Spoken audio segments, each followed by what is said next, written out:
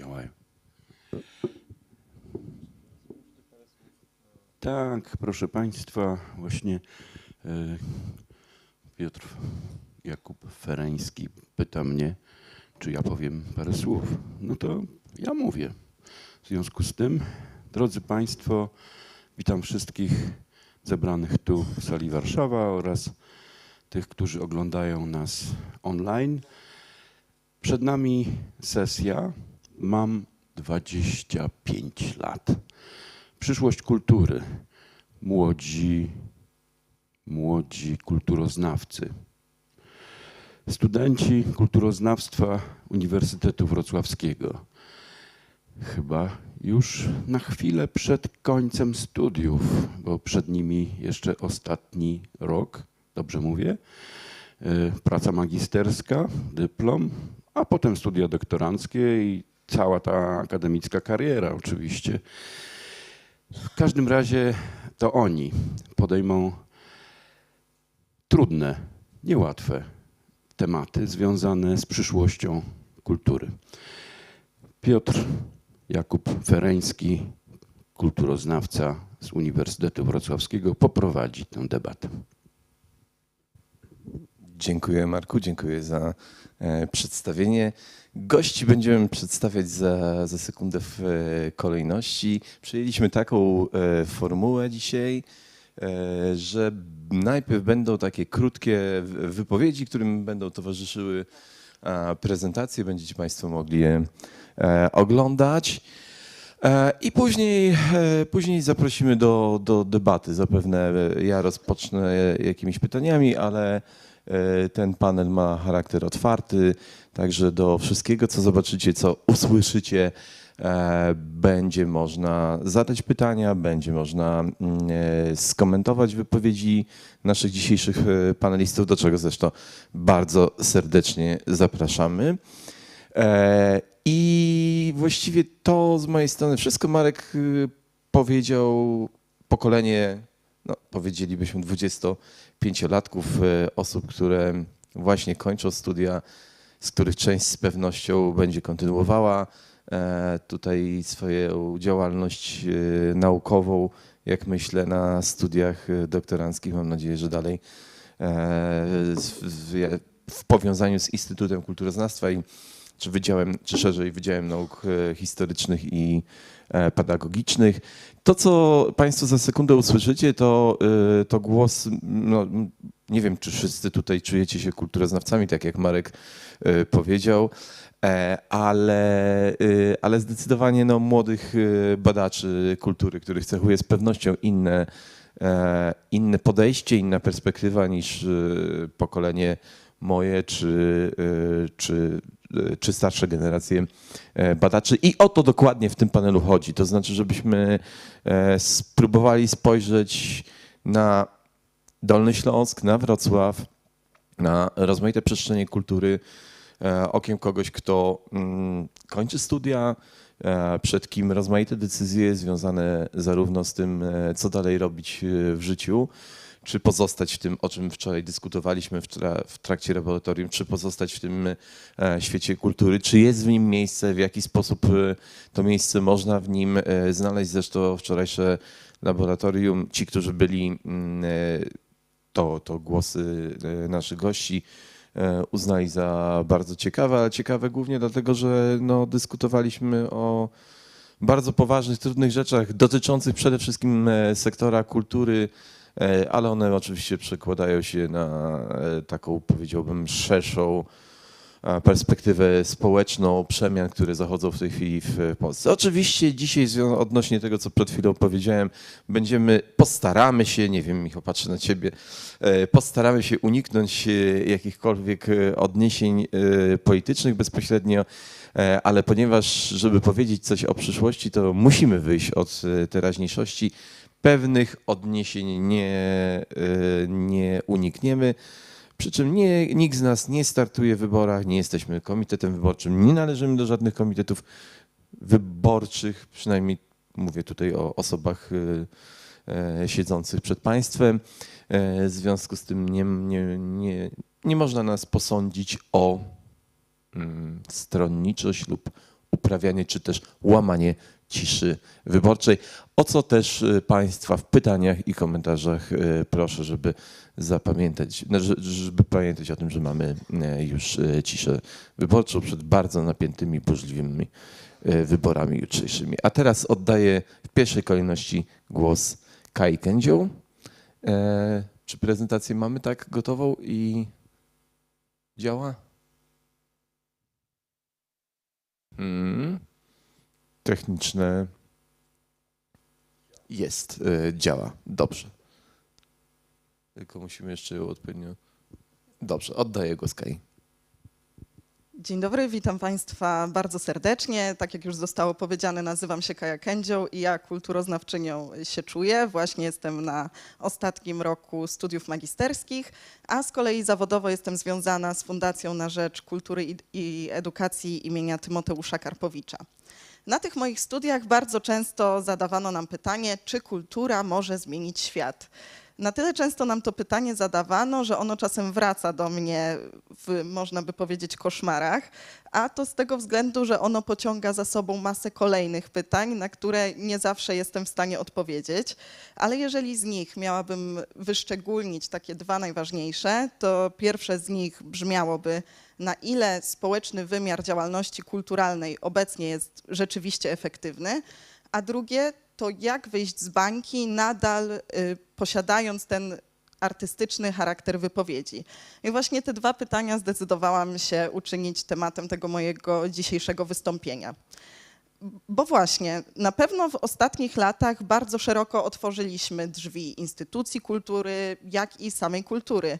Tego manifestacje możemy zobaczyć chociażby w zmieniającym się dress-codzie na wydarzeniach kulturalnych, ale też w zmianie definicji samej partycypacji kulturalnej, która przecież już nie oznacza wyłącznie uczestnictwa w aktywnościach instytucjonalnych.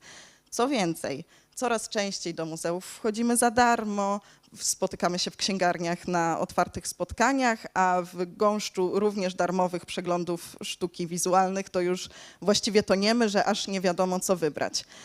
I tutaj rodzi się pytanie, dlaczego nadal według badań GUS z 2019 roku czytelników, odbiorców sztuki czy widzów jest tak mało? Jeżeli chodzi o mieszkańców i mieszkanki terenów wielkomiejskich, odpowiedź jest prosta. Nie mamy na to czasu. Z kolei ludność mniejszych miasteczek i wsi wskazuje zupełnie inny powód, który brzmi brak poczucia przynależności oraz posiadania w instytucji kultury odpowiedniego dla siebie miejsca. Bo tak, corocznie cieszymy się z pobijanych rekordów frekwencji na Biennale w Ro czy przeglądzie sztuki Survival. Jednak czy na pewno wiemy, że tego typu działania są rzeczywistym otwarciem się na szeroką publiczność, spełnieniem tego instytucjonalnego obowiązku egalitarnego upowszechniania sztuki, a na ile wtórnym zamknięciem się zgoda w nieco szerszej, ale nadal bardzo trudnej do przebicia bańce. Bo oczywiście nie mówimy tutaj już o kwestiach związanych z kapitałem ekonomicznym, ale czy to samo możemy powiedzieć o kapitale kulturowym czy społecznym. I dlatego moim zdaniem należałoby zastanowić się nad tym, w jaki sposób możemy stworzyć przestrzeń autentycznie otwartą i egalitarną, taką, która będzie świadoma społecznych różnic, ale będzie próbowała w jakiś sposób je zatrzeć, budując taki swoisty pomost pomiędzy osobami różnych środowisk, poglądów, tożsamości czy klas, zamiast budować kolejny mur, który oczywiście niektórym może już zdawać się niewidzialny, ale dla innych może nadal być rzeczywiście murem nie do przekroczenia. Mi wydaje się, że wszelkie próby takiej odgórnej demokratyzacji instytucji kultury bez oddolnego dialogu nastawionego na poznanie potrzeb i pragnień drugiej strony, tej jeszcze w kulturze nieuczestniczącej, tak naprawdę mogą spełznąć na niczym, de facto dalej pogłębiając różnice pomiędzy wyedukowanymi i niewyedukowanymi, pomiędzy wielkim miastem, miasteczkiem czy finalnie wsią. I odpowiedzi na to, jak poszukiwania takiej otwartej przestrzeni należy przeprowadzić, na pewno należy nieustannie szukać, ale wydaje mi się, że już teraz możemy w pewien sposób zauważyć możliwe sposoby działania, które przybliżą nas do tej rzeczywistej i faktycznej demokratyzacji kultury, czy nazwijmy to egalitaryzacji artystycznego przekazu. Dla mnie instytucje kultury powinny stać się miejscem budowania sojuszy, przestrzenią współbycia i wypracowywania solidarnościowych form współpracy. Powinny być oparte na funkcjonowaniu i rzeczywistej w kulturze partycypacji. Wydaje mi się, że powinniśmy nieco zmienić punkt ciężkości. Nadal na Dolnym Śląsku, jak i właściwie w całej Polsce, dominującym sposobem działania instytucji kultury jest oparcie się jednak na biernym czy pasywnym odbiorze dzieł sztuki. A może zamiast tego powinniśmy organizować więcej wydarzeń o charakterze współdziałania, tym samym zapewniając szerszej publiczności rzeczywistą możliwość partycypacji. Może dzięki temu uda się też sztuce przywrócić faktyczną skuteczność i społeczną funkcjonalność, ponieważ nagle uczestniczenie w wydarzeniach kulturalnych nie będzie tylko chęcią manifestacji statusu albo spełnienia swojej estetycznej przyjemności, a skupione będzie raczej na budowaniu relacji i wspólnych rozwiązań dla problemów, które w sytuacji globalnych kryzysów klimatycznych, migracyjnych, zbrojnych czy politycznych są już coraz bardziej przytłaczające. I oczywiście o tych wszystkich problemach i kryzysach płótna, obiekty, filmy czy spektakle krzyczą, tylko jest jeden problem. Oglądane one są przez jednak bardzo określony typ odbiorcy i głównie spełniają funkcję przekonania już przekonanych albo informowania już świadomych. Coraz rzadziej tak naprawdę prowokują społeczną dyskusję, wychodzą z tego obiegu instytucjonalnego, prowadzą do zmiany zdania albo nawet społecznych paradygmatów. Naturalnie zdarzają się dyskusje, ale zastanówmy się, na ile te bardzo rozemocjonowane dysputy w przestrzeni politycznej prowadzimy na temat dzieł, których jedna część sporu w ogóle nie widziała. I przywrócenie sztuki na ten, nazwijmy to, szorstki grunt oczywiście wymaga radykalnej zmiany myślenia, zarówno ze strony instytucji kultury, jak i samych jej odbiorców. Musimy przestać organizować się w tym, nazwijmy to, symbolicznym white cube'ie i zdecydować się na wytworzenie przestrzeni otwartej, żywej i, co najważniejsze, będącej wynikiem społecznych kompromisów.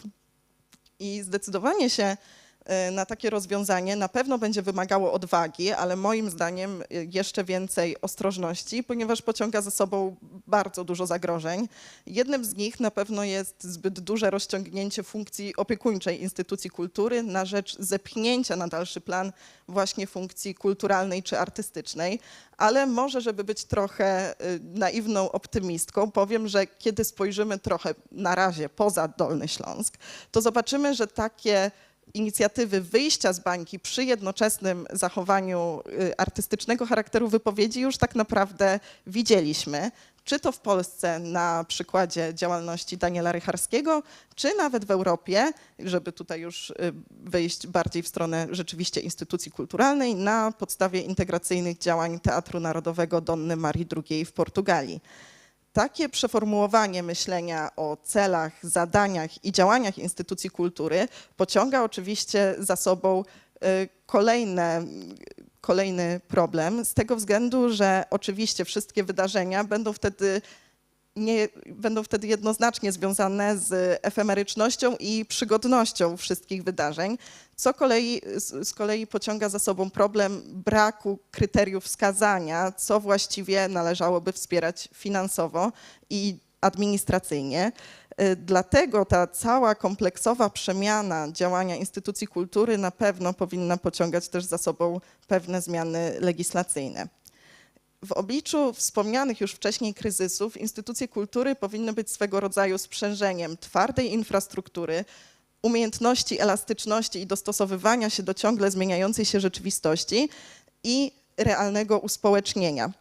To ostatnie zapewnić może chociażby zbudowanie silniejszego pola instytucjonalnego w obszarze działalności organizacji trzeciego sektora. Dzięki temu również organizacje pozarządowe zyskałyby faktyczne usytuowanie w systemie i dzięki temu zyskały nową możliwość kreowania rzeczywistej społecznej oraz kulturalnej zmiany, co moim zdaniem już coraz rzadziej przestaje być ideą czy misją, a tak naprawdę staje się koniecznością czy obowiązkiem. I żeby zakończyć nieco bardziej optymistycznie, to chciałabym powiedzieć, że już na samym Dolnym Śląsku mamy inicjatywy, które rzeczywiście są w stanie przebić społeczne bańki, wykorzystują ten edukacyjny potencjał kultury i rzeczywiście są skuteczne na polu emancypacji społecznej czy kulturalnej. I tutaj chociażby można byłoby wymienić działalność Mizerartu, który wytwarza przestrzeń spotkania i wspólnej pracy dla osób doświadczających bezdomności, streetworkerów, artystów i rzemieślników. Bóg traktajnych kompletów, który de facto spełnia funkcję objazdowego Domu Kultury Dolnego Śląska, czy Galerię BWA Wrocław, która nie dość, że otworzyła swoje drzwi dla organizacji pozarządowych, to coraz częściej decyduje się też na działania o charakterze stricte partycypacyjnym. Więc odpowiadając na to koszmarne pytanie, które zadałam na początku, tak, wydaje mi się, że kultura może zmienić świat i zarówno w przestrzeni murów kulturoznawstwa, jak i poza nimi tak naprawdę powinniśmy sobie zadawać inne pytanie, czy chcemy i w jaki sposób możemy jej pomóc. Dziękuję bardzo.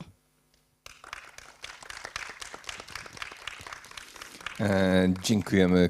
Kaja poruszyła większość chyba z problemów, które były wczoraj dyskutowane, z tym naciskiem na uczestnictwo w kulturze, partycypację, edukację.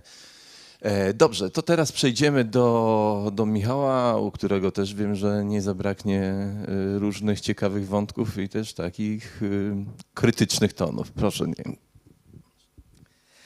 Tak, drodzy Państwo, ja się nazywam Michał Jeremi Rybarczyk i również jestem studentem kulturoznawstwa na początku swojej magisterskiej drogi i aktualnie jestem związany z Fundacją ProArte, w której działam od jakiegoś już czasu. Nie mam takiego flow jak moja przedmówczyni niestety, więc trochę bardziej się to ściągo tutaj będę wspomagał, co mam nadzieję Państwo mi wybaczą. Obserwując zachodzące ostatnimi czasy zmiany, gdy nad kolejnymi instytucjami kultury pochylały się podmioty wyższego szczebla, wchłaniając je bezpośrednio w swoje trzewia, chciałem przyjrzeć się bliżej temu zjawisku. Przeanalizować kwestie związane z niezależnością, z finansowaniem, wplątaniem w macki polityki i władzy. Sprawdzić poniekąd jakość tego zjawiska. Niestety, z racji na dość mocno okrojony czas tego wystąpienia stawiać będę raczej otwarte pytania niż oferować jakiekolwiek odpowiedzi. Wrocław w perspektywie ostatnich kilkudziesięciu lat przebył drogę niezwykłą. Powstało wiele niesamowitych projektów i obiektów, dzięki którym mamy w naszym mieście swego rodzaju europejską bazę. Niegdyś jedynie Międzynarodowy Festiwal Teatru Otwartego pozwalał nam zajrzeć za żelazną kurtynę. Dziś jesteśmy otwarci na cały świat i mamy go u siebie. Przygotowując się do dzisiejszego spotkania celem pogłębienia swojej perspektywy, porozmawiałem z kilkoma osobami. Byli to zarówno szeregowi pracownicy NGO-sów, ci stojący wyżej na drabinie stanowisk, podlegający pod miejskie czy ministerialne podmioty, jak i moimi rodzicami, którzy w sferze wrocławskiej kultury są już obecni w zasadzie kilkadziesiąt lat. Po roku 1989 nastąpiła absolutna eksplozja instytucji prywatnych, NGO-sów. Artyści również zaczęli tworzyć wiele rzeczy na własną rękę. Dziś zaś tej młodej, małej aktywności jest równie dużo, ale w trochę innej formie. Kolektywów spontanicznych, niezrzeszonych sytuacji przeróżnych.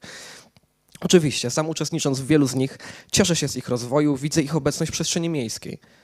Cieszę się również, iż powoli zmienia się optyka, a większe instytucje kultury zapraszają te pomniejsze, jak je nazwałem, sytuacje w swoje mury. Na pewno bardzo trudno jest zachować pewien zdrowy balans między, nazwijmy ich roboczo, gigantami a maluczkimi, ale dobrze jest widzieć zapełniającą się szczelinę wydarzeń między tymi dwiema skalami. Że poza działalnością wielkich organizacji takich jak Narodowe Forum Muzyki oraz małych, lokalnych, jak na przykład Miejskie Domy Kultury, wpuszczane są powoli w kulturalny krwiobieg zjawiska łączące te dwa brzegi. Nad tymi zjawiskami, myślę, niezwykle ważne jest, aby się pochylić. Byłoby to absolutnie doskonałym pomostem służącym edukacji kulturalnej, która przecież ma ogromny potencjał, do czego nawiążę jeszcze za chwilę parę. W wielu rozmowach poruszałem tematykę komfortu pracy w mniejszych fundacjach czy galeriach w porównaniu do doświadczeń płynących z zatrudnienia w większych instytucjach kultury.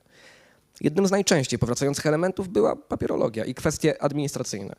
Siłą rzeczy instytucje, które podlegają pod większe podmioty, mają ogromne zaplecze kadr obsługujących ich ze strony administracyjno-prawnej. Dodatkowo wszelkie obwarowania obowiązujące podległe instytucje, na przykład na poziomie miejskim, chociażby w kwestii standardów dostępności, muszą być przez nią wprowadzane w życie jak najszybciej, co generuje kolejne sterty papierów przetwarzanych w bardzo szybkim tempie. Kwestie funkcjonowania instytucji kultury są, jak wszyscy wiemy, obszarem niezwykle złożonym i trudnym. Świadomy jestem czasem gargantuicznych rozmiarów stosów dokumentów potrzebnych do funkcjonowania nawet najmniejszej organizacji, a co dopiero instytucji kultury podległej na przykład ministerstwu. Natomiast stawiam w tym miejscu pytanie pierwsze. Co trzeba zrobić, aby uniknąć biurokracji dla biurokracji? Bo taka sytuacja właśnie wydaje mi się największą zmorą funkcjonowania instytucji generalnie, a co dopiero tych związanych z sektorem kultury. Drugą naturalnie płynącą z pierwszej kwestią jest ta tycząca się finansowania. Na pewno instytucje podległe, chociażby pod gminę Wrocław, starając się uniezależniać od pieniędzy podatników, a jednocześnie pozostać instytucjami apolitycznymi, rezygnując chociażby z wynajmu swoich przestrzeni za duże pieniądze wszystkim partiom politycznym, muszą wykazać się sporą umiejętnością balansu w środkach. Oczywiście, owa podległość ułatwia w pewien sposób kwestię finansowania, jednak nie rozwiązuje w pełni problemu. Z kolei mówiąc o trzecim sektorze, jest tych trudności o wiele więcej. Tylko silne, długo funkcjonujące organizacje pozarządowe mogą sobie pozwolić na pewną stałość zatrudnienia. W większości przypadków są to niestety bezpłatne staże czy umowy czasowe, co utrudnia płynność działania. Jednakże w kwestii finansów chciałem zwrócić uwagę na rzecz inną, a mianowicie brak mecenatu w Polsce. Konstrukcja państwa polskiego, którą w podobnej mierze spotykamy w większości państw europejskich, uniemożliwia funkcjonowanie branży kultury bez dotacji ze strony rządu czy samorządu. Jedynie wydarzenia o charakterze czysto ludycznym mogą jako tako odbyć się bez zewnętrznego wsparcia. W Stanach Zjednoczonych, jak wiemy, układ ten funkcjonuje zupełnie odmiennie. Wsparcia odgórnego nie ma, są za to fundatorzy i prywatni darczyńcy wspierający działalność kulturalną. W ludziach jest wyrobiona pewna forma społecznej powinności. W Polsce mamy co prawda kilka fundacji wspierających kulturę, jak chociażby Fundacja Kulczyków. Jednakże częściej wolą oni inwestować w przestrzenie, w których łatwiej o zysk, a kultura na pewno nie jest pierwsza na liście. W krajach zachodnich, mimo podobnej konstrukcji finansowania jak w Polsce, jest więcej wsparcia ze strony sponsorów. Może warto byłoby się zastanowić, jak zmienić edukację kulturalną, aby społeczeństwu bardziej na kulturze zależało. Zapewne należałoby od podstaw budować pewne poczucie współodpowiedzialności za kulturę, że nie jest to byt zawieszony na nieboskłonie, po którego ludzie z mniejszych miejscowości sięgnąć nie mogą. Jak bowiem ma komuś zależeć na sferze, której w pewien sposób boi się stać współuczestnikiem? Artyści nie tworzą przecież wyłącznie dla samych siebie czy kosmopolitów mieszkających w wielkich miastach. Do obcowania z kulturą winien być zaproszony każdy. Właśnie z pomocą progu wejścia budowanego od najmłodszych lat. A może problem mecenatu to kwestia wynikająca z polityki fiskalnej, która zniechęca darczyńców. Często, gdy ktoś ujawni swój majątek darowizną, może to spowodować dodatkowe kontrole. Z drugiej strony zaś nacisk na małe i średnie przedsiębiorstwa, podczas gdy ci więksi funkcjonują w ramach swoich układów, również na pewno nie sprzyja sponsorskiemu wsparciu w Polsce. Pozostaje mi jeszcze kwestia najważniejsza. Niezależności funkcjonowania wraz z konsekwencjami wplątania w politykę i władzę instytucji kultury podległych pod większe podmioty. W teorii i idealnym rozrachunku, w który głęboko wierzymy, dyrektor danej instytucji podległej, dla przykładu, pod gminę Wrocław, wybierany jest przez prezydenta miasta na kontrakt. Posiada on względną niezależność. Oczywiście miasto może zlecić pewne zadania instytucji, jeśli dyrektor się zgodzi. Poza nadawaniem statutu czy przeznaczaniu pieniędzy na przestrzeń czy pracowników, instytucja powinna być od miasta niezależna. Mimo to myślę, że dobrze wiemy, iż dalej organizowane są tak zwane reorganizacje pracownicze czy dyrektorskie, głównie w sytuacjach zmiany władzy. Chociaż i tak wedle moich obserwacji sektor kultury jest jednym z bezpieczniejszych miejsc. Powinniśmy zdecydowanie zabiegać o wspomnianą niezależność wraz z tym, aby instytucjami kultury kierowali jednak artyści, mający obok siebie menedżerów, osoby sprawne w zarządzaniu, mogące im doradzać czy hamować artystyczne zapędy, aby budżet się spinał. Chyba najlepszym dowodem mych słów jest to, z kogo Wrocław za czasów PRL-u jest najbardziej znany. Nie są to nazwiska menedżerów, a wybitnych artystek i artystów. Z Kuszanki, Tomaszewskiego, Grotowskiego czy Litwińca. Cóż, zapewne każdy z nas wie, albo chociaż czuje, że nie ma idealnego modelu zarządzania kulturą. Każdy z nich niesie z sobą różnorodne zaplecze sytuacji, z którymi mierzyć się należy. Ja jedynie przedstawiłem swego rodzaju referat młodego człowieka, który wcześniej jako bywalec, uczestnik, wchodzi powoli w trybiki machiny kulturą zwanej. Żywię głęboką ufność, że część z postawionych tu przeze mnie, mam nadzieję, dość uniwersalnych pytań zostanie w Państwa pamięci chociaż przez krótką chwilę. Dziękuję. Dziękujemy, Michale. Powiedziałeś, że nie masz takiego flow jak Kaja, ale z drugiej strony myślę, że masz świetne, krytyczne pióro. Dobrze, do tych pewnie kwestii tutaj, które poruszył Michał, między innymi pracy, finansowania, ale też bardzo istotnej wczoraj dla nas w trakcie dyskusji laboratoryjnej kwestii autonomii wrócimy. Pewnie będziecie Państwo mieli jakieś uwagi i pytania. Tu wprawdzie pojawił się samorząd, ale taki, który nie startuje w jutrzejszych wyborach, więc nie ma większego problemu. Gosiu, Małgosiu, zapraszam Cię w takim razie. Dzień dobry, nazywam się Małgosia Lewińska i od nieco ponad miesiąca mam 25 lat. Na co dzień jestem historyczką sztuki oraz studentką kulturoznawstwa, ale dzisiaj chciałabym Państwu przybliżyć sytuację osoby, która jest na finiszu studiów, tak jak ja, albo jest zaraz po ukończeniu ich i wchodzi na rynek pracy. Takiej analizy dokonałam wyłącznie na podstawie ogłoszeń, które widnieją na stronie pracujwkulturze.nck.pl. Warto tutaj wspomnieć, że strona ta jest chyba największą i najbardziej znaną witryną, na której znajdują się oferty pracy dla ludzi, którzy chcieliby zacząć swoją przygodę w świecie kultury. A ponadto projekt ten jest realizowany przez Narodowe Centrum Kultury i podlega pod Ministerstwo Kultury i Dziedzictwa Narodowego. Na wstępie, mimo wszystko jednak chciałabym zaznaczyć, że w porównaniu do wielu osób w moim wieku wypowiadam się z pozycji, no może w pewnym sensie nieco uprzywilejowanej, ponieważ ja mam jakby możliwość łączyć studia z pracą, która jest, zahacza o kulturę, gdyż ja na co dzień pracuję tutaj w DCF-ie na obsłudze. No i swoją drogą w sumie, tak nawiasem mówiąc, występowanie tutaj, w tym miejscu, jest dla mnie odkryciem zupełnie nowej perspektywy miejsca, które raczej znam od kuchni.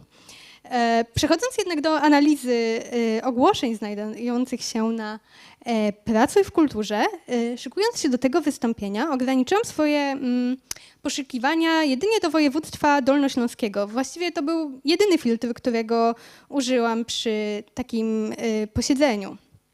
Pierwsze podejście do takiego przeglądu ofert zrobiłam 6 października i wówczas na stronie widniały 33 ogłoszenia. Z kolei przy drugim posiedzeniu, które miało miejsce 11 października, czyli raptem 2 dni temu, tych ogłoszeń było już o 10 mniej, głównie ze względu na ilość staży, których ważność wysyłania ogłoszeń po prostu już wygasła. I przyglądając się dostępne oferty, stwierdziłam, że warto je podzielić na kilka następujących kategorii. Jako pierwsze wysuwa się staż praktyki niepłatne. Jest to mniej więcej w pierwszym terminie mniej więcej 55% z całości ogłoszeń. Później ten procent jest 40%. Chciałam też analogicznie wyodrębnić staż praktyki płatne, jednak nie znalazłam ani jednej oferty, która zapewniałaby wynagrodzenie w postaci pensji dla stażystów. Trzecią kategorią to są oferty o pracę na wysokim stanowisku, na przykład dyrektor, starszy specjalista, kierownik. Takie oferty, które wymagają już jednak kilku lat doświadczenia pracy w tak zwanej branży. Czwartą kategorią to oferty wymagające pracy bardziej może fizycznej i technicznej, na przykład osoba sprzątająca, elektryk, technik, czyli takie oferty, które dość regularnie pojawiają się na tej stronie, jednakże one nie są związane bezpośrednio z wyspecjalizowaniem osoby po studiach magisterskich humanistycznych. Jak możemy zobaczyć na jednym wykresie, 6 października były 2 takie ogłoszenia, one dość szybko zniknęły, ale już widziałam, że dzisiaj rano pojawiły się kolejne, więc faktycznie dość często pojawiają się tego typu oferty. Do 5. grupy dałam tak zwaną resztę, no bo tutaj znajdują się zarówno ogłoszenia bardzo takie już bardziej wyspecjalizowane, na przykład skierowane do nieco węższej grupy odbiorców, na przykład nauczyciel śpiewu lub nauczycielka gry na instrumencie, ale też nieco bardziej ogólnie, na przykład adiunkt, animator, animatorka, dziennikarz, dziennikarka czy osoba na stanowisku muzealnik. I po przejrzeniu wszystkich, najpierw tych 33, a później pozostałych 22 ofert, w oczy rzucają się przede wszystkim następujące wnioski. Po pierwsze, mamy do czynienia ze stosunkowo niewielką ilością ogłoszeń o pracę, bowiem 20 czy 30 ogłoszeń to nie jest dużo w stosunku do ilości absolwentów kierunków, które są związane z kulturą. Musimy wziąć pod uwagę kierunki nie tylko takie jak kulturoznawstwo, którego jesteśmy reprezentantami, ale również historia sztuki, etnografia, etnologia, muzykologia, antropologia i tak dalej. Warto mieć na uwadze, że każdego roku mamy do czynienia z mniej więcej kilkunastoma osobami, które kończą swoją przygodę ze studiami. Po drugie, około połowa to ogłoszenia oferujące niepłatny staż i praktykę. W żadnym z tego typu ogłoszeń, które oferują właśnie staż, nie zostało napisane nic o wynagrodzeniu poza enigmatycznym rozwinięciem swoich umiejętności. Wobec tego, odejmując ogłoszenia niepłatne, na tych wszystkich absolwentów, o których wspomniałam wcześniej, przypada może kilkanaście ogłoszeń. Po trzecie, można odnieść wrażenie, że niektóre instytucje szukają albo takiego darmowego stażysty bądź pracownika fizycznego lub bardziej usługowego, lub osoby o kilkuletnim doświadczeniu w branży pracy. Niestety taka ilość stanowisk, nazwę to pomiędzy, typu na przykład młodszy specjalista, no jest znikoma, przez co właściwie bardzo trudno nam nabyć tak pożądane przez pracodawcę doświadczenie. Po czwarte, w niektórych ogłoszeniach na jedno stanowisko zakres obowiązków na jedno miejsce jest tak obszerny, że śmiało można byłoby zrobić z tego 2 lub 3 stanowiska pracy.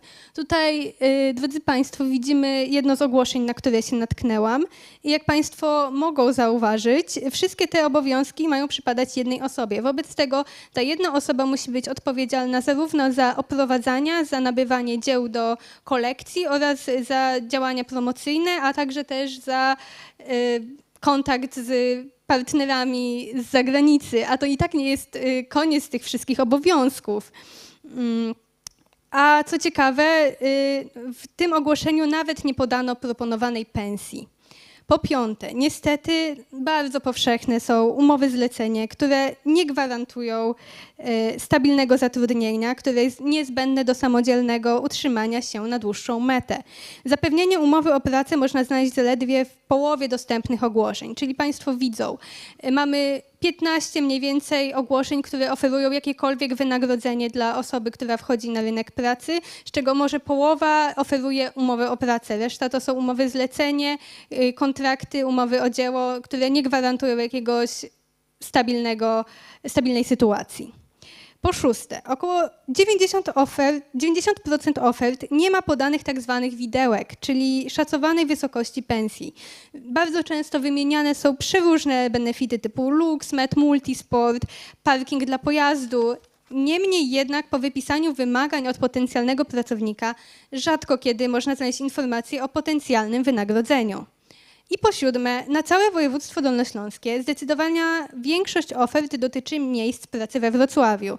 Raptem może z 30% stanowią ogłoszenia z innych miast. Tutaj przy swoich poszukiwaniach natknęłam się na miasta takie jak Jelenia Góra, Legnica, Wałbrzych i Radwanice. No i szykując się do podsumowania swojego wystąpienia, warto tutaj zobaczyć, że sytuacja osoby szukającej pracy zaraz po studiach jest, mówiąc bardzo dyplomatycznie i oględnie, niezbyt kolorowa. Oczywiście trzeba mieć świadomość, że niekiedy można znaleźć ogłoszenia o pracę na innych, może bardziej ogólnych portalach lub bezpośrednich stronach konkretnych placówek. Niestety, ja nie jestem w stanie odpowiedzieć na pytanie zadane w tytule mojego wystąpienia. Niemniej jednak wydaje mi się, że sytuacja osoby wchodzącej na ten rynek może nie byłaby aż tak nieciekawa, gdyby chociaż proponowane i bardzo częste staże nie były dla stażystów kolejnym darmowym wolontariatem. Dziękuję.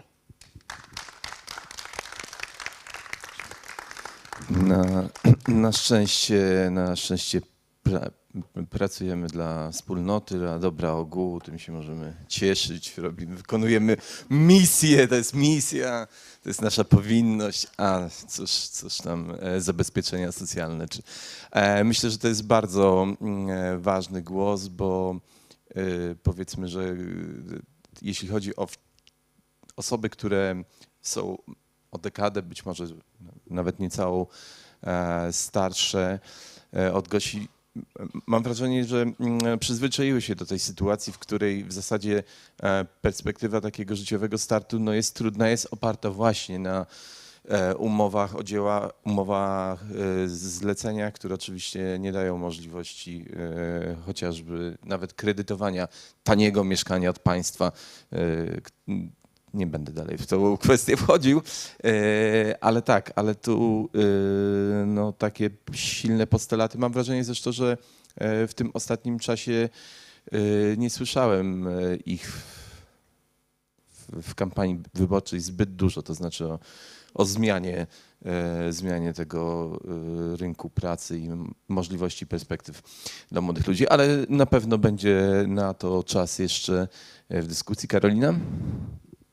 Dzień dobry, witam. Nazywam się Karolina Kluza i jestem studentką wrocławskiego kulturoznawstwa. Celem mojego wystąpienia jest naświetlenie zmian zachodzących w zakresie równości płci w instytucjach kultury na Dolnym Śląsku.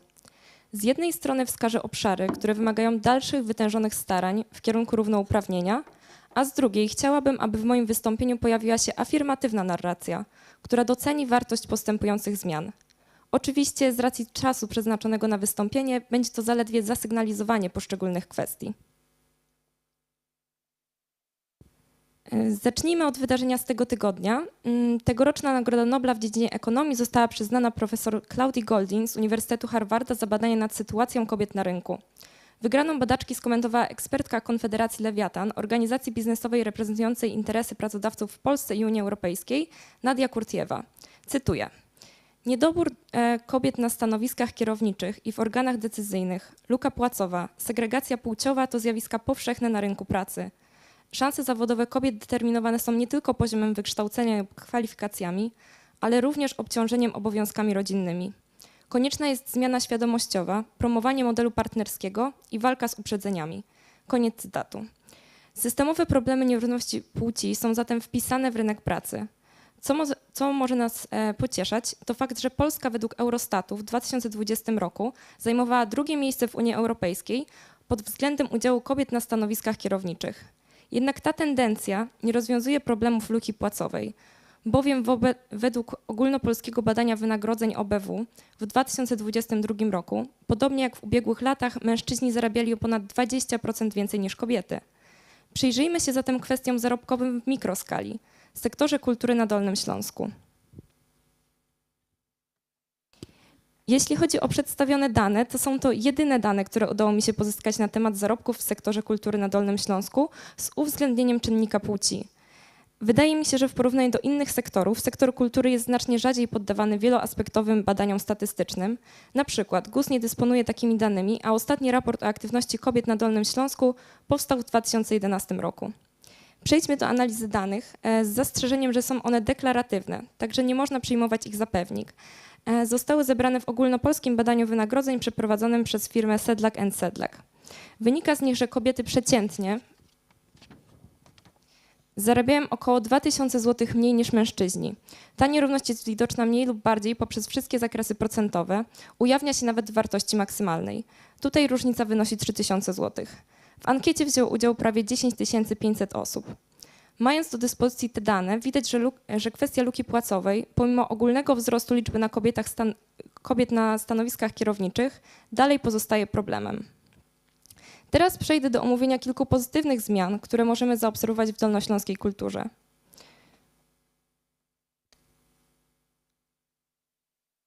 Zacznę od feminatywów, które coraz częściej pojawiają się w dolnośląskich ogłoszeniach o pracę, na stronach internetowych instytucji kultury, w przestrzeni publicznej. W tym roku została zorganizowana kampania społeczna Feminatywy ich się używa, dzięki której pojawiły się w codzienności wrocławianek i wrocławian, na przykład podczas drogi publicznymi środkami transportu. Natomiast nie oznacza to, że feminatywy są widoczne na całym Dolnym Śląsku, jedynie w większych miastach. Problem jest widoczny także w ogłoszeniach o pracę. Często pojawiają się tylko do opisu pewnych grup zawodowych, czyli załóżmy, poszukujemy księgowej lub asystentki, natomiast nie ekspertki czy techniczki. Również związane z językiem, ale w sposób literacki, są kwestie narracyjnej widoczności kobiet w dolnośląskiej kulturze. Za przykład można podać niedawno wydaną książkę Kobiety z Teatru Kalambur autorstwa Olgi Szelc, która opowiada o działaniach teatru z perspektywy kobiet, a oddając im głos wnosi wkład w poszerzanie narracji historiowych.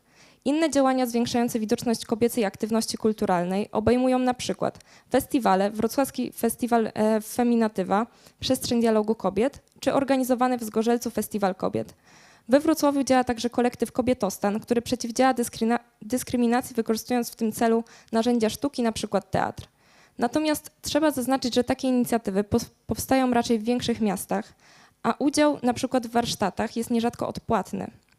Szukałam również informacji na temat tego, czy organizowane są podobne warsztaty, grupy zajęciowe dla dziewczynek i nastolatek, natomiast nic nie znalazłam oprócz kursów samoobrony. Także jeśli ktoś z widowni ma jakieś przykłady takich działań, to zachęcam do podzielenia się nimi w sekcji pytań.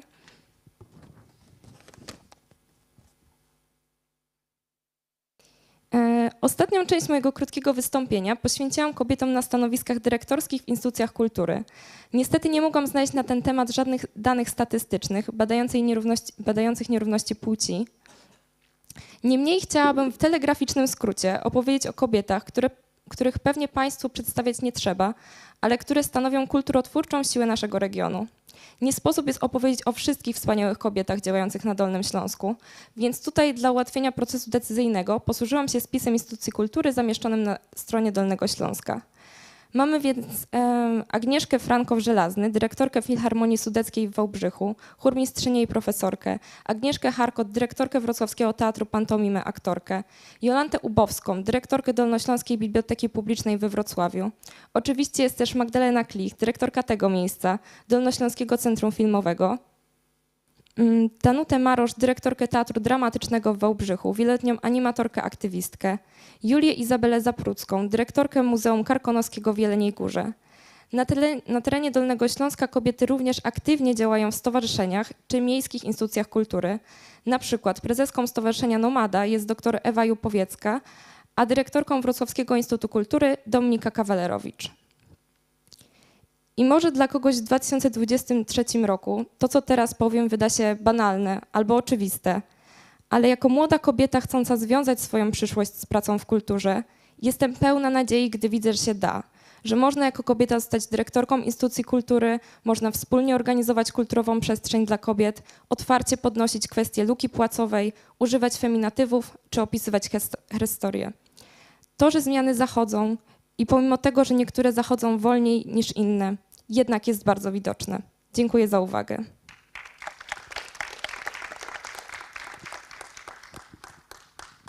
Tak, bardzo dziękujemy. Myślę, że do tego tematu też za chwilę wrócimy, tym bardziej, że są na sali osoby, które robiły badania, robiły ankiety i głośno się wypowiadały w tym temacie.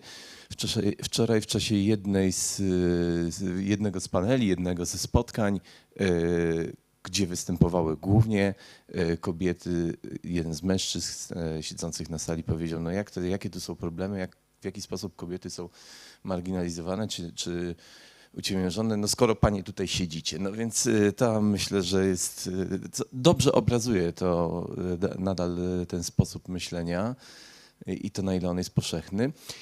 Dobrze, Michalina na koniec, ale oczywiście od razu tutaj po wystąpieniu Michaliny będziemy mogli dyskutować. Państwa do tej dyskusji zapraszamy.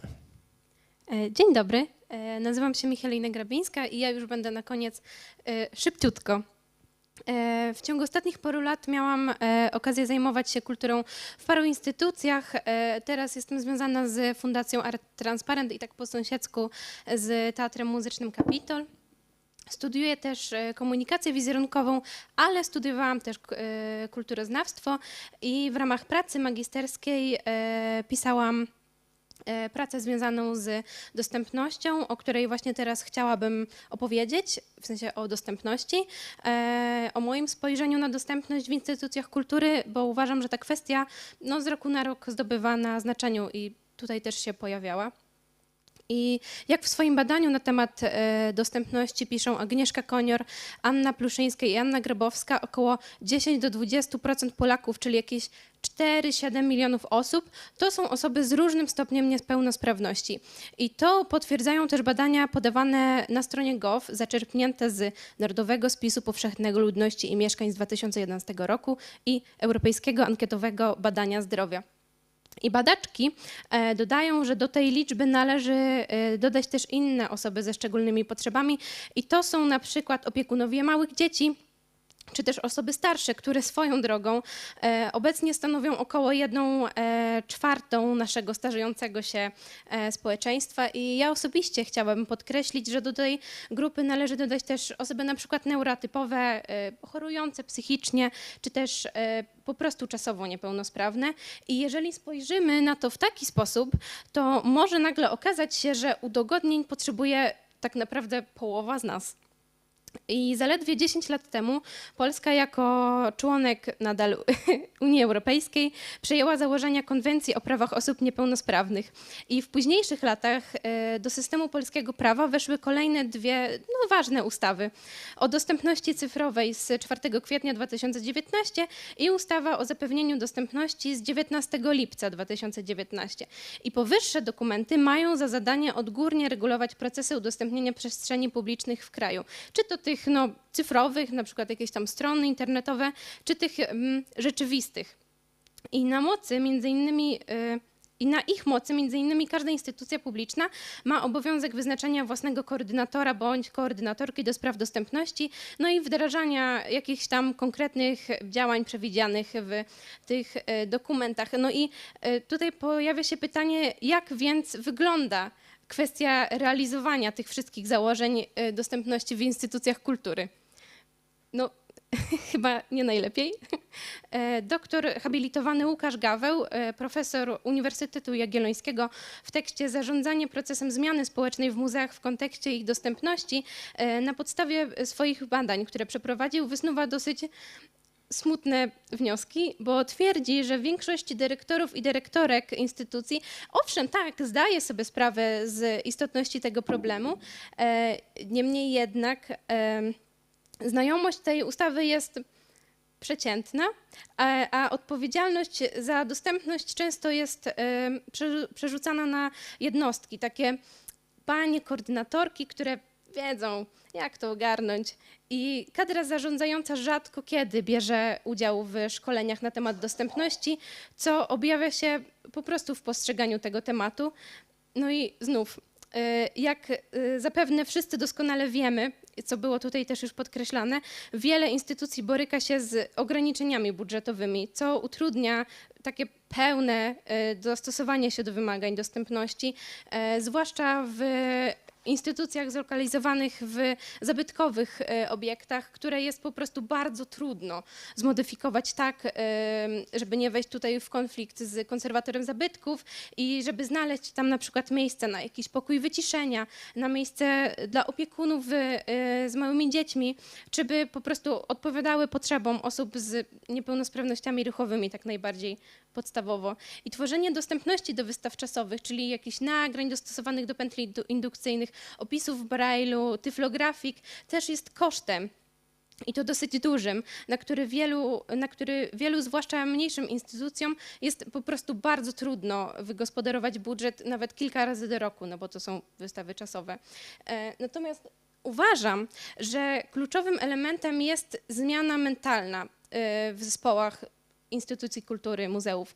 I chociaż regulacje prawne, takie jak ustawa o dostępności, są ważne, tak, to jednak postawa i świadomość pracowników będą decydowały o tym, jak instytucje kultury podchodzą do kwestii dostępności. I ten ostateczny sukces w tej dziedzinie zależy od wrażliwości, empatii, zrozumienia i tak dalej, że dostępność to jest tak naprawdę prawo, a nie przywilej. I że dostępność to nie jest tylko taka przysłowiowa winda, ale wiele innych, często niezauważalnych gołym okiem potrzeb.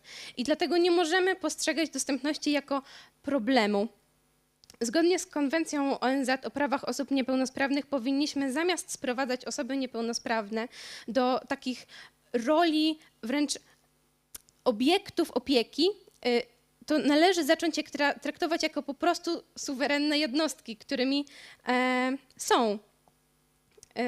I niepełnosprawność jest tak naprawdę wynikiem dynamiki między jednostką a otoczeniem, które nie zawsze jest dostosowane do jej zróżnicowanych potrzeb, a nie właśnie problemem, defektem czy wadą tej konkretnej osoby, który w ogóle najlepiej to byłoby ukryć i schować gdzieś. Należy więc stworzyć przestrzenie dostępne i inkluzywne dla wszystkich, umożliwiając pełne korzystanie z praw człowieka i też po prostu normalnego i przyjemnego życia. I trzeba je projektować w taki sposób, który sprawi, że te nierówności niejako znikną, ale mam tutaj na myśli to, że to, co dziś tak dosyć szumnie nazywamy udogodnieniami architektonicznymi czy specjalnymi działaniami podnoszącymi inkluzywność instytucji, kiedyś będzie tak naturalne, że aż niezauważalne. I na zakończenie chciałabym jeszcze raz podkreślić, bo to jest dla mnie bardzo ważne, że dostępność w instytucjach kultury to nie jest tylko kwestia infrastrukturalna, ale właśnie przede wszystkim mentalna i edukacja każdej osoby należącej do zespołu, a także otwartość na zmiany to jest fundament, na którym możemy budować bardziej inkluzywne i otwarte społeczeństwo i osoby z niepełnosprawnościami lub w ogóle wykluczone w jakikolwiek inny sposób, tak samo jak reszta społeczeństwa mają prawo do równego dostępu do dóbr kultury oraz współtworzenia życia społecznego. I instytucje, zwłaszcza te współfinansowane przez środki państwowe powinny być dostępne dla każdego, niezależnie od statusu, kapitału kulturowego czy stanu zdrowia. I tutaj tak na koniec z optymizmem patrzę w przyszłość, wierząc, że nasze działania przyczynią się do kreowania bardziej inkluzywnych, otwartych instytucji kultury i że będzie wspaniale. Dziękuję bardzo. Dziękujemy, Michalino. Ja mam teraz taką propozycję, niekoniecznie muszę sobie przyznawać prawo pierwszeństwa w zadawaniu pytań. Mogę już ten głos, ponieważ też nie mamy aż tak dużo czasu, oddać to Państwu na sali. Zgromadziło nas się zaskakująco, powiedziałbym nawet dużo, jak na tą poranną godzinę weekendową, więc konieczne jest korzystanie z mikrofonu. Widzę Marka, który pomoże może nam to rozwiązać, albo Grażynkę poprosimy, tak? Więc jeżeli ktoś ma, to niekoniecznie pytania, oczywiście zapraszam do udziału w dyskusji, komentarzy, odnoszenia się do wszystkiego tego, co zostało przed sekundą powiedziane, tylko prosimy o podnoszenie ręki i wtedy przekażemy mikrofon. Mam swój oddać mikrofon, czy ktoś się zgłasza? No to jeżeli jest głos tam w jednym z ostatnich rzędów, więc...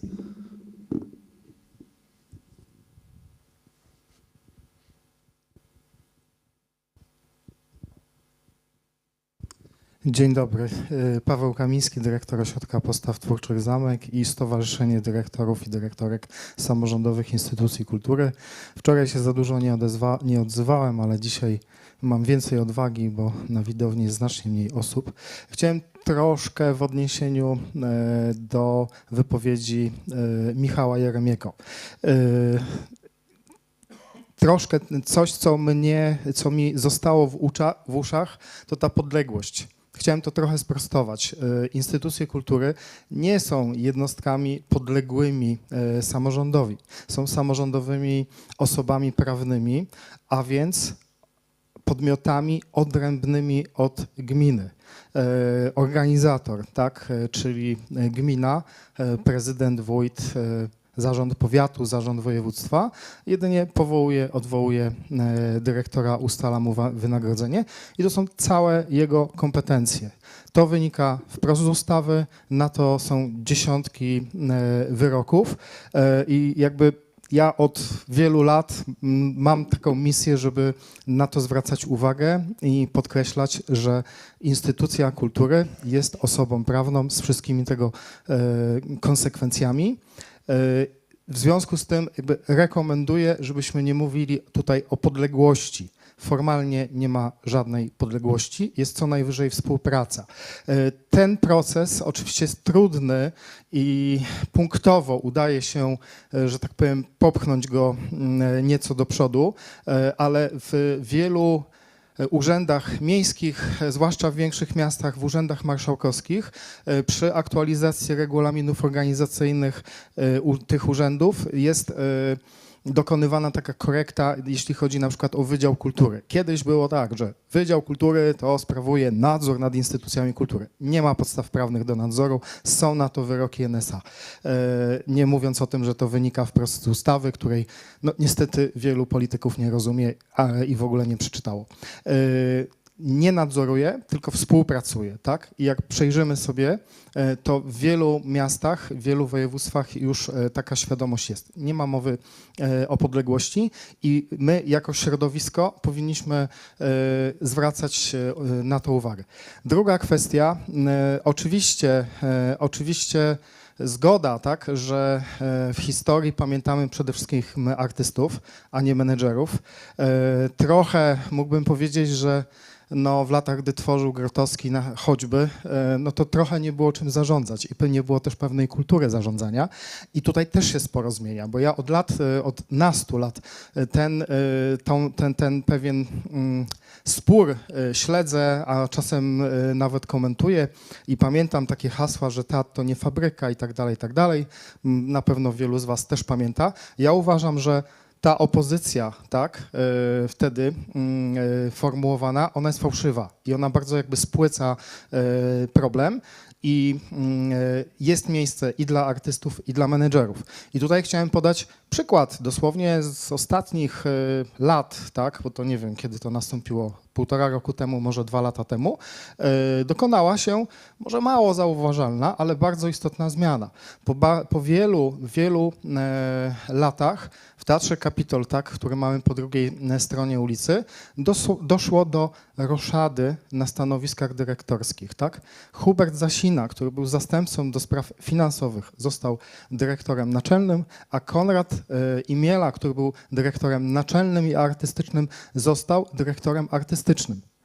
Dlaczego? No dlatego, że tworzą świetny tandem, dlatego, że prowadzą Kapitol wręcz wzorcowo. To jest duże przedsiębiorstwo, które naprawdę jest dość jak na instytucje kultury efektywne, również ekonomicznie, ma olbrzymie przychody ze sprzedaży biletów i innych produktów. I dla mnie to było bardzo znaczące, że Konrad Imiela i Hubert Zasina jakby dojrzeli do tej zmiany. I oczywiście będziemy Kapitol za ileś lat wspominać w kontekście twórczości Konrada Imieli, nie Huberta Zasiny. Ale coś się w tej sprawie dzieje i coś się zmieniło od czasu, gdy niektórzy z nas tak usypywali barykady, ustawiali barykady i krzyczeli, że teatr to nie fabryka. Dziękuję. Dziękuję bardzo również za cenny głos. Ja tak tylko pokrótce w zasadzie do tych 2 punktów się odniosę.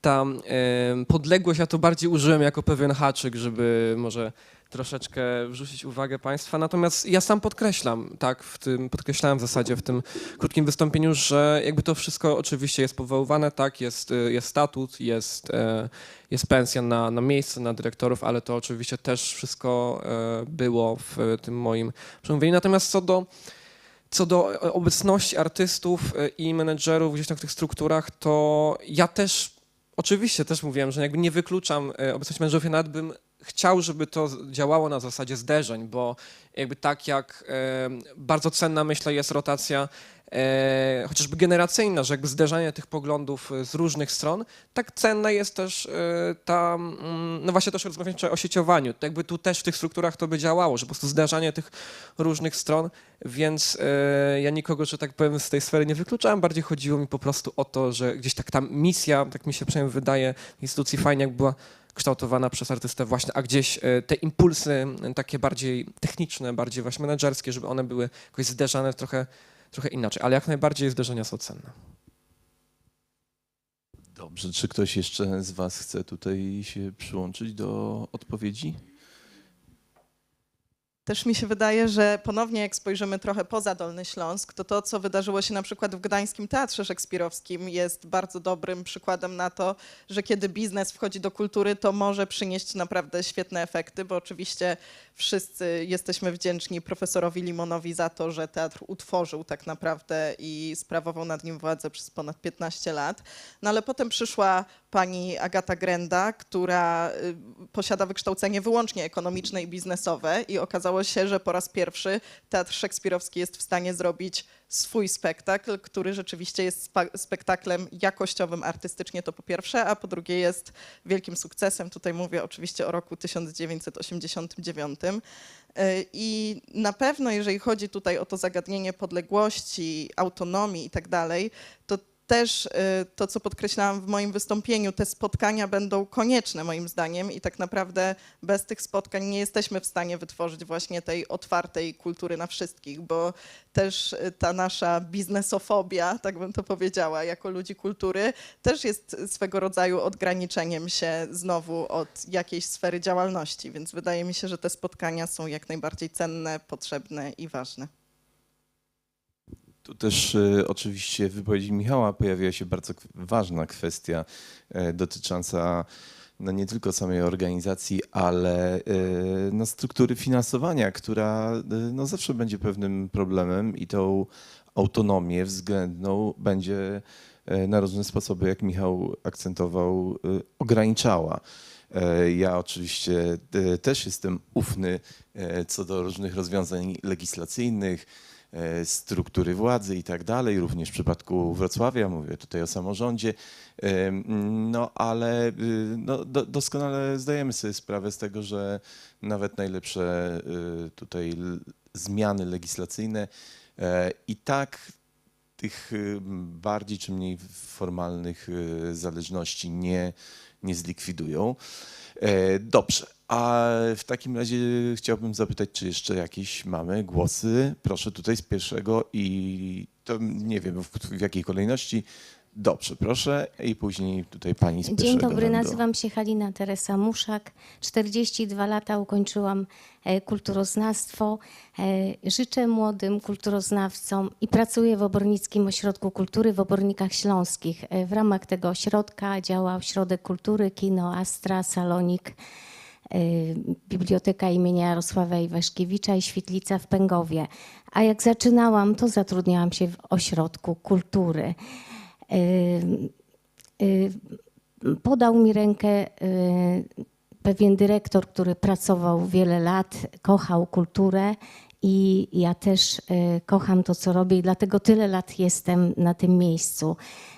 Jest to duży staż, jestem na wszystkich debatach i sympozjach. Wydaje mi się, że trzeba kochać to, co się robi. Trzeba być elastycznym, trzeba być otwartym, trzeba mieć wspaniały zespół, z jakim się pracuje, jaki ja mam.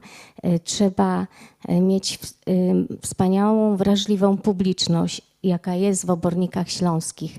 A problemy są, były i będą. Cudownie, że się spotykamy, że rozmawiamy. Pomimo tego, czy ktoś pracuje rok, czy dwa w kulturze, bo wczoraj rozmawiali dyrektorzy, którzy są z 3-letnim stażem pracy, czy wieloletni, to problemów jest dużo i należy się nad nimi pochylać. I chciałabym, żeby na przykład, żeby nie było takich problemów, że dyrektor mężczyzna zarabia więcej niż dyrektor kobieta, żeby to się zmieniło. Wydaje mi się, że nie wiem, czy były robione statystyki, czy na forum Dolnego Śląska jest więcej kobiet, które kierują instytucjami kultury, czy mniej. Jeśli chodzi o przedsięwzięcia takie, które są specjalnie dla kobiet, to w kinie naszym Astra, kino działa 3 lata, program tworzy bardzo dobrze pani kierownik kina. Jest taki cykl Astra kobiet. Także myślę, że trzeba po prostu patrzeć z nadzieją w przyszłość. Jeśli chodzi o dostępność, to my jesteśmy świadomi problemu i powoli w naszych instytucjach poza województwem jest to rozwiązywane. Najczęściej przy okazji realizacji projektów, które piszemy i pozyskujemy środki, natomiast rzeczywiście kompleksowo są to instytucje niedoinwestowane. Jak powstaje nowa instytucja, tak jak powstało Kino Astra w Obornikach Śląskich, to już ta dostępność przy okazji dużych pieniędzy jest rozwiązana. Natomiast placówki, które od lat wymagają modernizacji, to jest to powolny proces, ale to się dzieje. Też na zakończenie powiem, że pisaliśmy projekt Cyfryzacja Domów Kultury, pozyskaliśmy środki finansowe, w ramach którego mamy streaming, studio nagrań i właśnie pewne rzeczy z dostępności zostały zrobione. Także róbmy swoje, jak śpiewał Wojciech Młynarski, i kochajmy to, co robimy. I pochylajmy się nad problemami, a młodym kulturoznawcom życzę wymarzonej pracy. Dziękuję.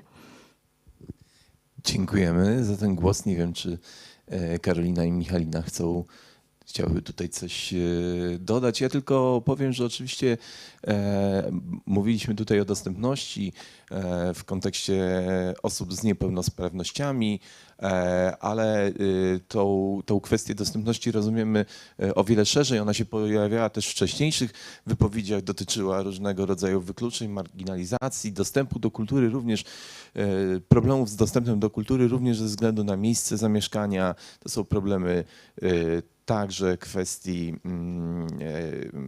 powiedziałbym wprost, klasowych i te wątki bardziej szczegółowo omawialiśmy wczoraj w trakcie laboratorium, ale mam wrażenie, że będziemy do nich wracać. Zresztą wczoraj pojawił się taki podczas laboratorium postulat, żeby spróbować poszerzyć to laboratorium, to nasze spotkanie, ten panel, żeby znaleźć jakąś taką formułę, w której można by zaprosić więcej osób do dyskusji i próbować znaleźć odpowiedzi na to pytanie. Natomiast ja powiem szczerze, że jeśli chodzi o dostępność, Polska tutaj, zwłaszcza te nowe instytucje, o których pani powiedziała, w Polsce nie jest z tym aż tak źle, jak myślimy w sensie infrastrukturalnym. Bardziej dlatego ten postulat tutaj mentalny wydaje mi się istotny naprawdę w wielu państwach na świecie. To mówię nie tylko o instytucjach kultury, ale mówię szerzej o przestrzeni publicznej i dostępności do różnego, także ośrodki transportu. Tutaj w Polsce nie jest w tej chwili, ze względu na późną modernizację, po prostu często w tych krajach inwestycje były dokonywane wtedy, kiedy nie myślano jeszcze o tych nowych rozwiązaniach, ale oddaję dziewczynom głos, a później tu pani z pierwszego rzędu się zgłaszała. Ja bym się chciała odnieść do pytania o prowadzenie statystyk właśnie w zakresie pozycji kierowniczych. No, na terenie Dolnego Śląska nie mamy takich danych, przynajmniej ja do nich nie dotarłam, z uwzględnieniem płci. Natomiast tak jak wspominałam, Polska w 2020 roku według Eurostatu była drugim krajem w Unii Europejskiej pod względem równości na stanowiskach kierowniczych. Wydaje mi się, że to było gdzieś około 45% udziału kobiet. Natomiast średnia dla Unii Europejskiej wynosiła 34%, także tutaj w tej kwestii akurat mamy się może czym pochwalić. Natomiast tak bardziej szczegółowo, jeśli chodzi o Dolny Śląsk, no to nie dotarłam lub po prostu może nie ma łatwo dostępnych danych tego typu. Michalina? To ja od razu może, przepraszam. Iza Duchnowska. Właśnie są takie dane, o tym chciałam powiedzieć. Sama przygotowywałam taki raport. Był to raport płac w kulturze konkretnie, co prawda z 2020 roku, ale 3 lata to nie jest jakaś odległa perspektywa. I ten raport dotyczył wyłącznie Wrocławia, ale przypomnę, że Wrocław jest częścią województwa dolnośląskiego, więc jest to jakieś odniesienie statystyczne. I z tego raportu wynika kilka ważnych, wydaje mi się, kwestii. Po pierwsze, kobiety dominują w instytucjach kultury, jeśli chodzi ogólnie o liczbę pracowników. W niektórych instytucjach kultury było to nawet 90%.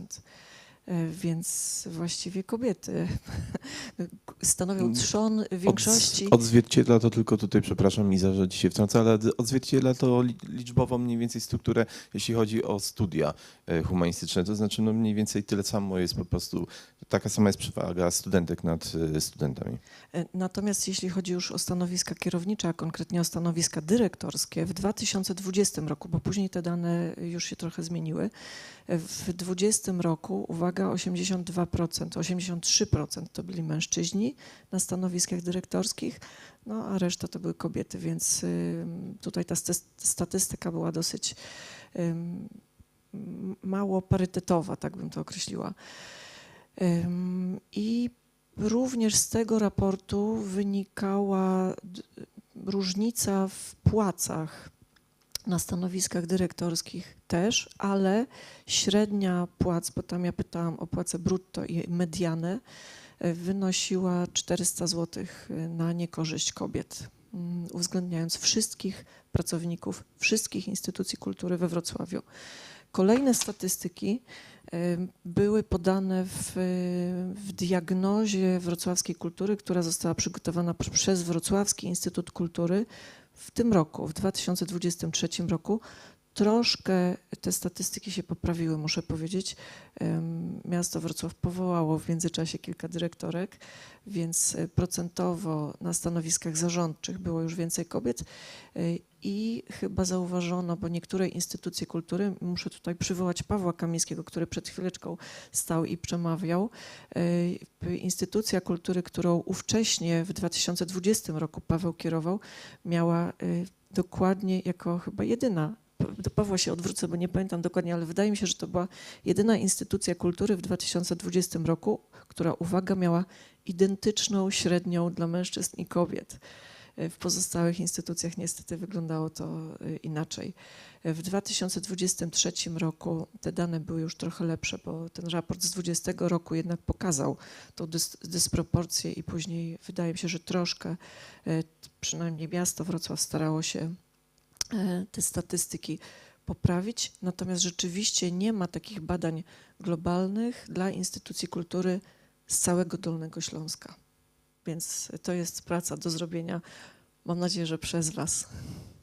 Tak, możemy w takim razie spróbować takie badania przeprowadzić. Oczywiście też trzeba pamiętać, że no to są dane statystyczne i w przypadku tego, czy mówiłaś o Unii Europejskiej, to też trzeba by się przyjrzeć dokładnie, co akurat te procenty warunkuje w poszczególnych krajach i skąd bierze się średnia, ale to bardzo, bardzo ciekawe zagadnienie i z pewnością trzeba do niego wracać. Natomiast w Polsce już także poza polem kultury wiemy, że te różnice w zarobkach też są właściwie w każdym sektorze bardzo wyraźne i prognozy dotyczące poprawy tego stanu rzeczy w sensie czasowym to jest kwestia 2 dekad co najmniej. Więc, ale zobaczymy, jak to będzie wyglądało. Bądźmy optymistyczni. Patrzę na salę, ale też tutaj też pani w pierwszym rzędzie. Mamy jakieś prymuski na sali. Zapraszamy do pytań. Czy mikrofon jest? Tak, już jest. Ja miałam taką myśl, słuchając referaty pani Lewińskiej, która mówiła o szukaniu pracy w kulturze i pani, która mówiła o kobietach, że tak sądzę, że to jest powiązane. To znaczy rzeczywiście jest dużo kobiet pracujących w kulturze. Być może dlatego właśnie, że jest tam bardzo dużo do zrobienia i że te przeładowane zakresy pracy są brane przez dziewczyny, które jednocześnie godzą się na to, żeby być gorzej opłacane, bo taka jest sytuacja w tym sektorze. I rzeczywiście jestem teraz w takiej sytuacji, że szukam pracy w kulturze. Sama przeglądam te oferty i mimo, że mam dość duże doświadczenie, nawet może jakieś osiągnięcia, to jest to dla mnie równie trudne zadanie. To po pierwsze. Po drugie jeszcze chciałam się odnieść do tej sytuacji, o której mówił Paweł Kamiński, o sytuacji podległości. Wydaje mi się, że nawet jeśli w ustawie oficjalnie tej podległości nie ma, to gdzieś ten stosunek lenny niestety w mentalu jest i to widać na każdym kroku. Nie chcę tutaj jątrzyć i psuć atmosfery, ale już nie. Od razu, tak. Ja tu nic nie zrobiłem. Okej, ale nawet to, że Paweł Kamiński jest chyba jedynym dyrektorem miejskiej instytucji, która jest na kongresie naszym dolnośląskim, jest dla mnie jakimś znakiem tego, a żeby już być symetrystą, no to z drugiej strony też widać, że jak jest jakiś dyrektor, który jest bardzo niepodległy, to jego los też kończy się tak, że no właśnie już potem nie jest dyrektorem albo jest tam, nie wiem, seria kontroli, która pokazuje właśnie, że nie powinien nim być. Także no, ta podległość istnieje, sorry.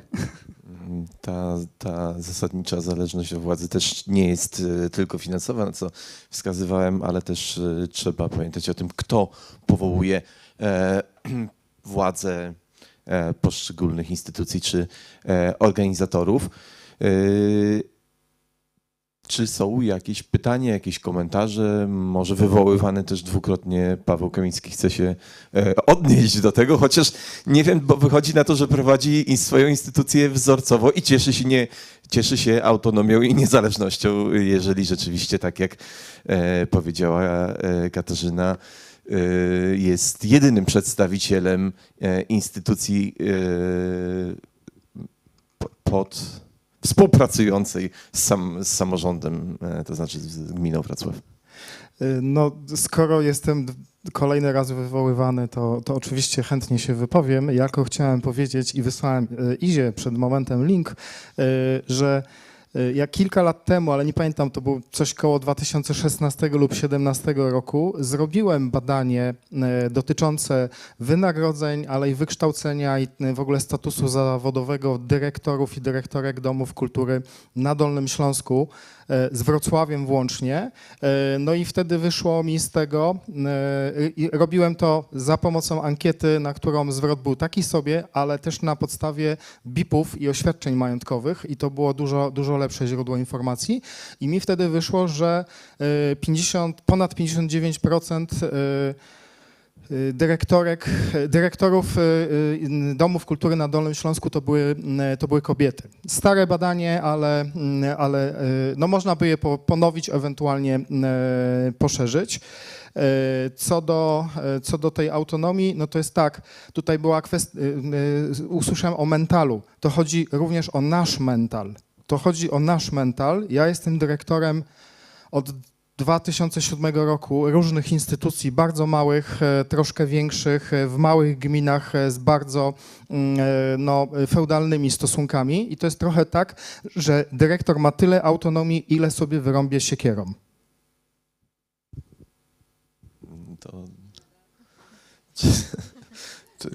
Czyli trzeba mieć siekierę. I siekierę i dużo siły, co znowu uprzywilejowuje w jakiś sposób mężczyzn, mam wrażenie. Ja chciałem zapytać, tu się pojawia taka, i to jest pytanie do Michała i Gosi, bo to też pojawiła się kwestia dosyć trudna, o której często myślę, kwestia także rotacji, bo to, żeby było miejsce i to, żeby młodzi ludzie być może z mniejszym doświadczeniem, ale z drugiej strony powiedziałbym takim, po pierwsze z szerokimi kompetencjami wynikającymi z wiedzy, wykształcenia, tego doświadczenia, które też wynika z wcześniejszego rozpoczęcia pracy, ale też innego myślenia o sposobie funkcjonowania instytucji. Także przez rozpoznawanie sposobu funkcjonowania instytucji w innych krajach, co tutaj było widać w waszych, do czego się zresztą odwoływaliście. Co zrobić w takim razie, co z tym problemem rotacji? To znaczy, bo rotacja pozwala, wydaje się, że uelastycznia ten rynek pracy, pozwala, daje lepsze perspektywy. Co z tym zrobić?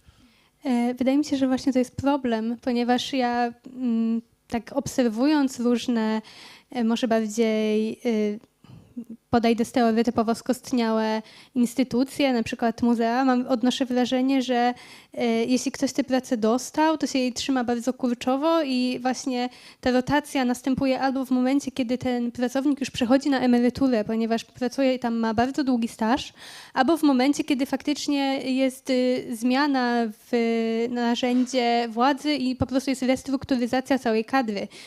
Mam wrażenie właśnie, że to jest problem, że trudno się wbić po prostu do jakby instytucji, która już ma gdzieś tam stałą kadrę, która już pracuje kilka lat. To ja z kolei trochę z innej beczki, bo to, co poruszyłem w moim krótkim przemówieniu, że te małe ruchy, małe często kolektywy, czy właśnie to niezrzeszone, jak nazywam, sytuacje, to mogłaby być jakaś przestrzeń dla młodych ludzi do tej rotacji, do nabywania jakiegoś doświadczenia, jeśli by się nad tym jakoś względem właśnie, nie wiem, czy finansowania pochylić. To jest dla mnie trudna sytuacja, bo w zasadzie rezonuje w mojej głowie od kilku dni dopiero, natomiast gdzieś widziałbym w tego typu działaniach ten pomost, o którym wspominałem, między tymi małymi działaniami a wielkimi i właśnie przestrzeń do tej rotacji gdzieś pomiędzy. No tylko tutaj się właśnie pojawia problem trochę funkcjonowania chociażby tego typu kolektywów, i tutaj odpowiadam szczerze, trochę nie wiem, ale gdzieś nad tym pochylić się, myślę, warto. Ja mam jeszcze jedno pytanie, ale patrzę też na salę, bo może ktoś chce tutaj jeszcze zabrać komentarz albo dopowiedzieć coś do tych kwestii, które zostały poruszone. I jasne. Jeszcze co do tego poprzedniego pytania, które pan zadał, ja mam wrażenie, że na stanowiskach dyrektorskich owszem, te osoby nie rotują jakoś tak szalenie, natomiast na tych niższych już tak. I tak ogólnie już poza kulturę patrząc, młodzi ludzie bardzo często zmieniają pracę. O nas się mówi jako o ludziach, którzy będą się musieli stale przebranżawiać, cały czas się edukować i zmieniać te miejsca swojej pracy. I to być może wynika też z tych kwestii finansowych, bo bardzo często mam wrażenie, że jedyną szansą na podwyżkę już tak po prostu jest zmiana pracy albo zagrożenie zmianą pracy na takiej zasadzie, że hej, pracuję tutaj sobie w tym miejscu i ja sobie teraz odejdę do innego miejsca, ale robię tutaj na tyle dużo rzeczy i jestem już w pewnym momencie na tyle niezastępowalna, nie mówię o sobie, tylko o hipotetycznym człowieku, który zmienia pracę, że musicie mi po prostu więcej zapłacić albo będziecie szukali 2 osób na moje miejsce, nie? Więc tak mi się po prostu wydaje, że tutaj ta rotacja występuje, tylko wynika z po prostu bardzo pragmatycznej kwestii.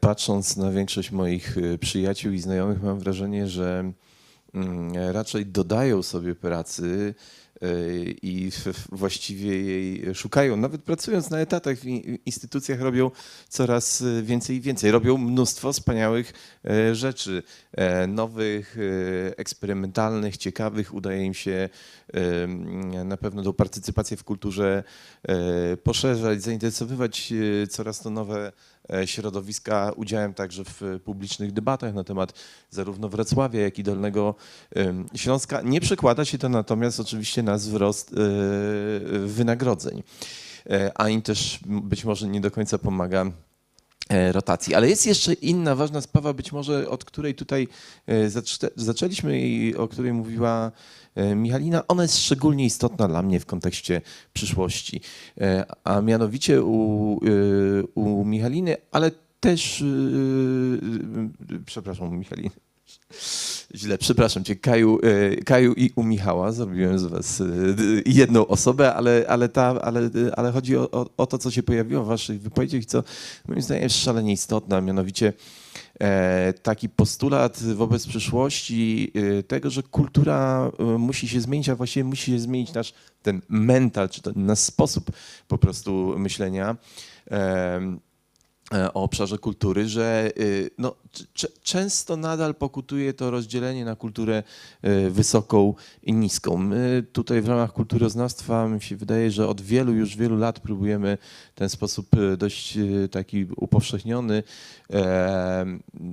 no, w jakiś sposób ten rów tutaj pomiędzy nimi zasypywać, ale to nie jest łatwe. Natomiast mam wrażenie, że w tej twojej wypowiedzi to jest jeden z kluczowych problemów. To znaczy trzeba zmienić po prostu zupełnie sposób myślenia o kulturze, o jej tworzeniu, o animacji, o edukacji, tak by zmienić sytuację związaną właśnie z partycypacją, obecnością, ale to też bezpośrednio się przekłada właśnie na kwestię roli młodych ludzi, ich pracy w tym sektorze.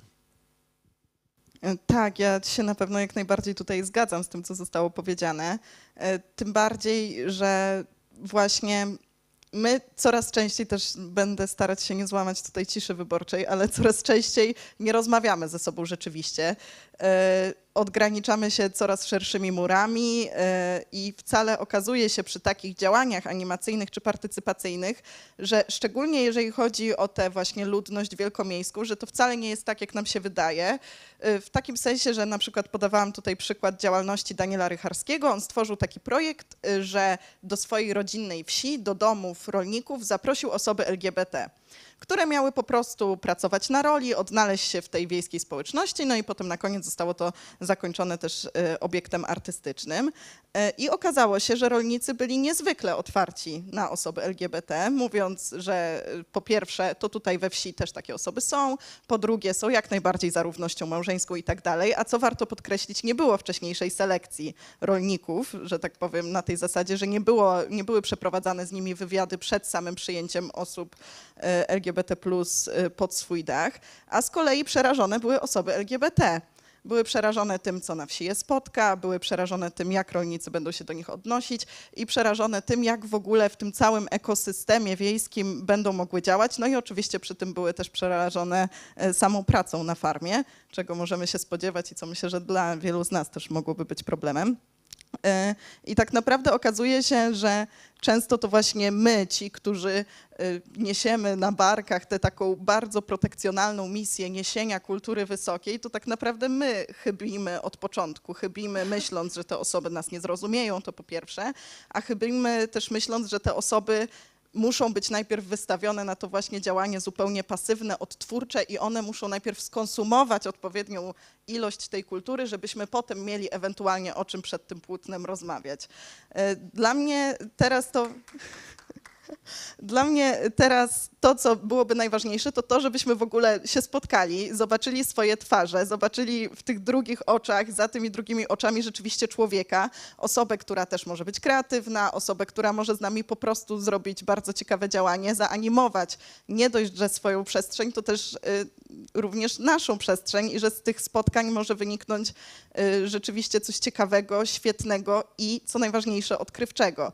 Bo jeżeli nadal będziemy zasadzać się w tych naszych wielkomiejskich przestrzeniach, mówić o tym, że te wszystkie problemy wynikające te wszystkie problemy są związane z na przykład wykluczeniem komunikacyjnym, to też jest chybienie, bo właśnie ja nawet przygotowując się do tego dzisiejszego wystąpienia myślałam, że przeczytam sobie badania, dowiem się, że z małego miasteczka czy z wsi jest trudno dojechać do instytucji kultury, jest to też wydatek ekonomiczny i z tego względu po prostu te osoby na partycypację w kulturze się nie decydują, a okazuje się, że to jest kwestia braku poczucia przynależności i posiadania swojego miejsca w instytucji kultury, więc znowu okazuje się, że to wcale nie jest problem bariery czysto finansowej czy komunikacyjnej, tylko okazuje się, że to jest właśnie problem tego mentala, który na pewno należy zmienić. I oczywiście to też jest trochę pokłosie Europejskiej Stolicy Kultury, że jesteśmy bardzo zorganizowani wielkomiejsko, jeżeli chodzi o instytucje kulturalne i to nie tylko we Wrocławiu, ale też we wszystkich miastach, które stawały do tego wyścigu o ten tytuł. I teraz nie dość, że potrzebujemy jednak tej decentralizacji i tego skupienia się rzeczywiście na całym Dolnym Śląsku, czy właściwie wszystkich terenach peryferyjnych, to od czego musimy zacząć, to od zmiany własnego myślenia i myślenia o tym, że rzeczywiście możemy coś jeszcze zrobić razem, mimo że wydaje nam się to na razie niemożliwe.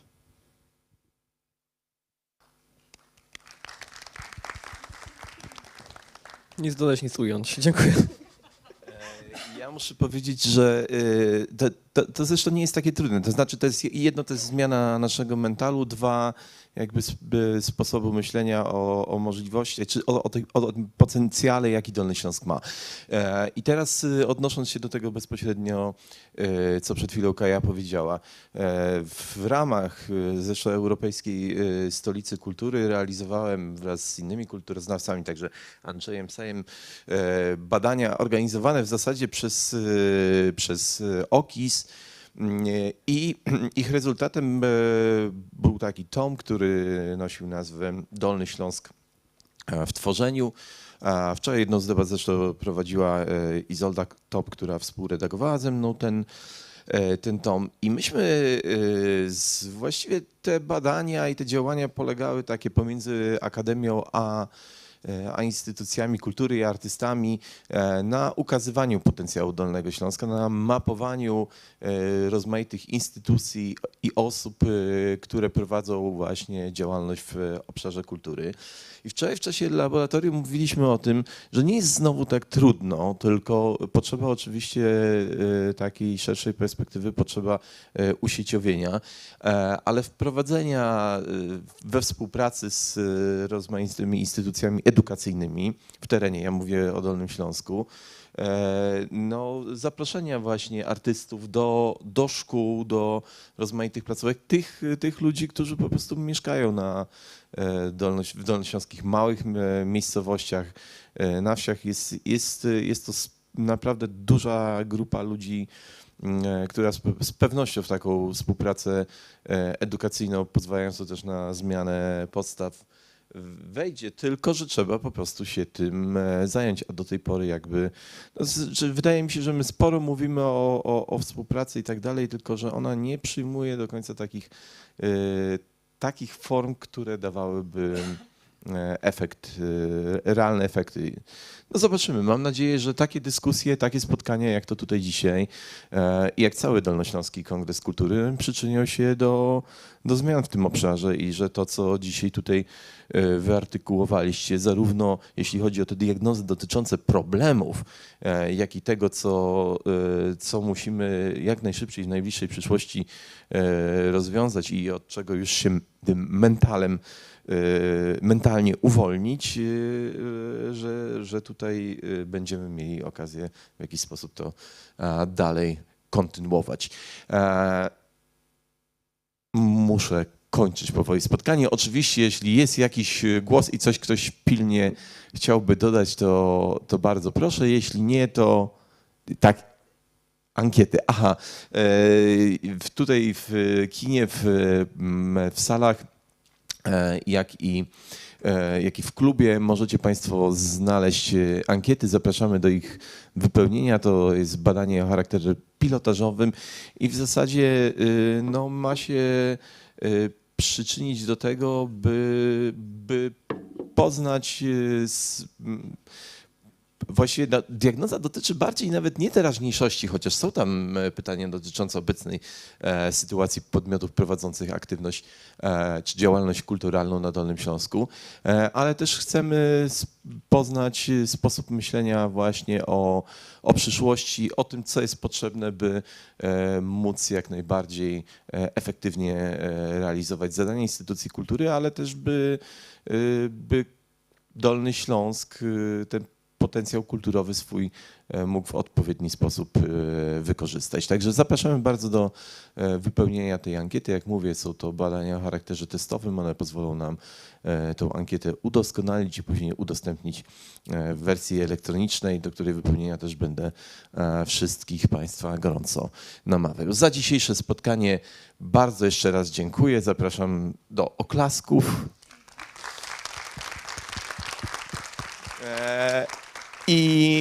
I nasi paneliści pozostaną na pewno jeszcze chwilę z nami, także będzie możliwość zadania w tej półgodzinnej przerwie w kuluarach im pytań. Dziękuję raz jeszcze i do zobaczenia.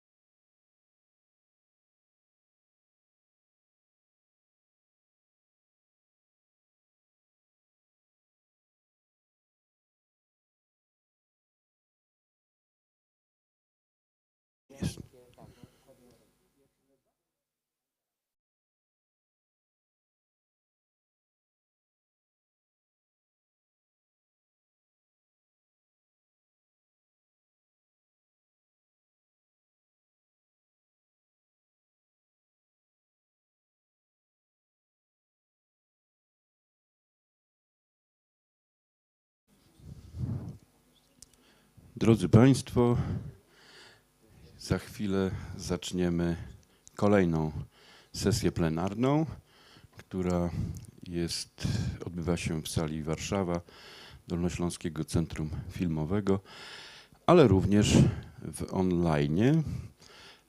Witam wszystkich i zapraszam dyskutantów.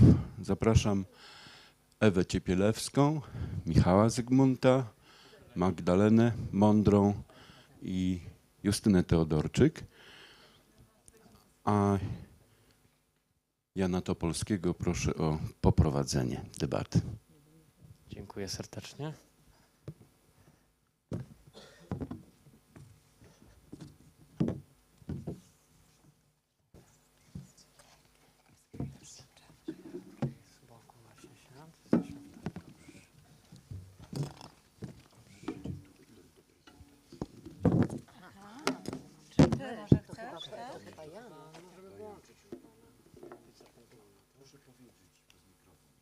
Dobrze. To poprosimy o włączenie też pokazu slajdu zapętlonego, który będzie tutaj za nami widniał. I chyba już będzie sobie leciał. Będziemy może się odnosili czasami do niego. Jeśli będą Państwo mieli też jakieś pytania, to oczywiście też zapraszamy w trakcie. To są zdjęcia wybrane z realizacji różnych artystycznych, kuratorskich i teoretycznych naszych gościń. I może zacznijmy od tego, bo myślę, że też warto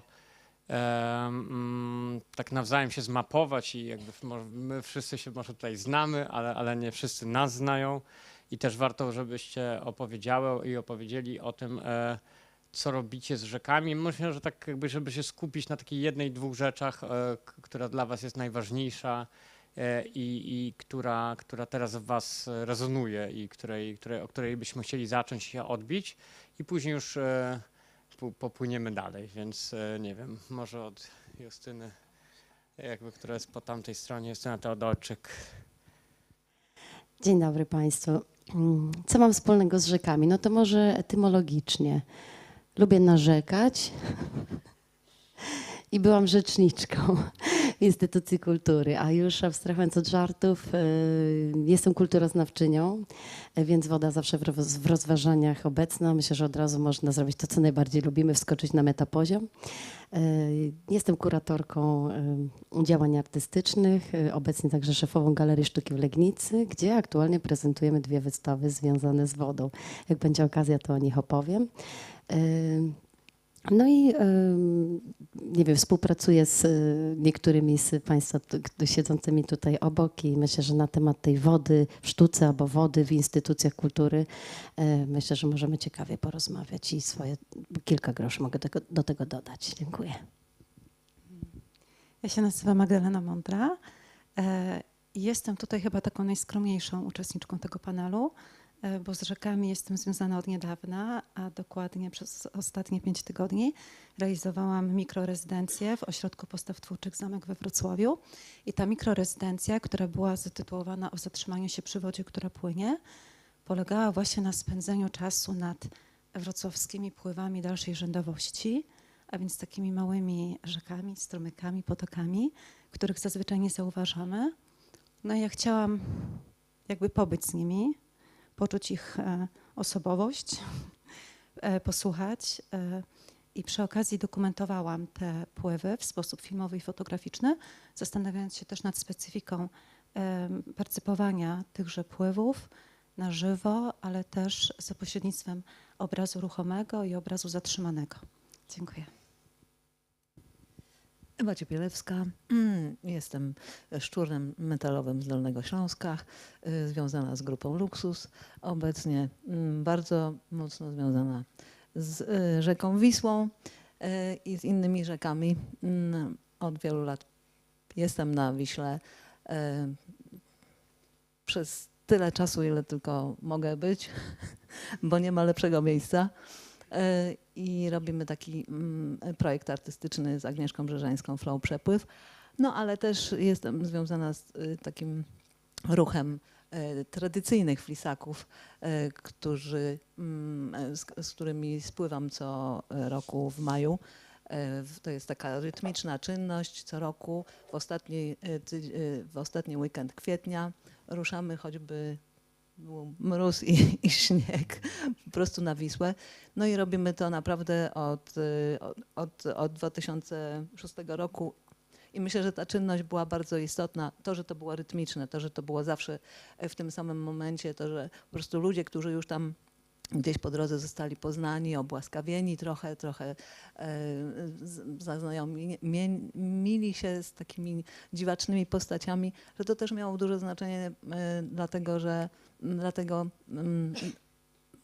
że znowu na rzece jakby zaczęto zwracać uwagę na rzekę. Głównie na Wiśle.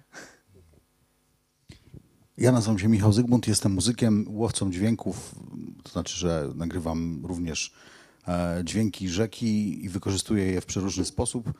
Działam nad Odrą, działam też w jakimś stopniu na innych rzekach. Tych przedsięwzięć, które zrobiłem i które robię, jest sporo i mają bardzo różny charakter. Rzeka jest na pewno od wielu lat moją inspiracją, od jakiegoś czasu też staje się powoli moim domem. Jestem właśnie w trakcie przeprowadzki na drewniany galar, czyli właściwie przywracam flisackie tradycje na Odrę, które tutaj wiadomo razem z ludnością żyjącą tutaj do 1945 roku po prostu znikły. I właściwie to, czym się zajmuję od lat, to jest jakby próba opowiedzenia tej Odry, może trochę nowym językiem, może trochę w nowy sposób, zwrócenia uwagi na to, co się dzieje, na to, jaki rodzaj dziedzictwa ostał się nam tutaj i co możemy z nim robić. No i też zaprowadziło mnie to w takie miejsce szeroko rozumianego aktywizmu, czy też ja wolę nazywać to po prostu obywatelską postawą, czyli jestem sygnalistą katastrofy odrzańskiej, jednym z tych, którzy jest mocno zaangażowanych na pewno od roku, kiedy Odra przeżyła to, co przeżyła i to, co przeżywa właściwie cały czas. Moje życie artystyczne zupełnie wywróciło się do góry nogami. Jestem w jakiś sposób opowiadaczem i nagłaśniaczem tego wszystkiego, co dzieje się na rzece. Próbuję działać już dzisiaj bardziej społecznie, konkretnie, w konkretnych miejscach z konkretnymi ludźmi, po to, żeby przywracać, po to, żeby wracać na rzeki, po to, żeby te rzeki wróciły do nas. Dzięki za tą rundę przedstawiania się. Myślę, że do tych tematów będziemy wracali, oczywiście do katastrofy odrzańskiej w nieunikniony sposób. Będziemy wokół tego krążyć, ale chciałem właśnie zacząć od tego, o czym w sumie wy mówiliście najbardziej, czyli od tych też tradycji, które gdzieś są, to znaczy na przykład tradycji flisackich czy galarów, które były tymi tradycyjnymi łodziami do spływu. I też jak wy jako artyści, jako kuratorzy, jak się zajmowaliście tą tradycją, też tym wchodzeniem w taki research, w szukanie tych opowieści, chociażby na przykład etymologiczne, tak jak mówiłem, chyba Magda też szukałaś tego, tych nazewnictwa tych rzek, jak one funkcjonują właśnie w mitach, w opowieściach. To jest też coś, co przenika w wasze różne działania, bo wiem, że i Michał robi różne jakieś zbiory baśni właśnie związanych z Odrą, więc chciałem zacząć najpierw od tej tradycji, w sensie jak ona jest obecna w waszych poszukiwaniach artystyczno-kuratorskich, jak z niej czerpiecie. Nie wiem, kto by chciał. Mogę zacząć ja, bo to właściwie tak wygląda, że to zupełnie powiedziałabym naturalnie, no ale jest to nie zupełnie naturalne, tylko jednak takie kulturowe wyniknięcie tego, że z tego przepływania łodzią, bo bardzo ważne w byciu na rzece jest łódź i mieć łódź i znaleźć się, naprawdę to jest duża różnica, bo jeżeli jesteś nad rzeką, a jesteś na rzece, to jest po prostu inna sytuacja. Naprawdę wtedy odbierasz wszystko tak jakby ze środka i masz inną perspektywę. W ogóle nie masz twardej ziemi pod nogami. Cały czas jest taka sytuacja po prostu innego żywiołu. I to i co się wiąże z tym byciem na Łodzi, czyli te wszystkie jakieś czynności takie właśnie tradycyjne, że ci flisacy co roku na wiosnę, oni się nie mogli doczekać. Z tym jest związana wielka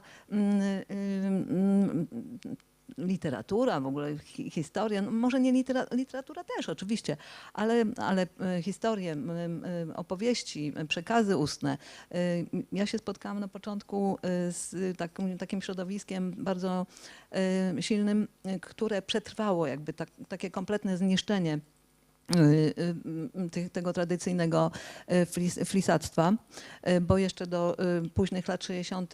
był taki zawód jak flisak, był taki zawód jak retman i to zostało przechowane w Ulanowie nad Tanwią i tam jest retman, tam są właśnie tacy flisacy, którzy pływają tratwami, którzy umieją te tratwy zbudować. To jest naprawdę sztuka, bo tam nie ma silnika. I to są takie tafle, które mają po 20 metrów długości każda. I one są zbudowane z takich pni po prostu drzewa i one przy pomocy po prostu mięśni tych mężczyzn, którzy tam takim śrykiem zawiadują.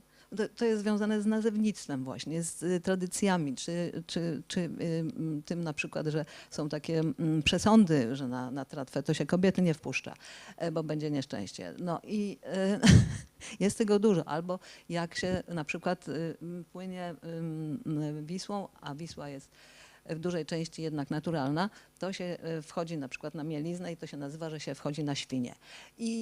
I wtedy trzeba wyjść z łodzi i się wtedy tą łódź spycha z tej świni i potem jest wesele. A wesele jest dlatego, że każdy z flisaków dostaje po kieliszku wódki. No i jest wesele. No i tego jest po prostu cała masa takich historii. I naprawdę jak zaczęłam pływać, jak zaczęłam być na Wiśle, bo no w ogóle też mówią, że się nie pływa, bo to gówno pływa, tylko że się jeździ. Tak mówią flisacy w każdym razie. No i to wszystko mnie interesowało. Po prostu po tym pierwszym razie, to ja po prostu, pierwsza książka, którą znalazłam, to była geologia Wisły. No i to było pasjonujące, słuchajcie, więc po prostu wszystko. A potem właśnie znalazłam książkę takiego formatu, słuchajcie, A3, gruba i to był program kaskadyzacji Wisły. Jak ja to zobaczyłam, to był jakiś 82 rok, wydanie. Jak ja to zobaczyłam, sobie myślałam, Gott sei Dank. Nie będzie tego. Już to się skończyło. To jest już czarno-białe, wyblakłe jakby i w bibliotece. Tak. No więc słuchajcie, co to było za nagłe odwrócenie sytuacji, nagle taki fikołek i znowu z tym samym mamy do czynienia, no nie? W samym miejscu jesteśmy. Dobra, to tyle. Ja. Dobra. Tak tylko właśnie na marginesie a propos kaskadyzacji, że 4 dni temu został podjęta decyzja o wsparciu dla zapory w Sierzewie, jakby, czyli tego wsparcia dla Sierzewie. Ale muszę też powiedzieć, że Jacek Engiel z Fundacji Green Mind pisze o tym, że to jest oczywiście, być może jest to znowu chwyt wyborczy, więc nie możemy od razu rozdzierać szat, ale z drugiej strony, bo to już się stało, pamiętacie, już 2 lata temu było tak, że już w marcu była podjęta, już budowali, już po prostu był przetarg ogłoszony, także nie dajmy się jednak tak do końca po prostu zgnębić, no musimy po prostu trzymać się swoich... Nie dopuścimy do tego. Tak. No ja tutaj jakby te wszystkie rzeczki, nad którymi pobywałam, to niewiele z nich jest takich dużych, żeby nimi popływać. Jest Oława oczywiście, jest Bystrzyca, jest Widewa, nimi można pływać, nimi można też pływać tak rekreacyjnie. Od jakiegoś czasu są organizowane spływy kajakowe i zresztą jak wiemy po Oławie i po Odrze można płynąć też na przykład z Odra Centrum, wynająć kajak na godzinę, potem kolejną godzinę pływa się za darmo, jeżeli zbierze się jakieś śmieci na tychże rzekach. Więc u mnie to bardziej było tak, że ja chodziłam nimi ze sprzętem albo bez sprzętu, w takim sensie, że z aparatem albo bez aparatu i z kamerą albo bez. Nie filmowałam pływając, ale jeżeli chodzi o takie różne opowieści, historie, właśnie takie związane z nazwami, z tym, jak te rzeki funkcjonowały w przeszłości i teraz, no to prowadziłam też taki research w ramach tego projektu. To było głównie takie wizualne szukanie zdjęć archiwalnych i porównywanie z tym, jak te rzeki mają się obecnie. Czyli na przykład, nie wiem, jeżeli chodzi o Ławę, która ma taką bardzo rekreacyjną przeszłość i wiem, że obecnie funkcjonuje, raczej nam się kojarzy z wodą pitną dla Wrocławia, chociaż też są takie fragmenty i to się odbudowuje. Jest tak dużo różnego typu projektów obywatelskich, między innymi związanych z renaturyzacją tych rzek i z takim rzeczeniem, z taką świadomością, którą teraz mamy. Ale ja też w ramach tego poszukiwania i tego projektu, to było tylko 5 tygodni, więc bardzo niewiele, ja to traktuję jako takie notatki do projektu, który dopiero mogłabym zrealizować i realizować dalej, pogłębiać tę wiedzę i to doświadczenie, bo to bardzo dużo było o doświadczeniu i o byciu tam, ale jednocześnie dużo czytałam, szczególnie takie eseistyki, powieści i poezji związanej z rzekami i z ich doświadczaniem. Tutaj przyniosłam ze sobą, ale nie będę. Jeżeli będzie czas, to mogę coś tam przeczytać, ale wszyscy wiemy, że tego jest bardzo dużo i to jest no, bardzo takie ujmujące, nie? Jeżeli nazwane w słowie, te słowa też jakoś tak we mnie płyną. To powiedziałabym tak. Ogólnie tutaj ta historia nazewnictwa rzek jest też bardzo ciekawa oczywiście, bo te nazwy się zmieniały, prawda? I też bardzo często w tych niemieckich nazwach można znaleźć częściej te wcześniejsze nazwy słowiańskie i to jest też cała historia taka, w którą można się zagłębić. Dużo będzie metafor chyba podczas tej rozmowy. Dziękuję. W Galerii Sztuki Współczesnej raczej nie skupiamy się na konkretach, choć przy okazji projektu Cecylii Malik, który Państwo zobaczą, no, będzie konkretnie. Natomiast zajęliśmy się wodą jako absolutem, ponieważ chociaż akurat w ostatnich dniach zasłynęliśmy Galeria Sztuki w Legnicy jako ta, gdzie jest wysypane 1,5 tony ziemi i radnej pewnej partii się to bardzo nie spodobało. No ale wracając do tej wody. Chodzi o to, że no, skoro Nietzsche ogłosił, że Bóg umarł, to szukamy innych absolutów. I jednym z nich na pewno jest woda. Woda jako po prostu metafizyczna, archetypiczna materia, o której można mówić, która z jednej strony jest początkami wszechświata, bo przecież w różnych religiach to z tej wody, prawda, wszechświat był tą wodą. Chociażby staroegipskie czy starokoptyjskie wierzenia o ten nut substancji, praoceanie, prawodzie. No ale z drugiej strony jest tym, co tutaj mamy w szklankach i za chwilę to wychylimy, tym, co było w przeszłości. Każdy z nas rodzi się z wody, ale to też jest tak, że ta woda jest z jednej strony bardzo otwarta, z drugiej strony to jest zamknięty obieg i wypijając szklankę wody, o tym też mówi hydrofeminizm, prawda? Wszyscy sięgamy do prapoczątków, a jednocześnie budujemy przyszłość, no bo ta woda to przecież to, co z nas zostanie i z nas wyparuje. No więc w takim kontekście zajmujemy się wodą. Nie wiem, ja nie będę chyba konkretnie opowiadać o wystawach, chociaż jak zostanie czas, to mogę, natomiast traktujemy wodę jako kolejna, to znaczy tak, no uważamy, że polityka nam tą wodę, wiadomo, to jest świat często taki hierarchiczny, patriarchalny, polityczny, związany z władzą i on nam wodę zabiera. Albo to są tematy tabu, o których się nie chce rozmawiać. Mówiliśmy o tym, że w tych debatach o wodzie, których mnóstwo tej strony nie ma, więc no my, świat kultury, underground, aktywiści tą wodę po prostu przejmujemy i przyjmujemy, prawda? My jesteśmy skłonni zakasać rękawy, chociaż raczej nogawki w tej sytuacji i to posprzątać się, tym zająć. A my, no, sztuka współczesna jest dla mnie, przynajmniej ja tak rozumiem, misję i wizję i tak rozumiem sztukę. Uważam, że to jest rodzaj pewnego sakrum. Więc mierzymy się z tym tematem jako z tym, który pomoże coś ocalić, pomoże wciąż budować jakieś wartości, pomoże nam przeżyć, wskaże nam katastrofę, opowie nam w sposób komfortowy, piękny, metaforyczny o tym, co robimy źle. Po prostu pozwoli nam się pochylić nad naszym człowieczeństwem, ale z drugiej strony pozwoli też ukoić traumę i dać nam nadzieję. Tego oczekuję od sztuki i tak mi się wydaje, że mam szansę nią, no nie chcę użyć słowa zarządzać, po prostu ją pięknie moderować, a może tak powiedzmy, meandrować. Zapraszać, gościć. Tak, więc woda jest, to wiadomo, temat rzeka, I tak się złożyło, że właśnie teraz po tych naszym takim zwrocie ekologicznym w naszej galerii, który się zaczął od tego, że pijemy kranówkę, też właśnie tą wodą się zajmujemy i próbujemy uświadomić naszym odbiorcom i wzmocnić ten przekaz artystów, że to jest jakby piękne, że to jest cud natury, że to jest coś, co nas otacza, a jednocześnie może być podstawą już nawet konkretnych dzieł sztuki, prawda? Jak w przypadku chociażby bioartu, gdzie woda może faktycznie konstruować przekaz artystyczny. Michał, ty też coś opowiesz o tych właśnie zbieraniu tych też opowieści. Ja myślę, że dużo tutaj odpowiedzi na to pytanie było tutaj w słowach Ewy, że to odkrywanie rzeki dzieje się na bardzo wielu poziomach i jakby kiedy się wchodzi na rzekę, bo to jest właśnie ta zasadnicza różnica i od długiego czasu ja też zmieniłem albo też mocno wzmacniam przekaz związany właśnie z powrotem na rzeki, a że często jestem też skrzypką kontaktową dla ludzi, którzy wymyślają przeróżne projekty albo bazą informacyjną. No i teraz jest taki czas, że wędrujemy nad rzekami, że robimy marsze, że idziemy, że wędrujemy, odkrywamy rzekę. No pewnie na początku zwykle się chodzi wzdłuż jej brzegów, ale to nie jest dotknięcie rzeki. Rzeki możemy dotknąć tylko wtedy, kiedy na nią wejdziemy. Tylko wtedy, kiedy wrócimy do... No właśnie, bo rozmawiamy o początku, rozmawiamy o archetypie i myślę sobie, że gdybyśmy odwołali się do jakiejś zbiorowej pamięci, która jest gdzieś w nas, to pewnie łodzie, rzeki, rozlewiska dla naszych przodków, myślę o 2, 3, 4 pokoleniach przed nami były czymś zupełnie naturalnym, czymś zupełnie codziennym.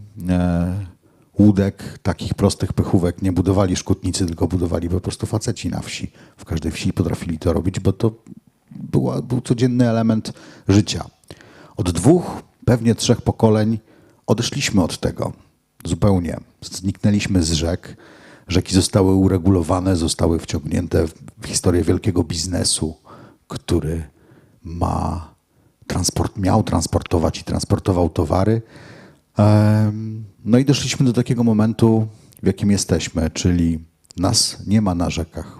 Myślę o ludziach, nie ma nas na rzekach. Nie rozumiemy tego dziedzictwa, nie rozumiemy też tej równowagi. Myślę o jakimś takim społecznym rozumieniu, bo te historie związane nawet z tym nabijaniem tempa przez polityków przed wyborami pokazują jasno, że edukacja jest trochę ciągle w epoce Gierka, nie? Który opowiada o wielkich betonowych inwestycjach, o wielkim biznesie, zapominając o tym, że za naszymi oknami dzieją się potężne zmiany klimatu, które absolutnie zmieniają reguły gry. I właśnie jesteśmy znowu w tym samym momencie, czyli w tym odkrywaniu rzek. Ja wchodzę tutaj też wychodzę z roli artysty, czyli człowieka, który inspiruje, który pokazuje pewne przestrzenie publiczności, próbuje oswajać te wszystkie rzeczy związane z tym, z rzekami i z tym wszystkim, co można tam robić. Można też tutaj w tym momencie przyrównać 2 rzeki. Wisłę i Odrę, to jest naturalne. Ewa opowiada o tym, że od razu weszła w środowisko flisaków, którzy ją porwali, a na Odrze tego nie zrobicie. Jedyny chyba flisak to może jestem ja i może jeszcze 2 panów, którzy to robią. Po prostu nie ma tych tradycji, bo taką mamy historię, tak? Bo 45 rok, bo wymazanie pewnego dziedzictwa, które po prostu zniknęło z nad tej rzeki, to zupełnie inne horyzonty dla tych rzek. No właśnie i teraz przychodzi czas budowania nowych opowieści. Nie tych opowieści, które opowiada minister Grubarczyk, które wyczytał w książce z 1968 roku, gdzie o Odrze w całym wielkim opracowaniu było tylko jedno słowo o przyrodzie i było to słowo rolnictwo. A wszędzie indziej był beton. Była Polska piastowska, była walka z niemieckim żywiołem. No i właściwie, jeśli się przyjrzeć narracji proponowanej dzisiaj w tym głównym dyskursie, no to ciągle rozmawiamy właśnie jak w latach 60., nie? O wielkich inwestycjach, zapominając o tym, że tak naprawdę za tym stoi wielka prywatyzacja naszych zasobów, bo Ewa opowiada o świecie flisackim, ja opowiadam o dzikich rzekach i wiemy oboje, że te rzeki tu istnieją. Mamy wielki, wielki skarb, którego po prostu nie rozumiemy.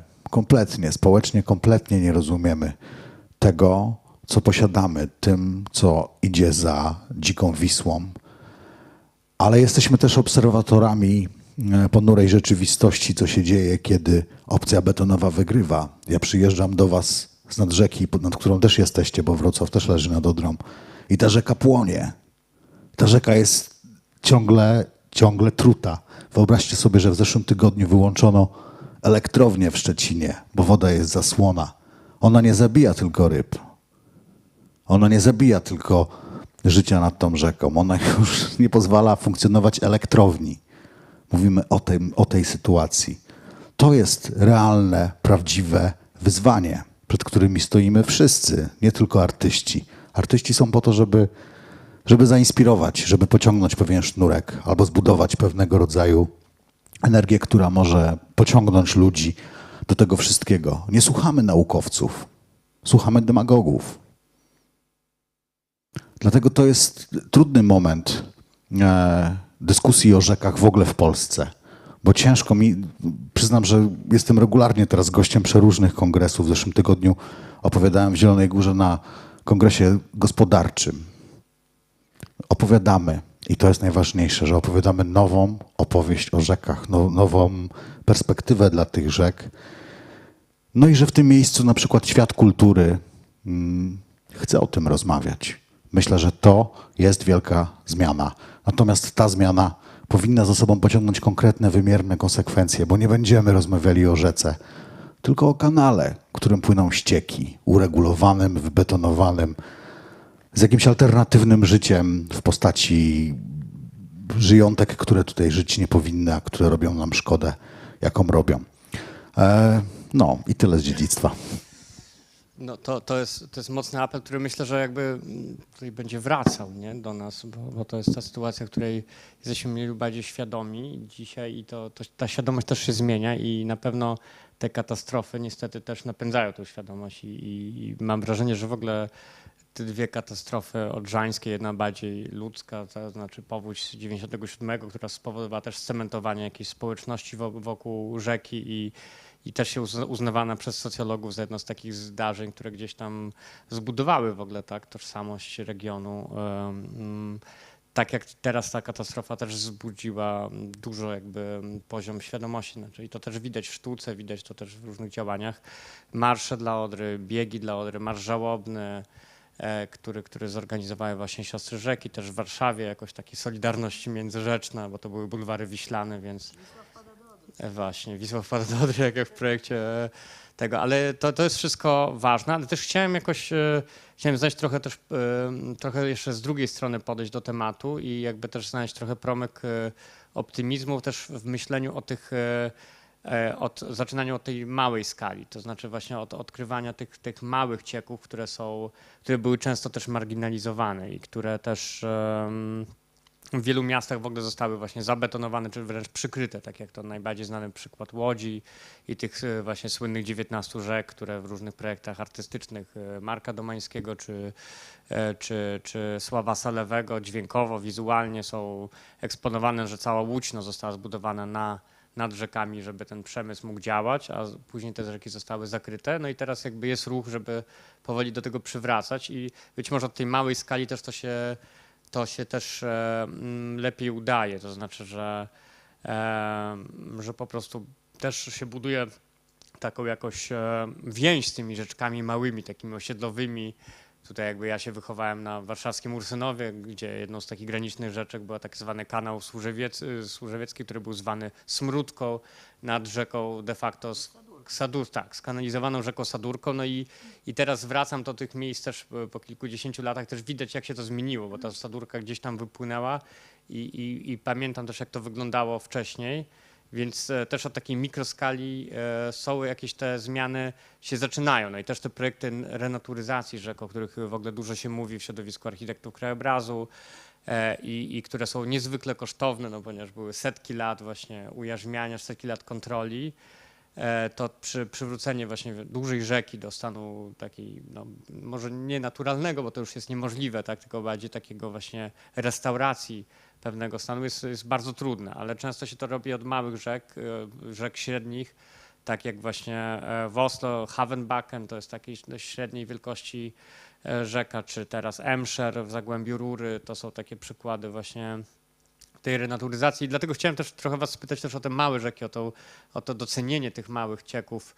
One ostatnio, mam wrażenie, że też powracają w różnych wystawach. Właśnie była wystawa w Muzeum Woli w Warszawie, Niech płyną, o innych rzekach Warszawy. I to jest też co, chyba ty się też zajmowałaś tym właśnie tutaj we Wrocławiu. I też pamiętam, że rok temu też o tym rozmawialiśmy, zresztą w tej sali przy okazji festiwalu Millennium Dogs Against Gravity i w ogóle tej strategii miejskiej dla tych rzek mniejszych, jak to można powiedzieć, mniejszych sióstr, czyli Widawy, Bystrzycy, Ślęzy. Możesz coś też o tym? No to taka moja jakby wiedza i orientacja w tym temacie jest jeszcze na razie bardzo nikła i malutka. Na pewno wiem tyle i to, co zauważyłam, i to, co doświadczyłam, i to, co przeczytałam, to jest tak, że te małe rzeki po prostu są strasznie uregulowane i one są przykładem takich, które chyba były do uregulowania po prostu najprostsze i najłatwiejsze. I tutaj we Wrocławiu one wszystkie pieniądze są... na to samorządów. I to... Tak, no i pewnie chodzi też o samą wielkość, skalę tej inwestycji, która jest po prostu łatwiejsza do przeprowadzenia. I one wszystkie są fragmentami wybetonowane, tak, że wody opadowe w ogóle nie ma żadnego drenażu, że jeżeli na przykład ja ten projekt realizowałam pod koniec sierpnia i były ogromne burze, no to one po prostu, ta woda w tych rzekach wtedy stała, wylewała. Ale rzeczywiście, tak jak wspominałam, jest dużo takich projektów, to chyba bardziej na zasadzie na razie takiej życzeniowej, tego jak te rzeki przywrócić ludziom. I są takie fragmenty, tak jak na Oławie, tutaj jest taki fragment właśnie niedaleko mostu prowadzącego na ulicę na Grobli, czy Ślęzy, którą próbuje się jakoś przywrócić ludziom. Bardzo trudno to zrobić w wypadku rzek, które rzeczywiście, tych małych rzeczek, do których spływają ścieki, które po prostu nie pachną ładnie, no to dziwne, żeby zachęcić ludzi, żeby nad nimi spędzali czas. Ja spędzałam i też w ramach tego bardzo zdjęcie w naturze. Więc myślę, że tak, że to jest... Ja sama zaczęłam od właśnie takich małych rzek, myśląc, że to będzie dla mnie jakaś taka droga. I tu z podziwem słucham was, którzy spędzacie czas i pracujecie i jesteście po prostu z takimi dużymi pływami, które rodzą w nas też różne emocje, prawda, w związku z historią, taką, a nie inną. A w wypadku tych małych rzek to jest po prostu takie skromne działanie. Jeżeli mogę coś dodać, to jak płyniemy Wisłą, no to są właśnie dopływy i to jest fantastyczne, że można po prostu gdzieś tam myknąć na wdę, czarną wodę. Tylko właśnie jest to, że parę kilometrów możesz się w górę przepłynąć, a tam już próg i za chwileczkę po prostu albo jakiś bardzo niski mostek i no nie ma szans, no nie? I to się stało też za pieniądze unijne, jak ja to parę lat temu, no nie? I po prostu ja wtedy wyrzekałam, mówiłam, Unio, jak dajesz pieniądze, to proszę jakiś supervising powinien być też, na co te pieniądze idą, a to wiesz, po prostu tylko tak. I tak, żeby to jest od początku ten system po prostu i do końca się nie sprawdza. No to jest One są albo przepełnione momentami tylko po burzach, albo po prostu wyschnięte, prawda? To ja może tak jeszcze odniosę się do tego, bo tak zadzieramy głowy, bo my tych zdjęć nawzajem nie znamy. Każdy z nas wysłał kilka zdjęć i teraz patrzymy, co tutaj z tego wyszło. To odniosę się do tych niebieskich, to jest Cecilia Malik. Przypomnijmy, że to jest artystka, aktywistka, która od wielu lat postuluje także na rzecz rzek. Robiła już wielokrotnie, wiele lat temu projekty, jak na przykład Warkocze Białki, kiedy protestowali nad brzegami Białki na wschodzie, żeby tej rzeki nie regulować. Czy na przykład projekt 6 rzek, kiedy sama zbudowała tratwę z plastiku i drewna i przepłynęła korytami kilku rzek, żeby zobaczyć, jaki jest stan uregulowania i zaśmiecenia tych rzek. Ale właśnie Unia Europejska też może tutaj taki jeden pozytywny akcent te zdjęcia w niebieskich ubraniach, które Państwo oglądają, to jest projekt, który realizowała 2 lata temu, w 2021, wrzesień, i to było Święto Rzeki. Michał, też byłeś zaangażowany, prawda? Grałeś tam koncert, akurat zdjęć z tego występu nie ma, ale widzicie Państwo, że Michał Zygmunt w Galerii Sztuki po prostu wprowadza nam tą rzekę. Wtedy płyniemy, słuchamy tych odgłosów, no i tych apeli Michała o to, żebyśmy jakoś się obudzili i to zobaczyli. W każdym razie Unia Europejska stwierdziła, że Odra może być eksperymentalnym sposobem na nieregulowanie rzek i wydzielenie tych łachów, czyli takich terenów, które mogą być naturalnie zalewowe, że rzeka sobie sama poradzi, prawda? Ma swoją mądrość, natura się wyratuje i tam koło Lubiąża właśnie pozwolono na to, żeby zrobić i właśnie na terenie polsko-niemieckim pozwolono na największe tereny naturalnie zalewowe, które miały być eksperymentalnym miejscem na ten wylew rzek. Z tego co wiem, to wszystko się z powodzeniem dzieje i to było właśnie takie wielkie święto, ponieważ można powiedzieć, że jakby jeden bastion poległ tej regulacji, a rzeka to odzyskała oczywiście z wielką radością dla środowiska. No a myśmy świętowali to w ten sposób, że kobiety szyły spódnice, tańczyłyśmy, zrobiliśmy całą wycieczkę, poprzebieraliśmy się, żeby w ten symboliczny sposób właśnie podziękować Odrze i się z nią zjednoczyć. Ja tylko wrócę do tego twojego pytania. Myślę, że każdy z nas chce pochodzić nad jakiejś rzeki. Nie każdy urodził się nad Wisłą, nie każdy urodził się nad Odrą, ale przecież każdy ma jakąś rzekę. O tym, jakby to jest chyba to najważniejsze właściwie, po co my mamy te rzeki, bo moglibyśmy godzinami rozmawiać o tych funkcjach ekosystemowych, no ale jak nie możemy tego usłyszeć, ale może właśnie usłyszmy to, że rzeki to pewnego rodzaju związek emocjonalny, to pewnego rodzaju przestrzeń, którą się odkrywa na pewnych etapach życia i która służy do tego, żeby to życie też w jakiś sposób przechodzić i mieć jakieś takie przestrzenie, które potrafią nas wprowadzić w ten arkan świata magicznego. Jesteśmy na Kongresie Kultury i myślę, że możemy odwoływać się do takich wartości jak przeżywanie, nie jak gospodarka, jak przeżywanie, bo jednak każdy z nas, albo przynajmniej większość z nas, tak sobie to wyobrażam, być może całowała się pierwszy raz nad rzeką, być może przeżyła cokolwiek po prostu, bo nad rzeką rzeczywiście możemy po prostu przeżywać.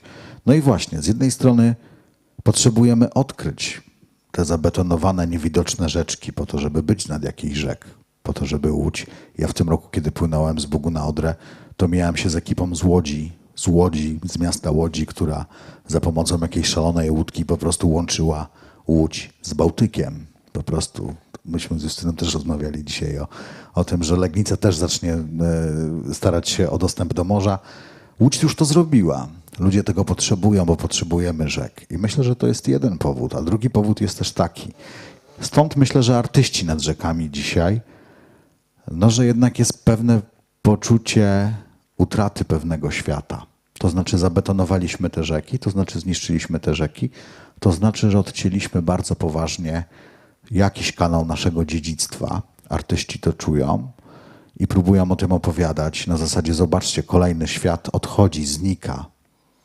Oczywiście jako również samozwańczy przyrodnik powiem wam, że jeśli to zniknie, to nie zniknie tylko więź kulturowa, tylko my też znikniemy i na tym polega ta zabawa. Stąd moje przeobrażenie z człowieka zajmującego się pięknem do tego, że krzyczę bardzo głośno i tłukę się o tą rzekę, bo już nie ma wyjścia, nie ma na to po prostu czasu. Ale myślę sobie, że im bardziej te rzeki w naszym życiu znikają, im bardziej my jesteśmy daleko od tych rzek, tym bardziej będzie to, te rzeki będą wypływać. I dzisiaj ja obserwuję, każdy z nas pewnie, kto zajmuje się obserwacją tego, co dzieje się w kulturze, może powiedzieć śmiało, że tak jak mają się dzisiaj rzeki, tak nie było od wielu, wielu lat. Ja nie wiem, ja nie pamiętam takiego zainteresowania. Nawet w kontekście katastrofy 10 lat temu krzyczałoby nas 5, 6, 10 osób nad rzeką.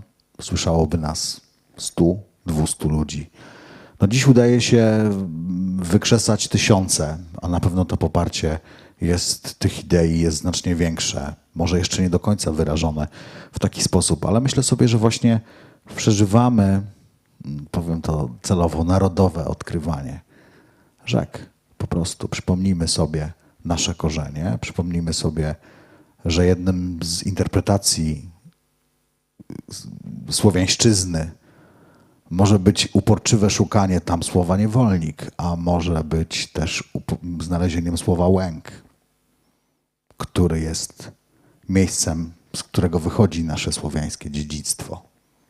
Nawet nie tylko słowiańskie, myślę północnoeuropejskie, wychodzi z rzek.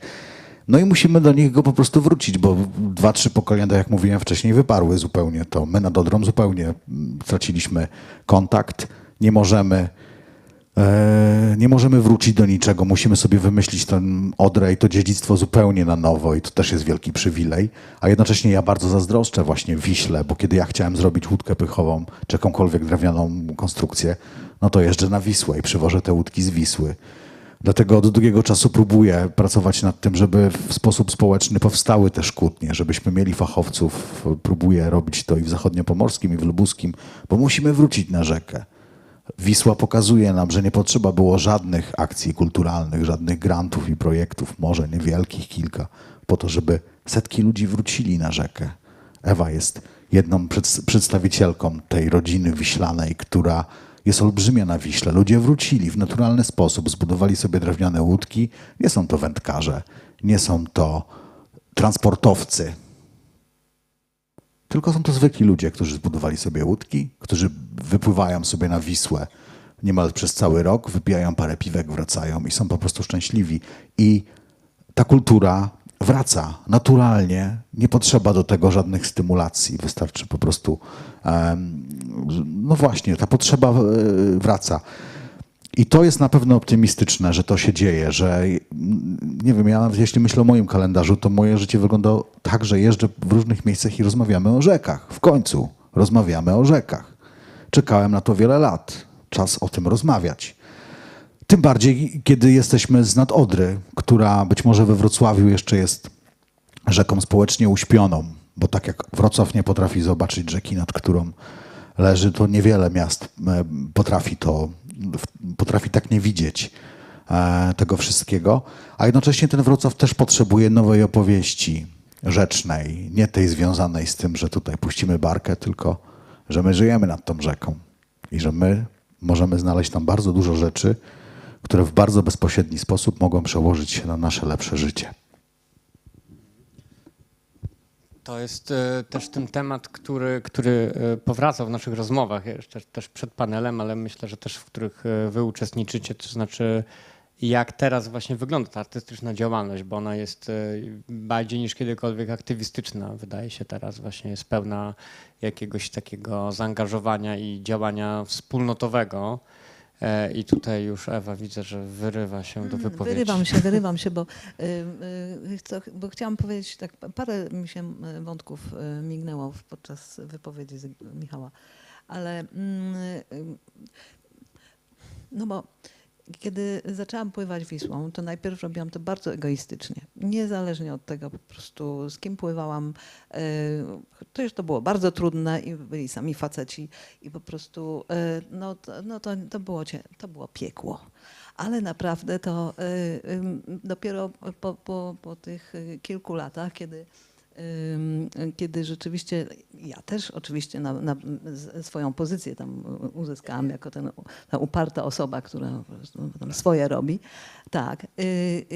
I potem właśnie w tym 2015 roku była taka sytuacja, że jako właśnie ci obecni na Wiśle Flisacy zostaliśmy zaproszeni na festiwal Loary, który się tam odbywa co 2 lata i oni mają taki obyczaj, że związane jest to również z polityką. Oczywiście, ale u nich jakoś ta polityka taka bardziej jest po prostu skierowana w stronę natury i jakoś oni godzą mimo wszystko te korzyści z dobrodziejstwami. No więc popłynęłam wtedy do Orleanu z Krakowa, to było prawie 3000 kilometrów, słuchajcie, to było fantastyczne, ale też po drodze widziałam, jak industrializacja, jak ta cała rewolucja przemysłowa, co zrobiła z rzekami. Po prostu ja wiele razy tam tęskniłam po prostu za Wisłą. Były momenty, gdzie tam wypływałam na przykład na Szprę. Na Szprewie było super. Tam za Poczdamem jeszcze były takie miejsca po prostu dzikie, były jeziora, były takie zakola, było miejsce, gdzie normalnie były brzegi obrośnięte roślinnością, ale potem na przykład było 2 tygodnie kanału śródlądowego, słuchajcie. Potem był Ren, niesamowity zupełnie też, bo tam na Renie się też dużo zmieniło w tej chwili. Oni, tak zresztą o tym mówi Ewa w tym filmie Do ostatniej kropli. Ale właśnie potem widziałam te kanały lateralne, słuchajcie, które były zbudowane wzdłuż rzek. I to wygląda tak, że tam już nikt nie pływa po tych kanałach. Tam dostajesz pilota, sam sobie otwierasz, sama sobie zamykasz te śluzy, a ta rzeka, z której całą wodę została zabrana, ona płynie tam parę, powiedzmy 500 metrów obok, wzdłuż. Jest niewiele wody, po kosteczki. I po prostu i ty płyniesz tylko kanałem, bo nikogo tam nie ma. Po prostu po to, żeby... I to jest koniec, to jest over, ten transport to już się nie wraci. Nie? Bo już nie pamiętam, do czego zmierzałam. Do Loary? Tak, na Loary. Tak, i to było to. Słuchajcie, nareszcie, to było to, po tych wszystkich zmaganiach z tymi kanałami, z tymi... No była fajna rzeka, to się czuło, że się wpływa do Holandii, że oni inaczej jednak traktują wodę, że oni tam żyją nad wodą i dla nich woda jest kimś naprawdę bliskim i nie odwracają się i nie odwrócili się od wody w ogóle. Ale potem był kanał Alberta, potem było tam Zagłębie Rury, no po prostu wszystko. I to też było kapitalne, bo na przykład wielkie Zagłębie Rury jest od takiej małej, 20-kilkukilometrowej rzeki Ruhr. A tam w ogóle wszystko, naprawdę ogromny obszar po prostu zajęty. To była bardzo pouczająca podróż. Ale właśnie i w końcu dopłynęliśmy do Briar i w Briar tam jest ten taki most, w którym płynie rzeka nad rzeką. I tam, żeby nas wypuścili na tą Loarę, to po prostu trzeba było zrobić naprawdę jakiś wielki, jakąś rewolucję, bo tam już też nie pływają, że w ogóle to niebezpiecznie i owo. Ale nagle puścili nas i wypłynęliśmy znowu na prawdziwą rzekę. To było fantastyczne, słuchajcie, tylko to wyglądało, jakbyśmy płynęli takim dużym sanem, bo z kolei tam wybrano piasek aż do kamienia na budowę tych pięknych zamków nad Loarą. Więc tam takie skały na przykład z wody.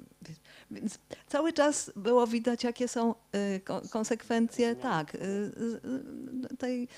tej działalności człowieka. Ale oni uzyskali taką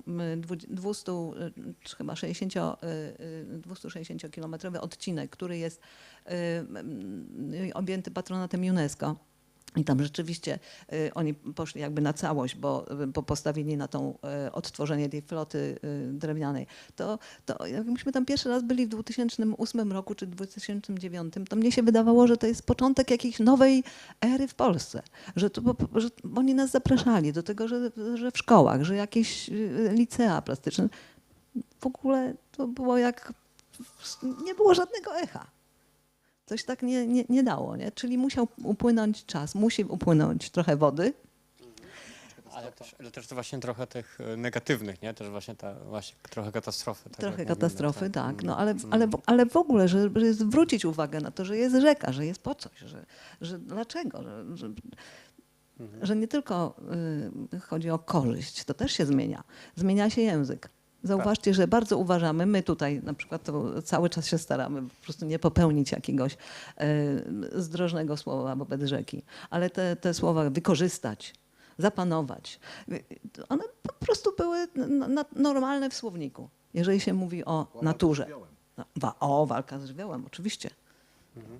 No jedną z tych takich tendencji, która ewidentnie jest jakimś takim znakiem tej zmiany, ale też na całym świecie, jest ta kampania nadania osobowości prawnej, która gdzieś się zaczęła w Nowej Zelandii, o ile kojarzę, z rzeką Wanganui. Później jest w Kanadzie też rzeka, która ma swoją osobowość prawną, Magpie, tak? No i jest też, są akcje właśnie w Polsce. Tak, no. I są też akcje w Polsce, żeby właśnie i osoba Odra, tak? Właśnie ta akcja koordynowana przez Roberta Rinta, czy Wisły koordynowana przez Karolinę Kuszlewicz. Więc i rozumiem, że też tutaj artyści gdzieś są w jednym rzędzie z prawnikami. To jest oczywiście artyści i prawnicy to jest pewien temat, ale tutaj jest też ciekawe, że ta jest kooperacja na zupełnie innym froncie. No tutaj pole do popisu dla artystów, którzy stali się aktywistami. Michał jest takim przykładem, bo znamy się kilka ładnych lat i zaczyna po prostu od grania na gitarze, prawda? Rzucił to wszystko, to też rozmawialiśmy ostatnio, rzucił to wszystko, żeby wyprowadzić się z metropolii i mieć spokój w naturze i nad wodą. Dziś okazuje się, że on jest w miejscu, no, które z czerwoną lampką świeci się na mapie Polski i nie miał innego wyjścia, jak zostać aktywistą. I Cecylia Malik także opowiada o tym, że ona wolałaby się zajmować pięknymi rzeczami, ale ona czuje się, no tak czuje swoje posłannictwo, prawda? Bycie artystą jako to, że nie może, że jakby ją to musi bardziej boleć niż nas i dlatego się za ten temat bierze. Cały bioart, który sprowadził często sztukę z salonów wystawienniczych do laboratoriów, albo Art and Science, ten nurt, gdzie artyści właśnie współpracują z naukowcami, no jest może jakąś taką nadzieją, natomiast ja bym się po sztuce tutaj nie spodziewała, nie dawała jej takiego zadania, że ona ma wyratować, ona ma poruszyć, ona ma o tym powiedzieć, ona ma nas też tak zgrabnie przeprowadzić przez kolejny po prostu paradygmat, żebyśmy mogli swobodnie płynąć przez to życie, które przeżywamy i świat, który żyjemy. A propos, tak w ogóle to myślę, że rzeka jest dużo lepszą metaforą życia ludzkiego niż na przykład zegar czy czas. Chciałabym się przy okazji powołać tutaj na postawę pewnego artysty, Wojciech Radke, który zrobił bardzo ciekawy doktorat na ASP w Gdańsku, który zajął się tematem wody. We the water, to my woda było tym w odniesieniu do słynnego też gdańskiego my naród, czy my ludzie. I zrobił takie badania, gdzie także performance jego oprócz wielu obszarów, które zeksplorował, bo zbadał wodę i badał rzeczywiście wpływ dźwięków na wodę i światło na wodę, ale też zbadał siebie, poddając się 30-dniowej głodówce lub oczyszczaniu wodą, doświadczając bardzo różnych stanów. Prawda? My też o tym rozmawialiśmy, że w zespolu szoku pourazowego ludzie cofają się do życia prenatalnego, czyli jakby znowu cofamy się do wody, znowu jesteśmy wodą. Radke zrobił też takie instalacje, w których jesteśmy narażeni na jego płyny ustrojowe, prawda? Co znowu pokazuje, że ta woda rzeczywiście może mieć też, ona jest, myślę, tej obecności i rzecznictwa na rzecz wody nie wyzbędziemy i nie chcemy tego robić. I mi się w ogóle wydaje, że artyści nam bardzo w tym pomagają, żebyśmy się w tym świecie wygodnie albo niewygodnie zagościli. No i tyle, tak górnolotnie tutaj z tyłu zalatuję do Państwa. Myślę, że też taki głos może być jakoś ciekawy.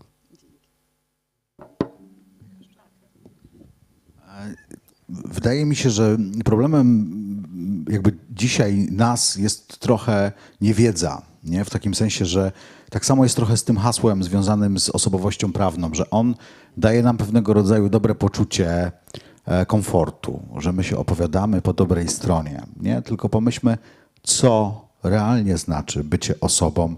Rozumiemy to oczywiście na tym takim personalnym poziomie, że inaczej byśmy traktowali, ale jednocześnie dlaczego nie potrafimy zrozumieć rzeki, którą mamy za oknami? Dlaczego nie potrafimy się jej nauczyć? Dlaczego ciągle odgrywamy taką rolę właśnie, że artyści będą robić wszystko, wejdą do laboratoriów, a tak naprawdę nie zobaczą tego, co nas otacza?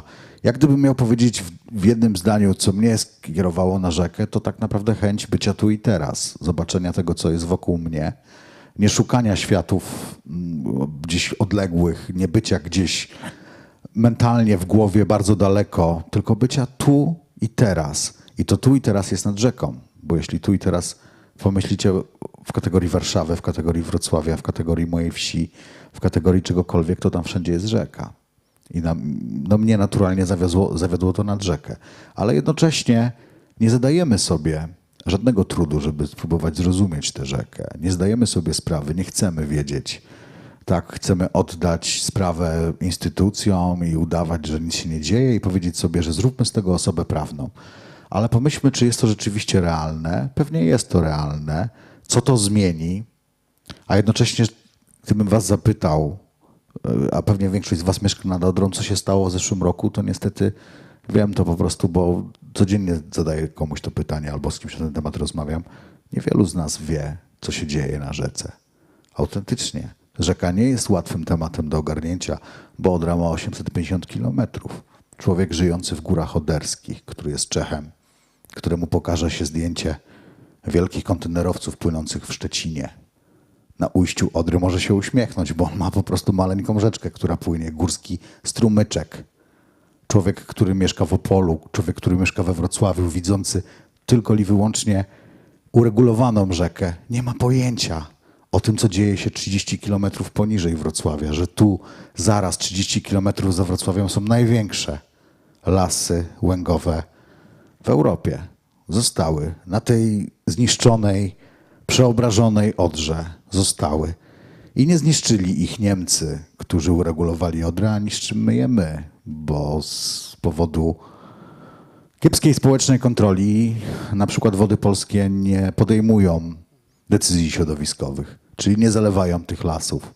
Jest tylko eksploatacja. Na moich oczach lasy, z których pochodzi większość nagrań. Jak kiedy wysyłam nagrania czasami za granicę, kolekcje moich nagrań dźwiękowych, czystych nagrań dźwiękowych. Ja mówię, że ja 80 km od Wrocławia robię nagrania, które czasami przyrodnicy interpretują, że są robione na przykład na Syberii. Zimowe nagrania z Odry. Mówimy o takich ilościach ptaków, o takiej bioróżnorodności, o tym, że mam miejsce nad Odrą leżące 80 kilometrów stąd, które zimą codziennie ląduje tysiące ptaków, setki łabędzi, setki żurawi, tysiące gęsi. Codziennie jak zegarkiem w ręku można chodzić i słuchać i podziwiać to wszystko. Ktoś z was o tym wie? No właśnie, nie wiemy, a opowiedziałem wam tylko o 100 kilometrach rzeki. Mógłbym wam jeszcze opowiedzieć o 850 kilometrach i każdy z nich posiada coś absolutnego, niezwykłego, jedynego w swoim rodzaju. Mamy potężną rzekę, której kompletnie nie rozumiemy, której kompletnie zrozumieć nie chcemy. Opowiadamy sobie o lasach Amazonii, po to, żeby opowiedzieć o lesie łęgowym. My, Słowianie, kto był w lesie amazońskim?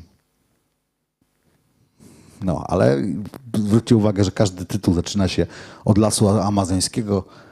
No to super, ale większość z nas nawet nie była w Łęgu i na tym polega problem. Większość z nas wie, jak wygląda flaming, a nie wie, jak wygląda żuraw.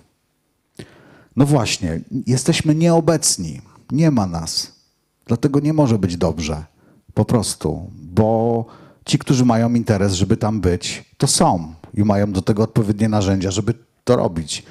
Jeśli przyjrzysz się temu, co dzieje się na rzece, ja wam mówię, to jest po prostu systemowe niszczenie rzeki. To nie jest tak, że tam ktoś się wygłupił i zrobił jakiś projekt. W Polsce ochrona przeciwpowodziowa, czyli wielkie, potężne regulacje prowadzone są na rzekach, na których nigdy nie było powodzi. Na Odrze prowadzone są właśnie w tym momencie zupełnie nielegalnie, bo Najwyższy Sąd Administracyjny zabronił prowadzenia tych prac Grubarczykowi, a Grubarczyk powiedział, że on nie będzie się przejmował głupotami. Betonuje się Odrę, odbudowuje się główki. Główki regulacyjne muszą działać z obu stron, czyli musi być ustawiona główka do główki, to są takie tamy poprzeczne. Jak zobaczycie na mapę Google'a na rzekę Odrę, to większość jest w ten sposób uregulowanych. I polska strona odbudowuje te główki. Tylko po to, żeby główki działały, muszą być z obu stron. A po drugiej stronie są Niemcy, którzy tego nie robią. Czyli wydajemy, którzy robią parki narodowe, czyli robimy zamek, który jest tylko do połowy, jest tylko połową. Nie zapniemy go nigdy. Duzi chłopcy wsypują po prostu kamienie za miliony euro, dlatego że są nad rzeką i robią tam swoje interesy. Jeśli ktoś wam obiecuje gospodarkę, jeśli ja słyszę Grubarczyka, który mówi, że my tracimy konkurencyjność, to mówimy o dzikiej prywatyzacji naszych zasobów. O czym my innym mówimy? O tym, że nas wygoni się z tych rzek, bo tak się kończy. Kto był na regulowanych niemieckich rzekach, wie, że tak to się kończy. Tak się to kończyło. Bo jednocześnie ktoś, kto jest na tych rzekach, wie, że o żadnej wielkiej żegludze nie możemy rozmawiać, bo w miejscach... Mój galar stoi teraz w Ścinawie. Wszyscy wiecie, gdzie jest Ścinawa. Bosman przynosi mi książkę. Bosman tego portu, który od kilkudziesięciu lat mieszka tam i codziennie rano o 8 idzie i mierzy poziom wody w rzece. W 70 latach było tam 2,33 metry. To była średnia głębokość, która była no, niemal zawsze minimalna. Dziś jest to 40-60 centymetrów. My nie mamy problemu z transportem i z barkami. My mamy problem z wodą. Tej wody nie ma. W Odrze nie ma wody.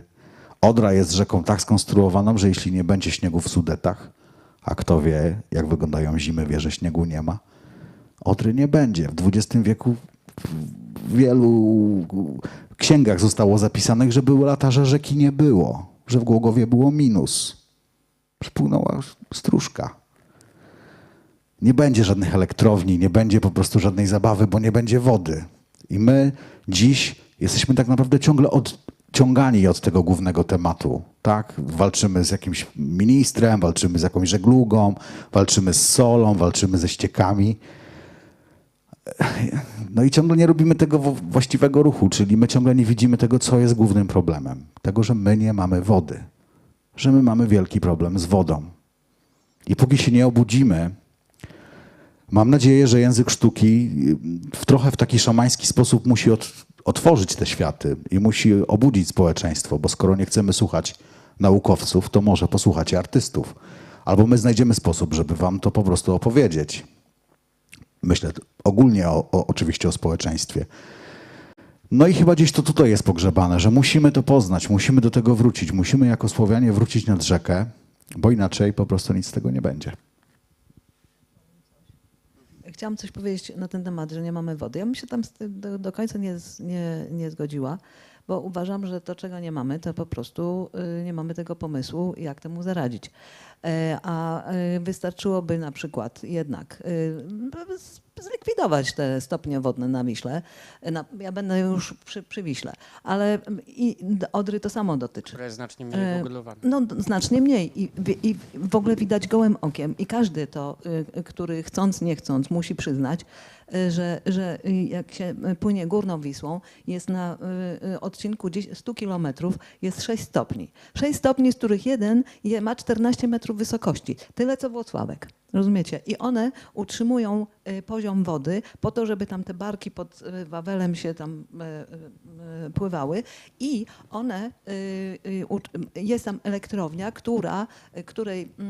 z której działalności można cały czas utrzymywać działanie pomp, które muszą pompować, żeby krakowskich piwnic nie zalała woda. Tak to wygląda. Słuchajcie, ale po prostu jakoś to nie dociera do mieszkańców za bardzo. A potem jest śluza przewóz, przez którą nie można przepłynąć, bo jest tam w ogóle zupełnie sucho, jest nic, nie ma nic, jest koniec rzeki i ta rzeka wydaje się, że dopiero płynie, bo Serafa zaraz tam odbija z prawej strony i wpływa i tam się za parę, nie wiem, parędziesiąt metrów się znowu zaczyna rzeka. Kompletne wariactwo zupełne.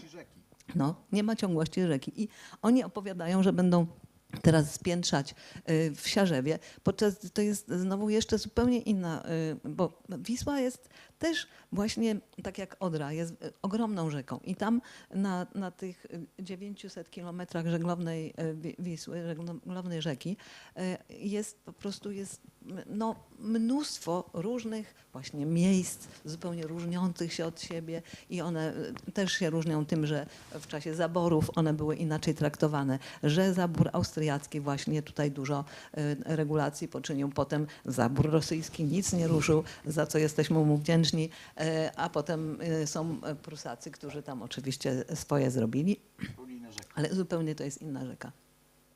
Natomiast to, o czym musimy walczyć o to, żeby naprawdę zlikwidować stopnie wodne. No. I ja mówię na przykład na takim spotkaniu i wtedy wstaje śluzowy ze śluzy właśnie tej 14-metrowej i mówi, ja protestuję. Ja mówię, ale dla pana robota się znajdzie. Przecież pan jest fachowcem. To jest po prostu przekierowanie tych stanowisk na jakieś inne rzeczy, bo można zamiast po prostu budować, to można rozbierać na przykład. Potem zawsze się coś znajdzie do tego, żeby oni zarobili Państwowo te swoje rozbierać, pieniądze. Tak. To powinna być właśnie taka duża akcja. Ja myślę, że my dekonstrukcji. musimy po prostu wymyślać. My musimy naprawdę, musimy wymyśleć, jak to zrobić. Nawet od takich właśnie, bo co głupiego wymyślisz dzisiaj, to się jutro stanie. Ale możemy też wymyślać fajne rzeczy, takie, które chcemy, żeby one się stały. I dlatego na tym poziomie też działa sztuka. Bo my wymyślamy te rzeczy. Ambicją artysty dobrego jest nie odtwarzać, tylko tworzyć. No więc... A mieliście właśnie wrażenie, że podczas jakiejś waszej akcji partycypacyjnej, jakiejś wspólnotowej, było faktycznie jakieś porozumienie ponad podziałami, czy ponad tymi grupami właśnie artyści, aktywiści, czy państwowcy, jakby i tak dalej? Ja jeszcze chwilę, bo rzeczywiście jest blisko ze środowiskiem flisackim i tam jest taka, Retman Łabęcki wymyślił, że będzie nadawany order kawalera Wisły. Ja jestem kawalerem Wisły na przykład. I od tego momentu, kiedy jestem kawalerem Wisły, też jest szansa, że mogą się pojawić tam panie kawalerki, to znaczy te damy wiślane. I ostatnio, jak był właśnie taki wspólny, znaczy była ta uroczystość z okazji nadania orderu kawalera Wisły, to zjawiła się i Cecylia, i Monika. Słuchajcie, one pokazały, dały performance mały tam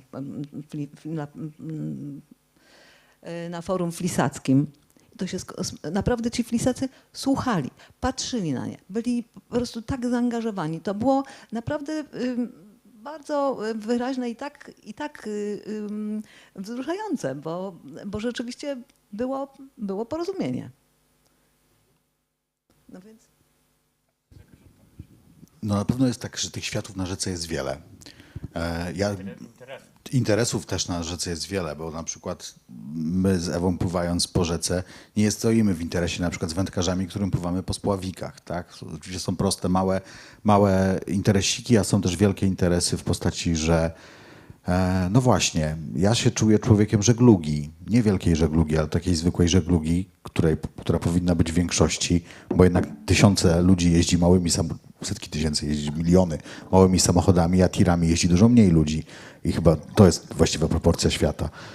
Ja na przykład w trakcie tego rejsu, który w tym roku sobie sprawiłem z Bugu na Odrę, przepłynąłem trochę rzek, wypływając właśnie na Bugu i kończąc na ujściu Odry.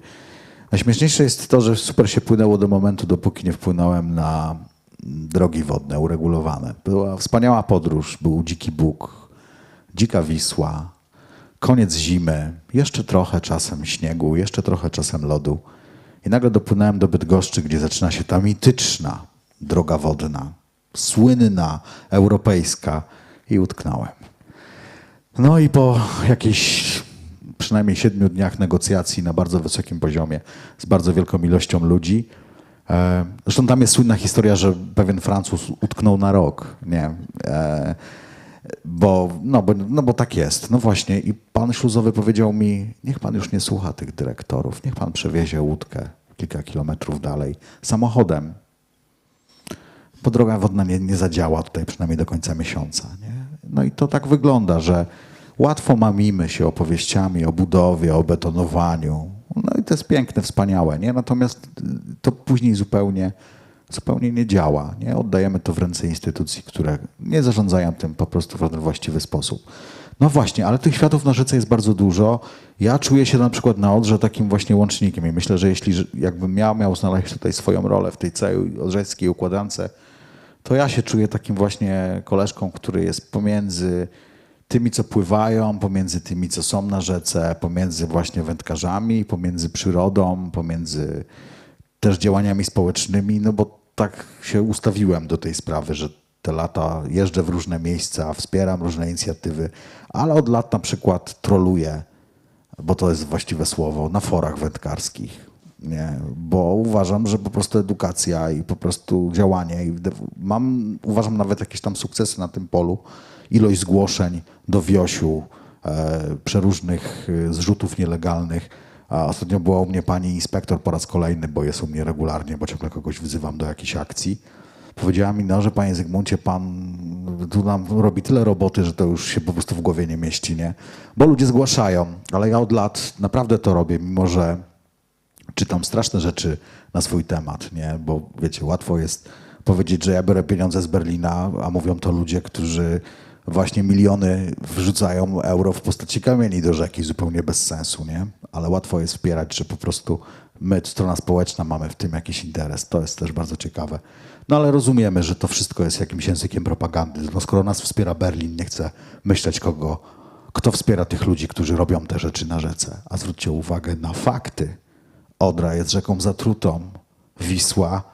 Całe lato wszyscy się siedzieli i jak trusie trzęsli, żeby nic na Wiśle nie wyszło. Jakby mamą powiedział, co ludzie mówią na Odrze. Nie ekolodzy, tylko betony.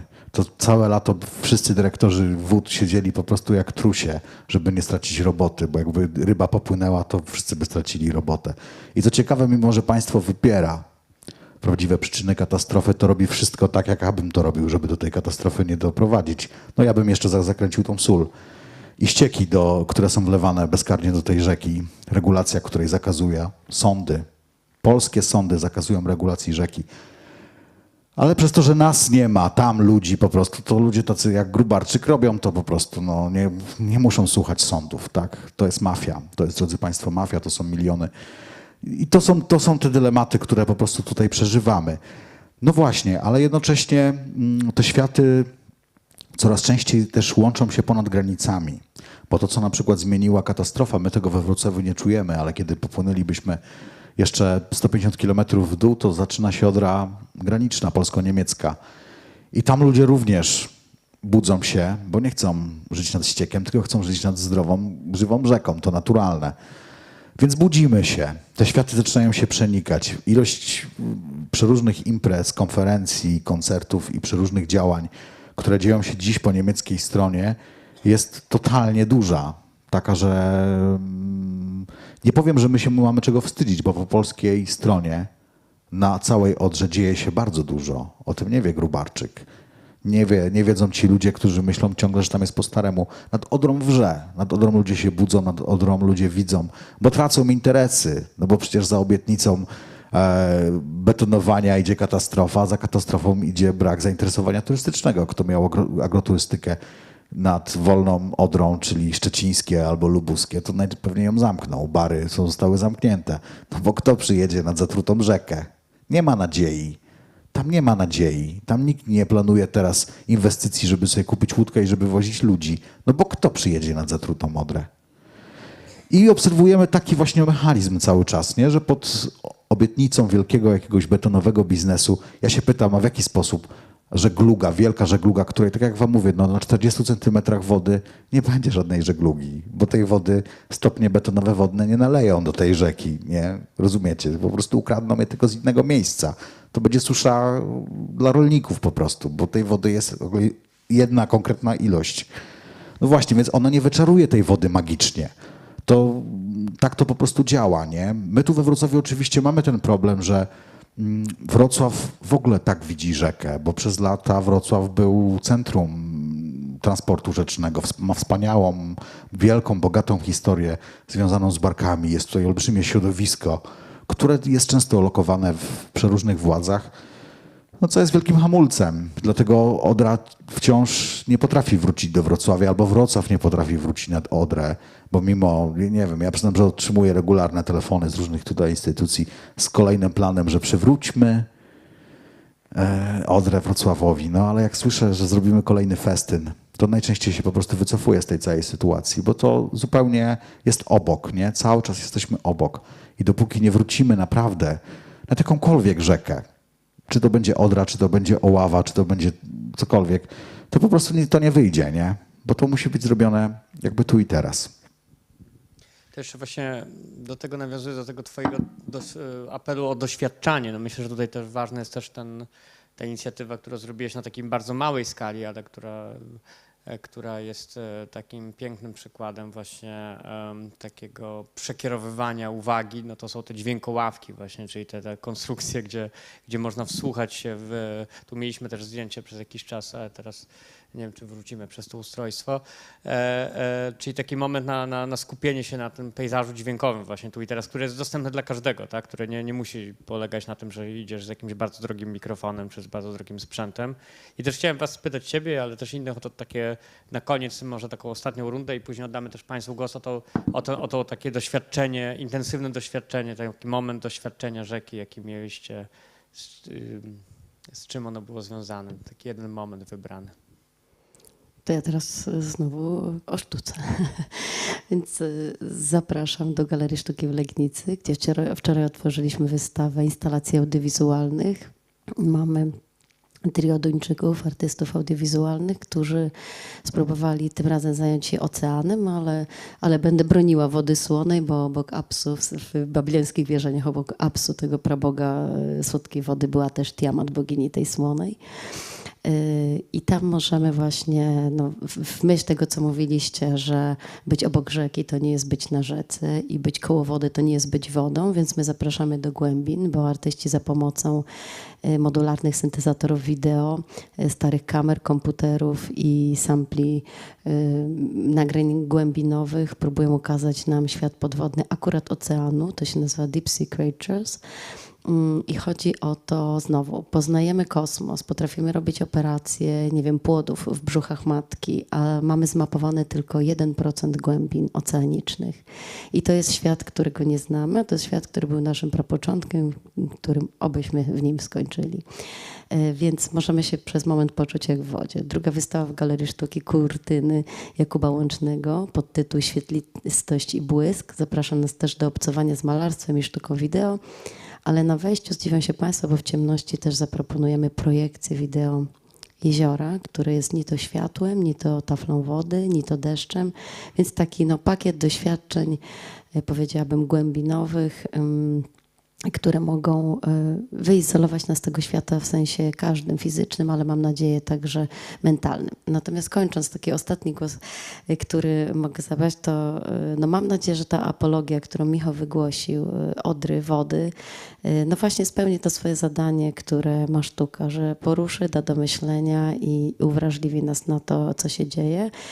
I też chciałam już kulturoznawczo zajechać na koniec, że być może musi się wydarzyć coś strasznego, prawda? Musi spłonąć las, żeby powstało nowe życie. I tak samo jest z wodą, chociażby w kategoriach takich właśnie kulturoznawczych można przywołać powodzie i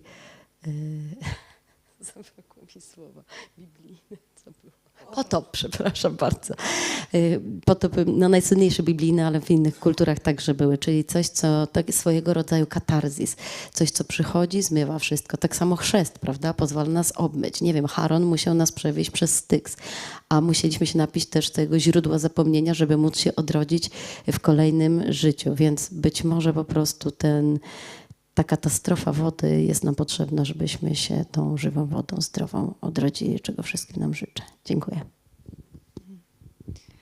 No ja na odwrót, bo wyszłam z takiego założenia, że chcę jakiś ten projekt zrobić i wyszłam od lektur, od też obcowania z wodą za pośrednictwem sztuki, a najbardziej doświadczyłam właśnie nad nią, będąc na niej i w niej pływając.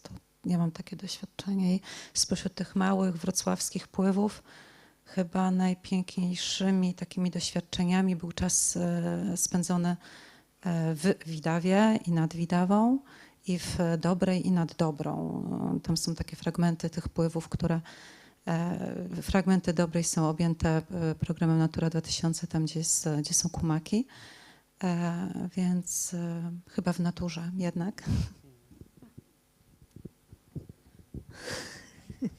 No to są bardzo intymne wyznania, słuchajcie. Ostatnio byłam na Górach Literatury i było spotkanie z Agnieszką Szpilą. No i ona była naprawdę w Wałbrzychu, nie?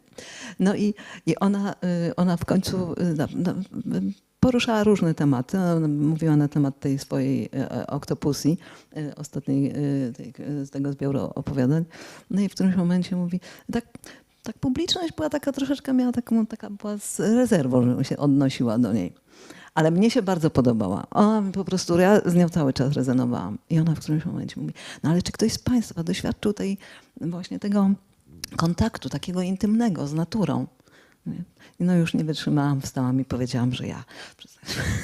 I ona wtedy też się tak ładnie ukłoniła mi po prostu. I no, wiesz, porozumienie, no wiedziałam, że muszę jakoś, no, nie muszę, ale chcę. No i to właśnie ta intymność, którą się z rzeką, która się dzieje między tobą, twoim ciałem, a rzeką, to jest po prostu coś no, zupełnie no, kosmicznego po prostu. No. Jak się zanurzasz w wodzie i czujesz, że Wisła na ciebie płynie, no po prostu, no co można sobie wymyślić innego. Na przykład jak przyjeżdżam na Kępę Zieloną, przypływam, czyli przyjeżdżam na Kępę Zieloną, która jest naprzeciwko Ciechocinka i tam parę kilometrów powyżej ma być to Sierzewo pieprzone, to po prostu, słuchajcie, schodzę, idę na górkę i mówię, no jestem w domu. No to jest po prostu bycie właśnie tu i teraz, na miejscu, że po prostu ja nic nie muszę. Ja mogę sobie tam przywieźć książki, mogę sobie przywieźć Blade, tam coś tam, ale mi właściwie wystarczy siedzieć i patrzeć. Nic. W ogóle nic więcej. Nie? Myślę, że Ewa powiedziała to, co najważniejsze w rzekach, jak się ktoś wybierze na tę rzekę.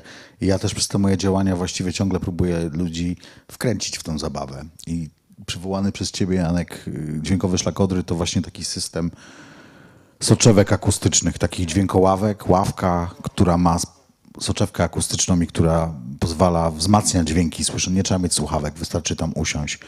Oczywiście jest to, mimo że to naprawdę działające urządzenia akustyczne, no to wiadomo, że mi chodzi o to, żeby ludzi wciągnąć i powiedzieć im jedną rzecz. Musisz być 10 minut cicho, to usłyszysz, że to działa.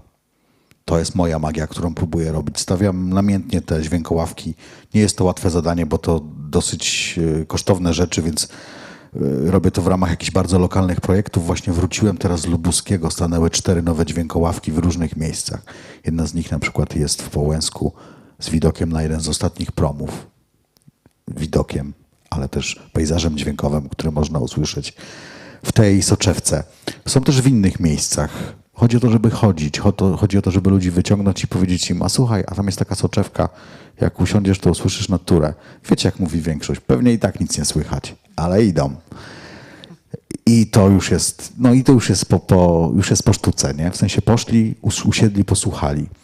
Wracam też bezpośrednio na rzekę. Tak jak mówiłem na początku tej opowieści, że no właśnie przeprowadzam się na drewniany galar, mam zamiar przezimować ten rok, ale najbliższe kilka lat mieszkać tylko i wyłącznie na rzece, rezygnuję z domu na lądzie.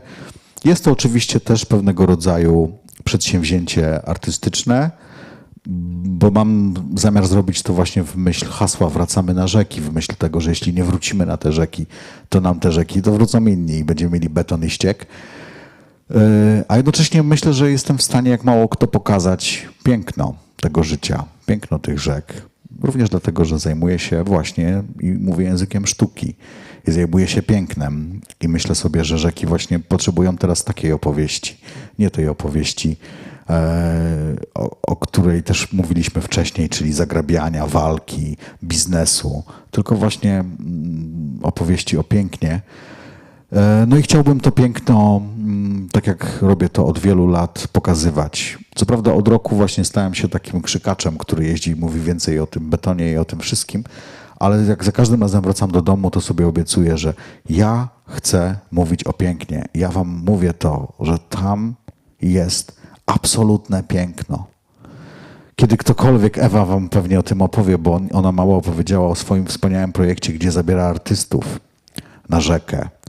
I ja w pełni absolutnie rozumiem, co ona robi, bo ja to też przeżywam za każdym razem, kiedy kogoś zabiorę na moją łódkę. Pierwsza godzina, 2, 3, ktoś przyjeżdża zupełnie z innego świata, z wielkiego miasta, jest nerwica. Wieczorem widzę już innego człowieka, który siedzi, ma więcej czasu, trochę mniej mówi, rano ta osoba już zupełnie traci kontakt z tym swoim miejskim obliczem. I widzę te przemiany regularnie. Nawet pan stolarz, który przyjeżdża teraz do mnie na łódce i który się boi w ogóle wody, ale no musi robić, bo ma taką pracę na tej galarze. Przedwczoraj miał taki moment olśnienia, kiedy przyszedł zmierzch, skończyliśmy pracę i on mu usiadł i powiedział: ja zrozumiałem, co ty robisz. Ja widzę to teraz, o co tu chodzi. Tu jest po prostu zajebiście. Ja po prostu teraz to złapałem, to jakby, że to trzeba być na rzece, że trzeba sobie po prostu przyjść i wieczorem po prostu nad nią posiedzieć. Ja wiem, że to brzmi banalnie i większość z nas uzna, że to jest po prostu głupie, ale zróbcie to, po prostu chodźcie tam i szukajcie tego wszystkiego, bo tam jest odpowiedź, taka szeroka.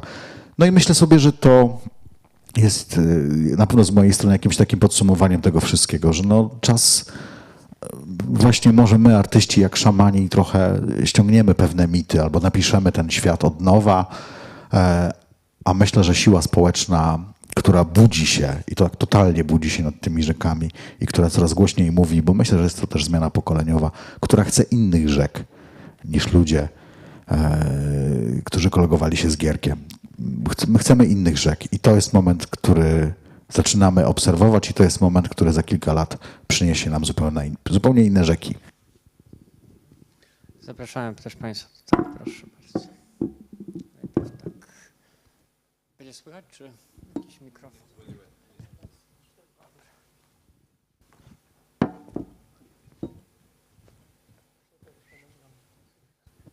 Ja mam takie pytanie do tego, co Michał powiedział, w szczególności mnie interesuje. To taka rzecz, o której myślę od dawna, bo powiedziałeś, że Wrocław nie widzi rzeki i że w zasadzie jakoś tak jesteśmy od niej odwróceni. No wydaje mi się, że Wrocław to, inaczej, znam miasta na świecie, które są bardziej odwrócone od rzeki niż Wrocław.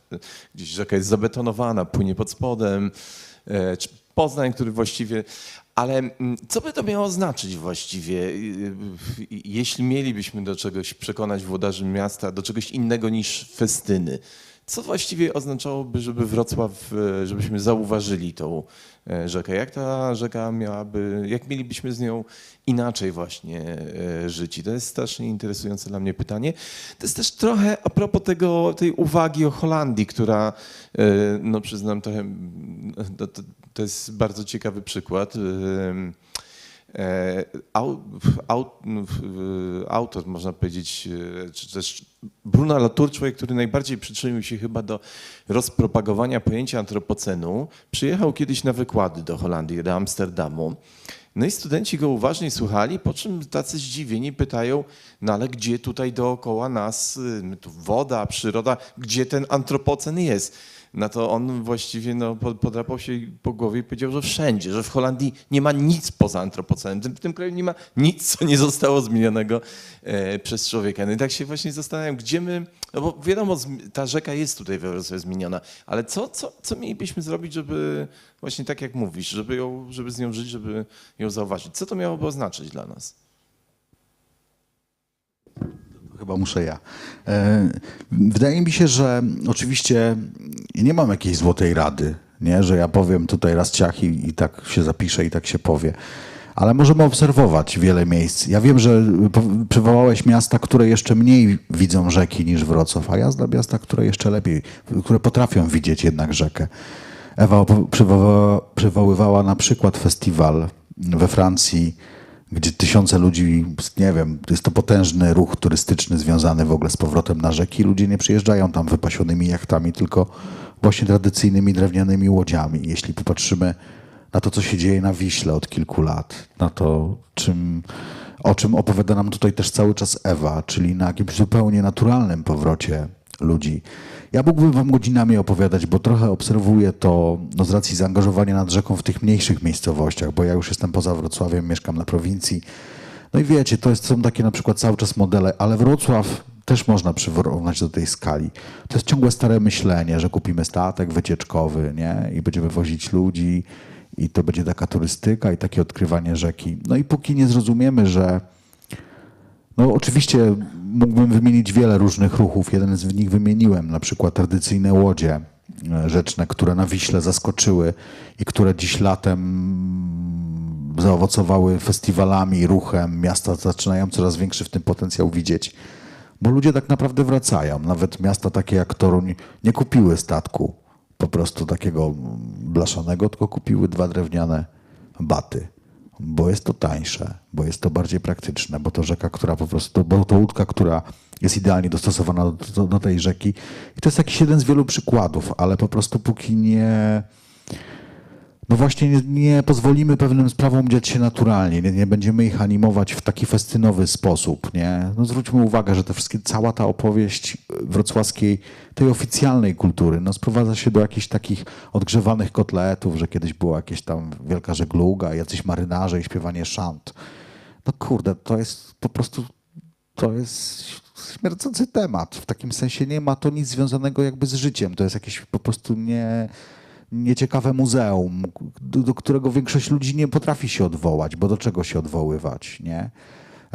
I oczywiście jest wiele też, dlatego no, myślę sobie, że na pewno taki kongres kultury mógłby być śmiało jeden z wielkich paneli oddany tego, jak wrócić nad rzekę, jak instytucje kultury mogłyby wrócić nad rzekę i myślę, że moglibyśmy zaprosić tutaj wiele osób z innych części Polski, które doskonale rozkręcają te rzeczy i wiele miast, zwłaszcza nad Wisłą, po prostu wraca w sposób jakiś fantastyczny nad rzekami, ale no właśnie, nie jest to ruch instytucjonalny, tylko jest to ruch oddolny, który może jest mądrze wspierany, a może w ogóle ma swoją siłę. Więc ja sądzę, że to gdzieś tutaj tkwi i na pewno Dolny Śląsk, bo lubuskie to jest już zupełnie inna opowieść, która zaczyna coraz lepiej odnajdywać się nad Odrą. O zachodniopomorskim w ogóle nie wspomnę, bo tam po prostu jest dużo lepiej w tej kwestii. Czekam na Wrocław i wierzę w to, że nie da się porównać Wrocławia do Poznania, bo Wrocław ma niewielką Wartę, która jest tam jak rzeczka latem. Poznań, a Wrocław po prostu jest w wielkim węźle rzecznym. Po prostu to są zupełnie inne miasta. Nie da się mieszkać we Wrocławiu i nie mieszkać nad Odrą. Tu każdy mieszka nad Odrą albo nad jedną z jej odnóg. Nie ma takiego miasta. Myślę, że Szczecin ma tylko lepszą i Gdańsk ma lepszą sytuację wodną, jeśli chodzi o Wrocław. No i moglibyśmy dużo opowiadać o tym, że właśnie te drogi wodne, te śluzy, nie da się z tego korzystać, nie da się z tego pływać, nie da się popłynąć do centrum miasta, nawet jak tam popłyniesz, to nie masz po co. No i tam można byłoby po prostu godzinami. Ale na pewno droga jest taka, że musimy wrócić na rzeki. A to ja może powiem, bo tutaj jest całkiem dobry, ja tu znam paru, którzy pływają, flisaków z Wrocławia i tutaj na Oławie też jest tartak i tutaj takie małe galarki robi Arkadiusz Drulis. Także byłoby możliwe, że zbudować drewnianą jednostkę i po prostu znaleźć sobie, tak na początek zupełnie, znaleźć sobie na przykład gdzieś tam za Kępą Mieszczańską jakieś dzikie miejsce i z drugiej strony gdzieś tam sobie znaleźć takie, co tam można dopłynąć. Oczywiście już widziałam, że tam było w mieście, były robione przy śluzach. Także można było na przykład przez całe miasto sobie przepłynąć taką drewnianą łódką na 12 osób i z jednej strony jest powiedzmy tam jakieś ognisko, miejsce na ognisko, potem jest długa wyprawa, która trwa, no to trwa kilka godzin, na drugą stronę miasta. I tam no, na przykład gdzieś tam koło koło Kleciny, tak. Nie wiem jak jest dokładnie, bo nie znam tutaj tych dróg, ale myślę, że to by się dało wyczaić taką, przez którą można byłoby się przedostać i już jest początek. Już z jednej strony i na drugą stronę można się i to jest w ogóle niesamowite, jak się płynie przez miasto, słuchajcie. Naprawdę, ale właśnie nie takim jakimś wycieczkowym, bo wtedy uwaga jest właśnie nakierowana na co innego. Jak jesteś blisko wody i wiesz, to masz tą perspektywę taką ludzką perspektywę, jakiegoś takiego istoty, która jest taka trochę przystosowana do wody, ale trochę nie, ale trochę musi być uważność i ta uważność też wyzwala w ogóle taką uważność na wszystko, nie tylko na swój własny dobrostan. To taka moja odpowiedź na przykład na to. Ja zawsze zresztą chciałam powiedzieć, zawsze namawiałam Luksus grupę, że pamiętasz, bo żebyśmy sobie łódkę tutaj jednak zbudowali, no wiesz, i pływali po Wrocławiu. Bo oni się najpierw długo opierali, zanim poszli za mną na Wisłę, ale jak już to już byli na każdym flow. Jeszcze powiem jedno zdanie, ale to właśnie chyba dotknęłaś istoty, że to się właśnie musi zadziać w taki sposób, bo w Warszawie na przykład tak się zadziało, że to się zadziało od kultury undergroundowej, nie? Z tego miejsca. Czyli ktoś zeskłotował Port Czerniakowski, tam były najlepsze imprezy, najlepsze lolki tam palili, dużo ludzi tam chodziło. Potem okazało się, że miasto nie... Ktoś, tylko Przemek Pasek. Tak, Przemek Pasek. No nie chciałem tu po nazwiskach, ale... Ale to jest ważne. Tak, to jest bardzo ważne, bo rzeczywiście i jego czystość w tej całej sprawie na pewno tutaj dużo przyniosła, ale no chyba trochę tego właśnie brakuje Wrocławiowi, żeby trochę ta kultura alternatywna odkryła tą rzeczywistość, żeby trochę zeskłotować tych miejsc. No wiadomo, tego się nie da zrobić projektem, nie? Bo to musi być zupełnie innego rodzaju siła. Ale ja na przykład jak obserwuję na Odrze te aktywistyczne rzeczy, to na przykład to totalnie działa, bo na przykład na młodych i na młodych Niemców i na młodych Polaków absolutnie działa dzisiaj przynależność do ruchu oporu rzecznego, bo mamy taki ostry nad Odrą. Więc to jest ta droga na pewno. Ja mam nawet taką propozycję, która się w Alterhafen w Berlinie stoi taka barka, która nazywa się Heimatland i na tej barce w ogóle odbywał się jeden z pierwszych naszych pierwszych wystaw Flow. No i ten tam dyrektor tego Alterhafen mówi, no weź coś wymyśl, mówi, zrobimy to, bo ta barka Heimatland to była barka, która była budowana we Wrocławiu, słuchajcie. I to była ostatnia barka, która uciekła stąd przed końcem wojny.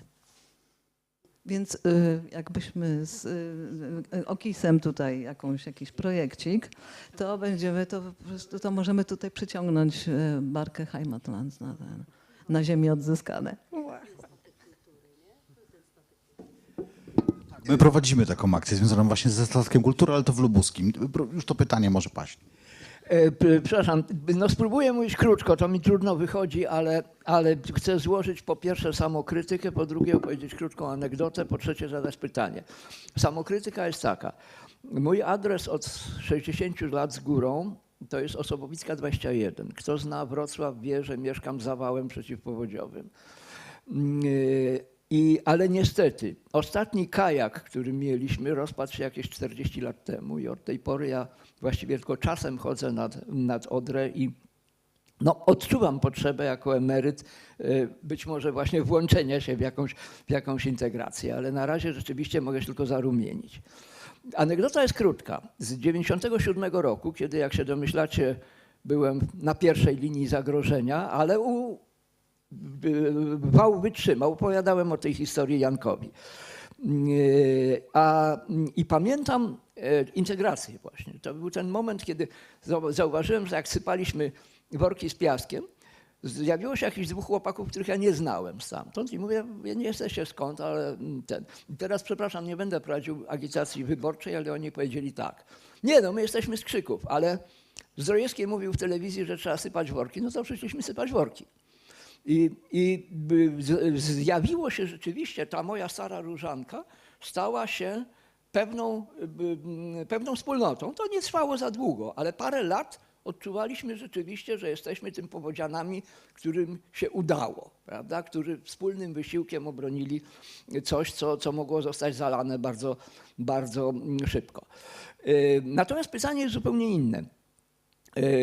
Jest taki fragment rzeki, nie cała, ale fragment rzeki, który kiedyś mnie zafascynował i który, no, mówimy o osobowości prawnej, ale ona na pewno miała osobowość. Michał Zygmunt mówił o Dolnej Brdzie, ale ja myślę o Górnej Brdzie, to znaczy na tym odcinku od Jeziora Harzykowskiego przez Witoczno, Dybrzg, tam mniej więcej do Brusów.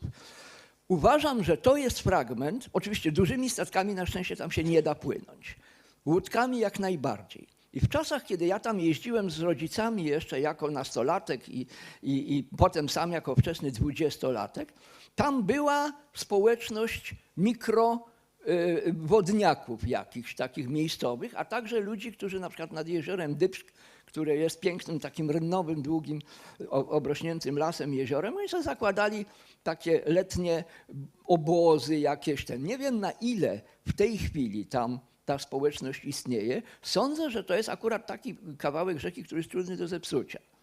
Ale wszystko można zepsuć. Czy wiecie coś na ten temat? Jak to jest z tą południowymi Kaszubami i Dolną Brdą? I to jest tyle. Poddaję.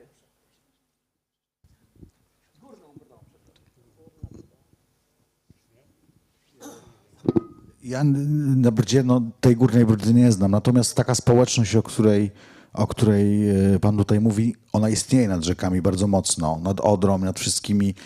To też często słychać, nie? Że tam wychodzi pan minister i mówi, tam nikogo nie ma nad tymi rzekami i w ogóle przecież my to tam właśnie zagospodarujemy. A nad rzekami jest tysiące ludzi, którzy są nad tymi rzekami i oni oczywiście, nie wiem, ja nawet mógł wam opowiadać o każdym porcie nad Odrą, który ma swój charakter, ma swój plankton, ma swoich ludzi z bardzo różnych warstw i grup społecznych, którzy są razem. No nie wiem, też ktoś, kto pływa, Ewa mogłaby wam dużo opowiedzieć o takiej wspólnocie, która się rodzi w momencie, kiedy dzieje się źle na rzece. Ale w ogóle, że wspólnota pewna i taka społeczność to jest to, co na samej Łodzi jest. No nie? To jest po prostu taki interior. No coś, obszar inny od całej reszty.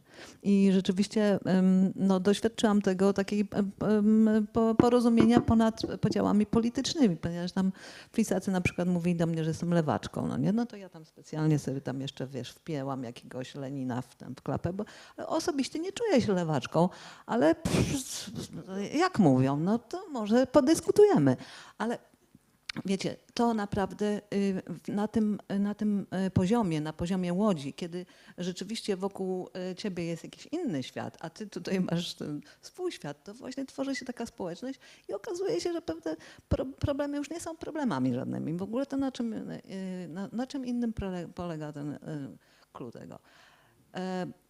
No i jeśli chodzi o tą Brdę, to niestety nic, bo to nie te regiony. No. Tak, ja właściwie od strony publiczności, bo czuję się w obowiązku. Chciałam bardzo wam podziękować za to, co robicie. Ja was obserwuję, Michał, szczególnie ciebie i Cecylię od 2 lat, kiedy spotkałam was podczas bardzo młodej kultury w Legnicy na imprezie. Budzicie serca i budzicie umysły. Ja sama jestem osobą związaną z Odrą od pokoleń. Moi rodzice pochodzą z Chobieni, którą również pokochał Michał. Moi dziadkowie tam mieszkali od 1948 roku. Ja sama spędziłam tam najpiękniejsze lata swojego dzieciństwa i zobaczcie, mimo to przez 40 parę lat swojego życia o tej Odrze zapomniałam. I kiedy was spotkałam, sobie przypomniałam, że Odra jest dla mnie ważna, że to jest rzeka, na którą się moje całe pokolenia wychowały i moje serce tam zostało. Uwielbiam Chobienie, polecam wam, jedźcie, tam jest przepiękne miejsce. Także budzicie serca i budzicie rozumy i to jest przepiękne, co robicie. To jest moje podziękowanie za to, co robicie. A wam za to spotkanie też dzisiaj dziękuję, bo ja od tych 2 lat miałam cały czas taki problem. Nie mogłam sobie poradzić z bezradnością. Co ja mogę zrobić dla tej Odry jako taki zwykły człowiek, wiecie? Niby jestem plastykiem, jestem nauczycielem, mogę robić oczywiście warsztaty z dziećmi, ale ciągle czułam, że to jest, kurczę, coś za mało. Nie wiem, co ja mogę zrobić. Kurczę, ta bezradność jest taka potworna. I ty dzisiaj, Michał, fajnie powiedziałeś, że mogę pokazywać ludziom, że rzeka jest piękna. To jest naprawdę takie proste, ale jak bardzo czytelne. Także bardzo wam dziękuję za to. Dzięki, Kasiu, że przyjechałaś. Wiem, że nie planowałaś dzisiaj być, ale jednak Odra cię przyciągnęła. Wróciłaś do Odry, super. A pomóc można też, nie wiem, kupując deskę do galaru Michała Zygmunta. Jeszcze jak mamy pracujesz czas z dziećmi, na ostatnie. przepraszam, tylko powiem, to jest po prostu fantastyczna, bo edukacja na poziomie pracy z dziećmi to jest po prostu baza i podstawa. To muszę powiedzieć, że ja jako leniwiec nie robię tego, czasem mi się zdarza, bo tam na Łodzi robić właśnie jakieś z dziećmi zajęcia. I to jest no, po prostu praca u podstaw, to jest bezcenne. Absolutnie. Ja zanim zadam pytanie, to nadmienię, że jestem z gminy Oborniki Śląskie, z Obornik Śląskich. Miło mi spotkać pana Michała Zygmunta, którego gościliśmy w Obornickim Ośrodku Kultury, ale w naszej gminie jest Port Uraz i z inicjatywy jednej z pań instruktorek od wielu lat organizujemy w ramach wakacji programy kulturalne właśnie w tym porcie Uraz. Jedną częścią tego przedsięwzięcia są przejażdżki po Odrze. Fachowo zapomniałam, jak te łodzie się nazywają. Jest to niesamowite przeżycie, pokazanie piękna tej Odry. I też jeszcze powiem, że wiele lat temu gościliśmy artystów z Włoch, spod Wenecji i też, żeby pokazać gminę, pokazaliśmy port Uraz i właśnie przejażdżkę tymi łodziami. I ja tak mówię do tych przewoźników, że może tam to tak już tak niedługo, bo oni mają tą Wenecję i tu chyba tak za długo nie będą chcieli jakby płynąć, a oni chcieli długo płynąć. Oni się zachwycali, albowiem widzieli płynąc tą piękną rzekę, widzieli piękne ruiny zamku Uraz, widzieli ptactwo. Ja mam w oczach sama, jak płynęłam i mam zdjęcia dzikiego ptactwa. Także jest to piękno nieprzejednane. Także również wielkie podziękowania za dzisiejszą debatę, za te piękne głosy. Naturę ja czuję, ponieważ żegluję z mężem ja 20 lat, mąż 2 razy tyle na Mazurach. Żurawia widziałam, a moje pytanie teraz, czy o taki powrót, panie Michale, do rzek panu chodzi, żeby zarażać dzieci, żeby zachęcać ludzi do bytności, czy ten powrót nad rzekę, który tu wybrzmiewał, to o coś między innymi takiego chodzi? I drugie pytanie, ławki dźwiękowe. Ile kosztuje taka ławka i jaką procedurę trzeba przejść, żeby mieć taką ławkę? Dziękuję bardzo. Tak, to odpowiedzieć na pierwsze pytanie. Tak, trzeba to wszystko robić na różne sposoby. Ja nie jestem z tych, którzy wierzą w system szkolny. W takim sensie nikt z nas świadomych rzek nie dowiedział się tego w szkole, niestety. Szkoły o tym nie mówią. Ja dla swojej córki wybrałem edukację domową również dlatego, że chcę, żeby dowiedziała się jednak tych rzeczy i wziąłem to na siebie, bo chciałbym jednak, żeby była odpowiedzialna i nie traciła czasu na to, żeby tego nie wiedzieć. No jest to olbrzymi problem i jakby szukajmy sposobów. I co jest ciekawe, że właśnie dzisiaj świat kultury, jakby instytucje kultury, ludzie kultury zajmują się tym tematem. Jakby najwięcej działań, jeżeli ja mam jakoś sobie rozgraniczyć moją działalność, jest jakaś działalność, którą nazywam przyrodniczą, czyli promującą nagrania natury, dźwięki natury, opowieści związane z naturą, no to jednak odbiorcą są domy kultury, to jednak odbiorcami są instytucje kultury, to jednak my dziś na kongresie jako ludzie kultury rozmawiamy właśnie świadomie o rzekach, tak? Nie rozmawiamy teraz o flamingach, tylko próbujemy jednak rozmawiać o żurawiach, co uważam jest właściwym miejscem i właściwą skalą. Więc tak, a dźwiękoławki, no, budujemy je przy pomocy różnych projektów. Nie są tanie, ale są piękne i możemy pogadać jakoś tam później. A na pewno jeżeli macie ochotę, to wybierzcie się, bo 22 za tydzień w Chobieni robimy jakiś festiwal i będzie rejs i będzie wędrówka ze mną w roli przewodnika do tych dźwiękoławek, ale już można też się wybrać w Lubuskie i w 4 miejscach, w Siedlisku nad Odrą, w Sulechowie, w 2 przystaniach w Nietkowie i w Połęsku stoją te dźwiękoławki. Można usiąść, wsadzić głowę w soczewkę i słuchać. Oczywiście mówię to tutaj branżowo, nie potrzebujemy tych dźwiękoławek, żeby to robić.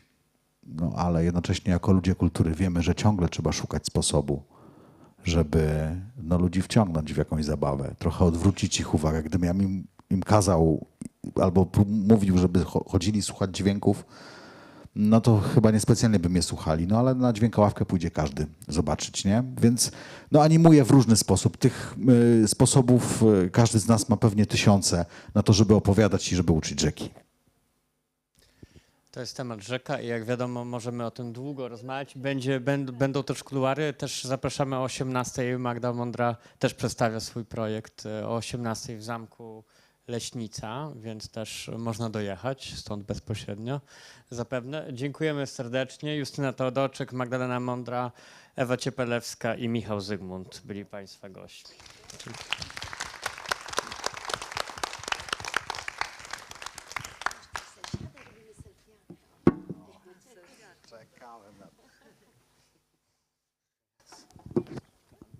Proszę Państwa, jestem pod dużym wrażeniem, ponieważ jest to właściwie pierwsza debata, która przedłużyła się aż o 17 minut, bo to jest tak ciekawy temat.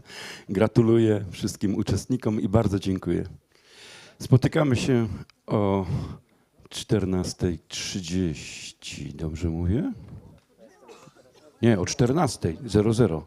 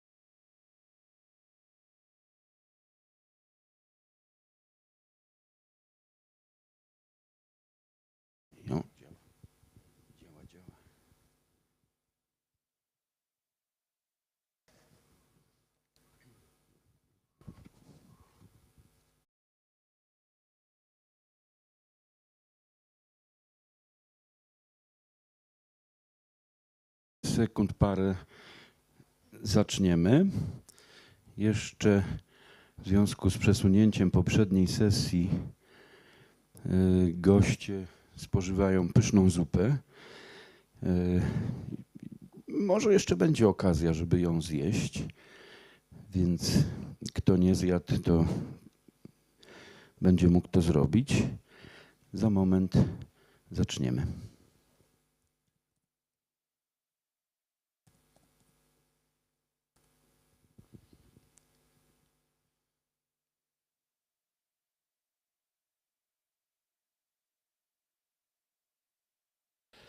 Jestem Państwu winien wytłumaczenie, bo nie nazywam się Sebastian Majewski, który miał tutaj stanąć w miejscu, w którym obecnie stoję. Sebastian dał nam informację, że jest chory i postanowiliśmy, że ktoś musi go zastąpić. Robiliśmy losowanie i wypadło na mnie. Nikt więcej nie losował, więc tak po prostu się zdarzyło. Sebastian poinformował mnie, jaki miał pomysł na przeprowadzenie tego sparingu. Postaram się go zrealizować, aczkolwiek nie wiem, czy mi się do końca uda. Tym bardziej, że sparring miał polegać na tym, żeby dyskutować w parach, a my jesteśmy nieparzyści. Znaczy goście są nieparzyści, więc nie będziemy dyskutować bezpośrednio w parach. Zaraz wytłumaczę, na czym będzie polegała dzisiejsza akcja. Chciałbym poprosić o zajęcie miejsc na tych pięknych fotelach panią redaktor Beatę Maciejewską, panią prezes Annę Żabską, pana dyrektora Jacka Głąba. Zuzy dzisiaj nie będzie, ale pan dyrektor Igor Wójcik jest. Serdecznie zapraszam. Zapraszam również panią Wandę Ziembicką, pana Darka Foksa i Konrada Górę. Tak, będziemy robić zdjęcia. Wszystko zaraz wytłumaczę, jakie zasady będą obowiązywać naszej rozmowy. Tak, telefony można wyłączyć, bardzo proszę.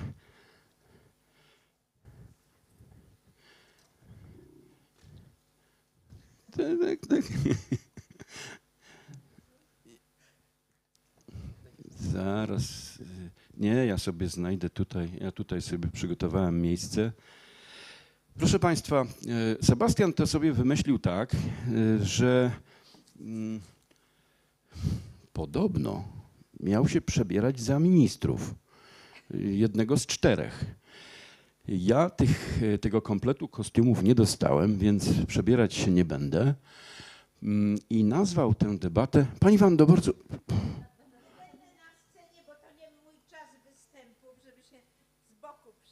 A, dobra, słusznie, dobrze, dobrze. Taka mała jest ta scena, wąska. Wymyślił... No niestety, pani Wando. Panowie, przesuńcie trochę stoliki, żeby pani Wanda mogła przejść. O. Już jest. Udało się. Więc Sebastian to sobie wymyślił tak, żeby tu było Ministerstwo Kultury. Ministerstwo Kultury na ulicy Piłsudskiego, 64 we Wrocławiu. Ono ma tu swoją siedzibę i poszczególne osoby spotykają się z wybranym, wylosowanym, znowu losowanie, ministrem kultury. I wybrał tych ministrów 4. Mam tutaj ich identyfikatory, gdyby przyszli, więc to będą nasze losy. Wybrał Włodzimierza Sokorskiego, Aleksandra Krawczuka, Kazimierza Dejmka oraz Izabelę Cywińską. Każdy z tych ministrów działał w nieco innym czasie i każdy trochę się czymś innym wsławił. Nie wiem, czy państwo pamiętają albo osobiście tych ministrów, albo znają ich z historii. No tak, nie. Pamięć szczątkowa, dokładnie. Proponuję, żebyście brali mikrofony do ręki. Zaraz je uruchomię.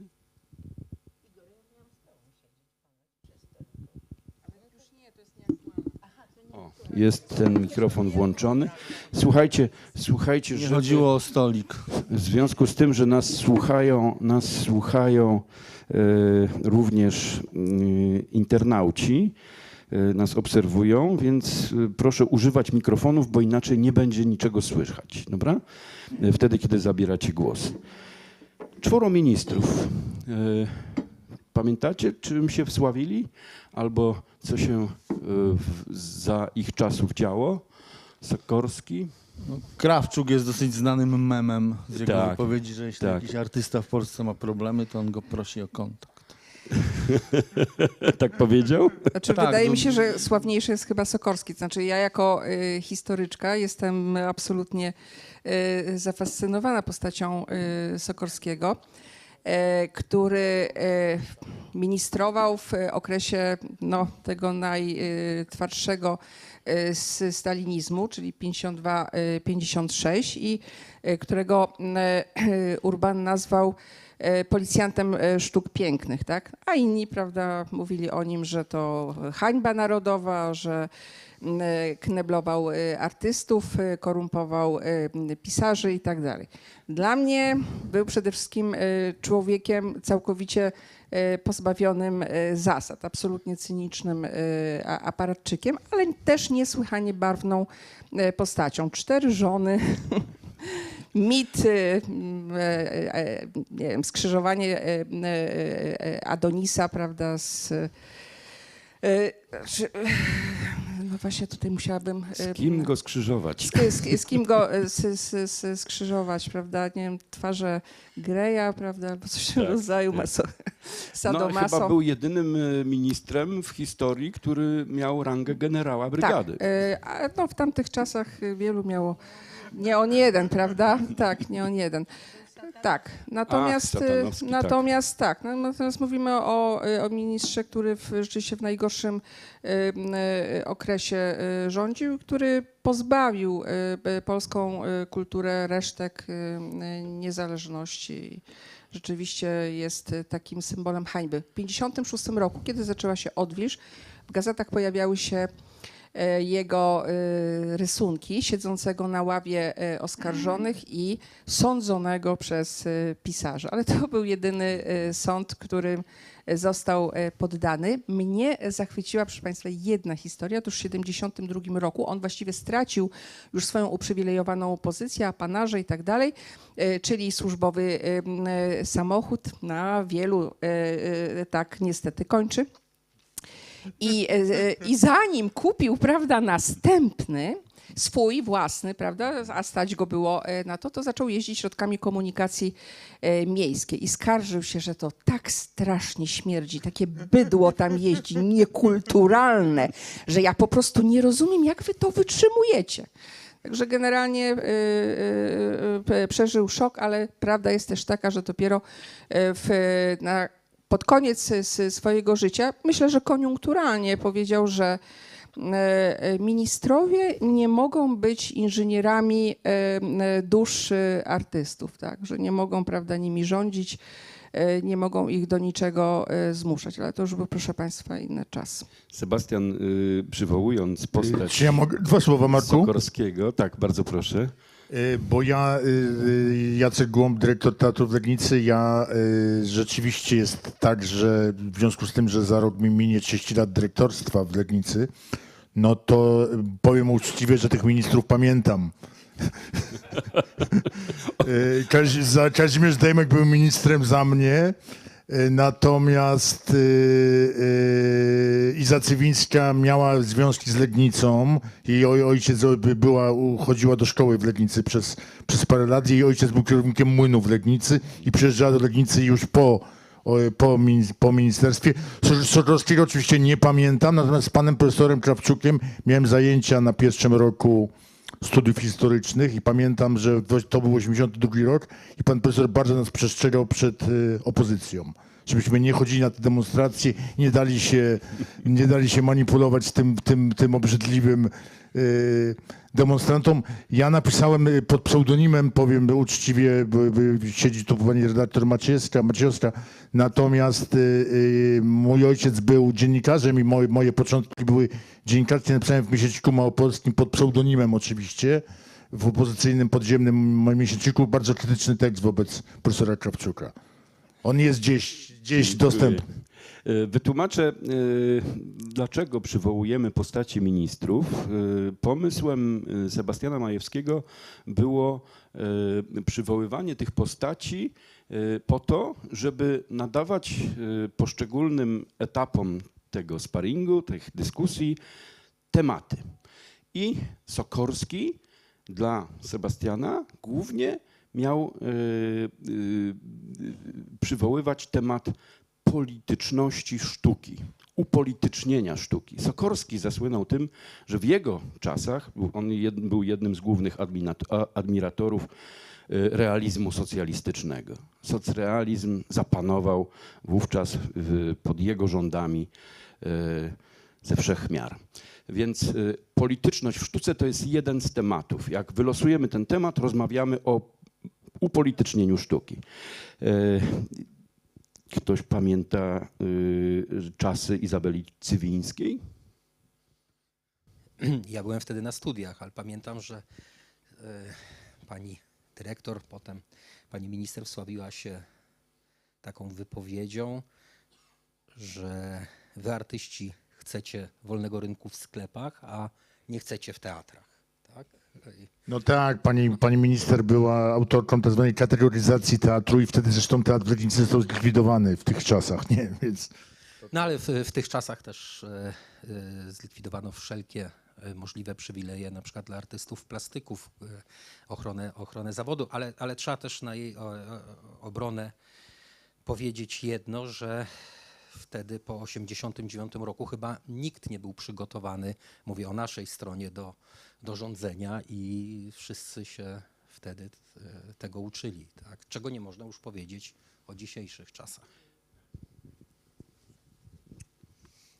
Tak się złożyło, że Wanda Ziembicka-Has, że znałam panią minister, ponieważ ona miała bardzo utalentowanego męża, który grywał w filmach mojego męża, czyli u Wojciecha Hasa.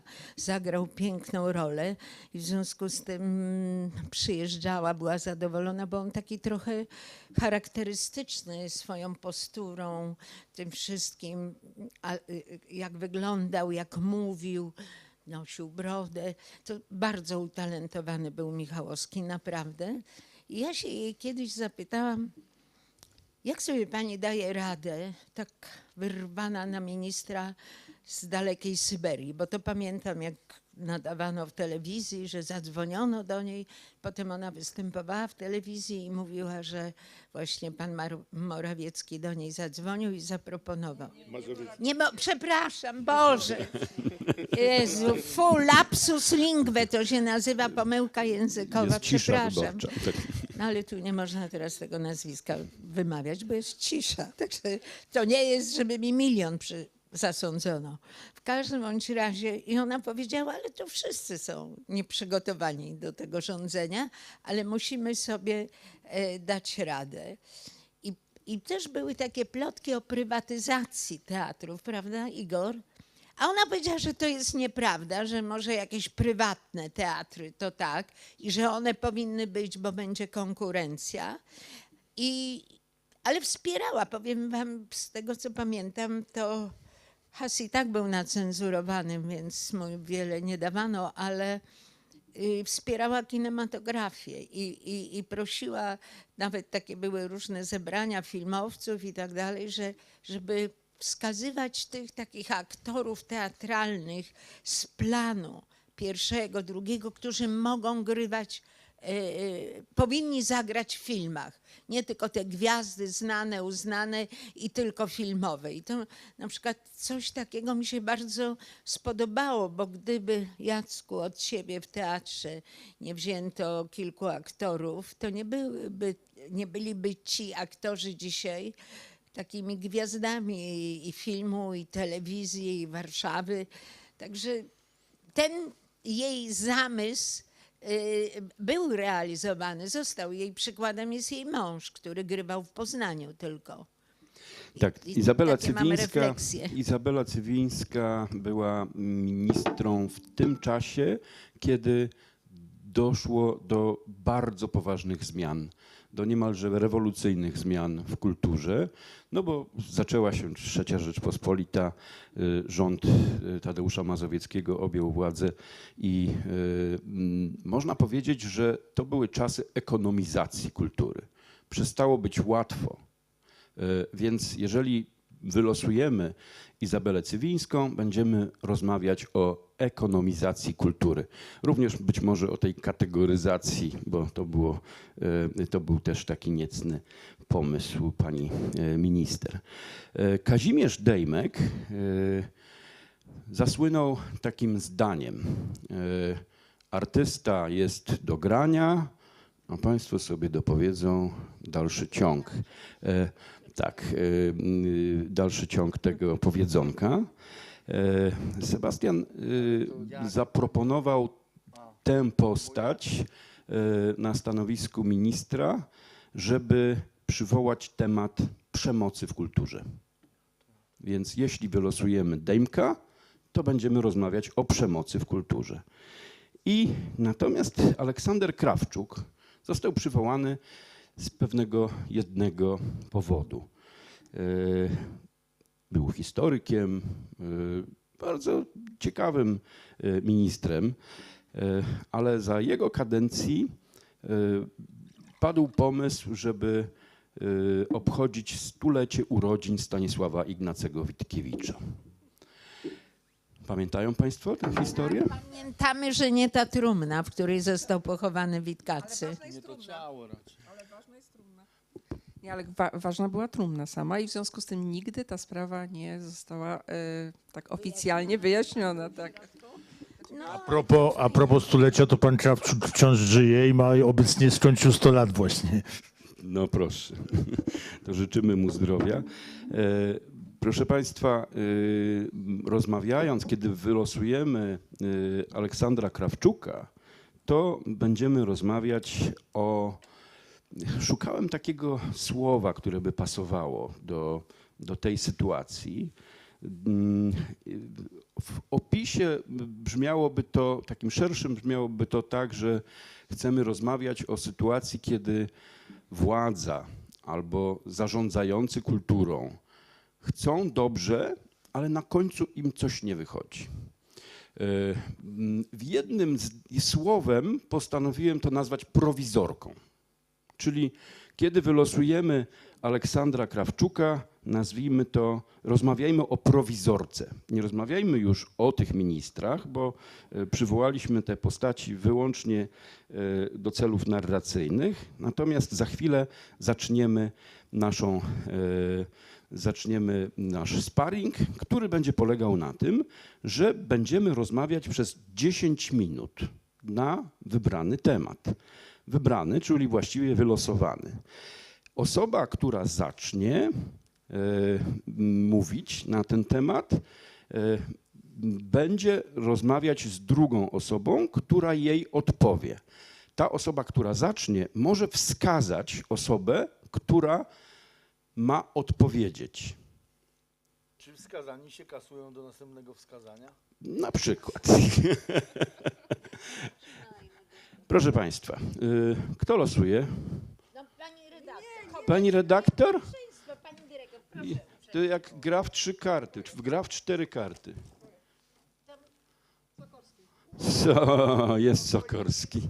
Proszę Państwa, rozmawiamy o... Jeszcze nie.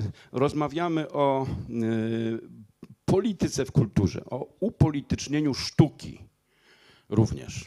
Kto zaczyna?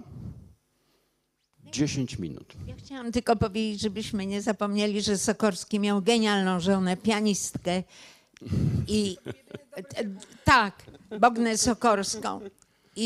I naprawdę kochał pianistów i kochał operę. Ale nie przez tę małżonkę, bo ja pamiętam taki koncert w Klubie Muzyki i Literatury, kiedy on z nią przyjechał i w archiwum tego klubu u pana Placka jest takie zdjęcie. Ona jest w takiej długiej sukni, w takim koczku. To ja byłam w ten czas na tym spotkaniu, bo zbierałam autografy. To tylko chciałam powiedzieć, że jednak dobrą jakąś stronę miał. Pani Wando, kto ma teraz zacząć? No. To jeżeli mówimy o tej osobie, to trzeba powiedzieć o czymś, co nazywa się polityką kulturalną. Tak? Jest bardzo dzisiaj modne i myślę, że ten związek frazologiczny jest raczej nieakceptowalny przez ludzi sztuki, artystów, twórców. Te czasy stalinizmu były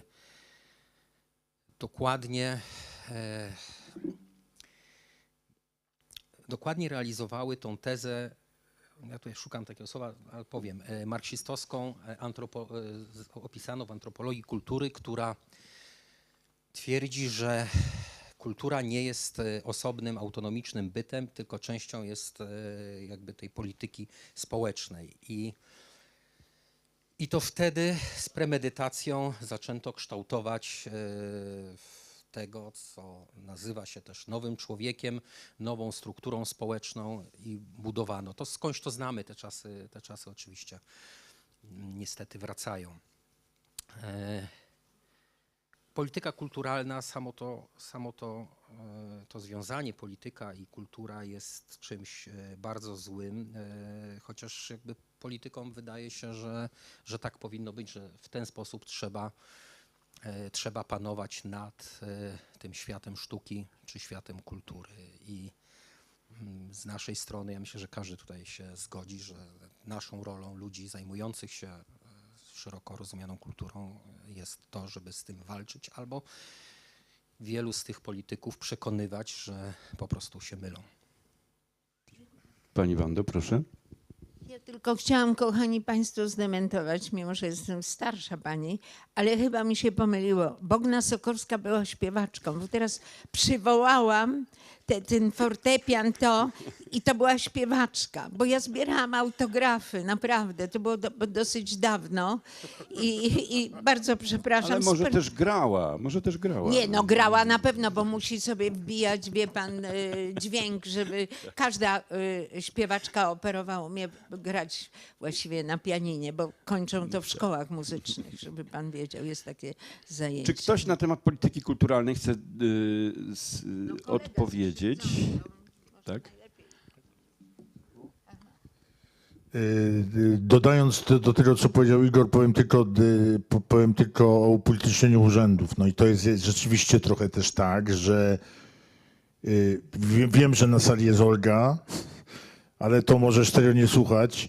Natomiast no, rzeczywiście urzędy są coraz bardziej polityczne, niestety. I to jest jakby problem ogromny kultury w naszym kraju. I też urzędnicy są coraz bardziej polityczni. Nie mówię o Oldze Hrebor, tylko mówię o tak zwanej średniej krajowej. To znaczy, kiedyś urzędnicy mieli jakby...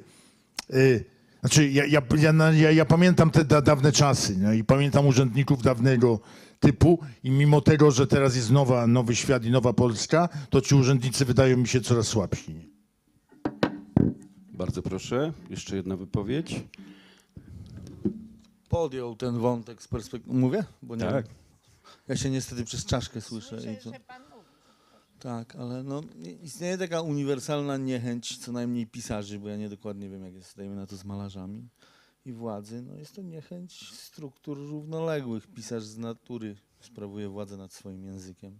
nad językiem swojego społeczeństwa bądź narodu. Ja na przykład nie bardzo mam naród, jestem Dolnoślązakiem. Piszę po polsku, tak się złożyło.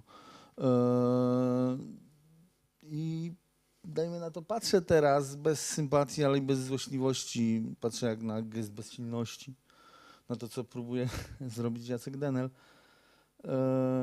wplątując się w politykę. Mam nadzieję, że mu się to nie uda. Bo myśmy się nigdy nie lubili i w pewnym momencie zaczęliśmy się cenić właśnie tą drogą. I tak patrzę na bardzo wielu ludzi. Coraz częściej patrzę na swoich byłych czy aktualnych wrogów ideowych z czystą litością. Jako pisarz, czyli ktoś, kto najmniejszym palcem lewej nogi zostawi po sobie więcej niż prezydent tego kraju. I ostatnia wypowiedź na temat polityki w kulturze. Bardzo proszę.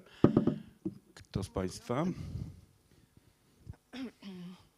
Ponieważ zaczął Pan od ministra Sokorskiego, to znaczy i pan Igor, prawda, kontynuował to, posługując się modelem marksistowskim, to ja chciałabym jednak Państwu uczulić na to, że ta polityka kulturalna, czy ta opresja, czy zarządzanie polityczne no nie jest charakterystyczne tylko i wyłącznie dla reżimów totalitarnych. Możemy oczywiście dużo opowiadać o tym, w jaki sposób kultura stała się narzędziem tworzenia nowego człowieka w okresie III Rzeszy, prawda, czy w okresie komunizmu.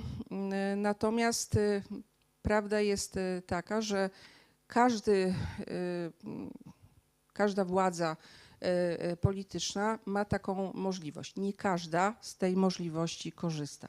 Ale oczywiście te narzędzia są, a podstawowym narzędziem są pieniądze i transfer tych pieniędzy i sposób, w jaki wykorzystywane są instytucje, centralne instytucje kulturalne. Ponieważ trwa cisza wyborcza, więc za dużo powiedzieć, prawda, nie mogę, ale Państwo zdajcie sobie sprawę zapewne z tego, że jeżeli, prawda, pieniądze są rozdzielane do tych instytucji, czy do tych, prawda, dyrektorów, czy do tych grup twórców, którzy odpowiadają na zapotrzebowanie władzy, no to oczywiście mamy do czynienia z bardzo silnym upolitycznieniem kultury. To jeszcze daj mi jedno zdanie, żeby było pokrycie tego. Wrocławianie, dolnoślązacy znają wybitną malarkę, scenografa i kostiumologa Elżbietę Lalkę-Terlikowską. Została odrzucona mimo bardzo dużo lat pracy, bo to nie jest 30, 40, 50. To jest dojrzała artystka, robiąca nie tylko we Wrocławiu, na Dolnym Śląsku, ale i na świecie, w Holandii, chociażby Mrożka, w Niemczech. Wiecie Państwo, że minister kultury odrzucił, żeby dostała Glorię Artis. No bo kiedyś tam na jakimś zebraniu powiedziała zbyt głośno, co myśli o władzy. No skandal. Ale to nie jest...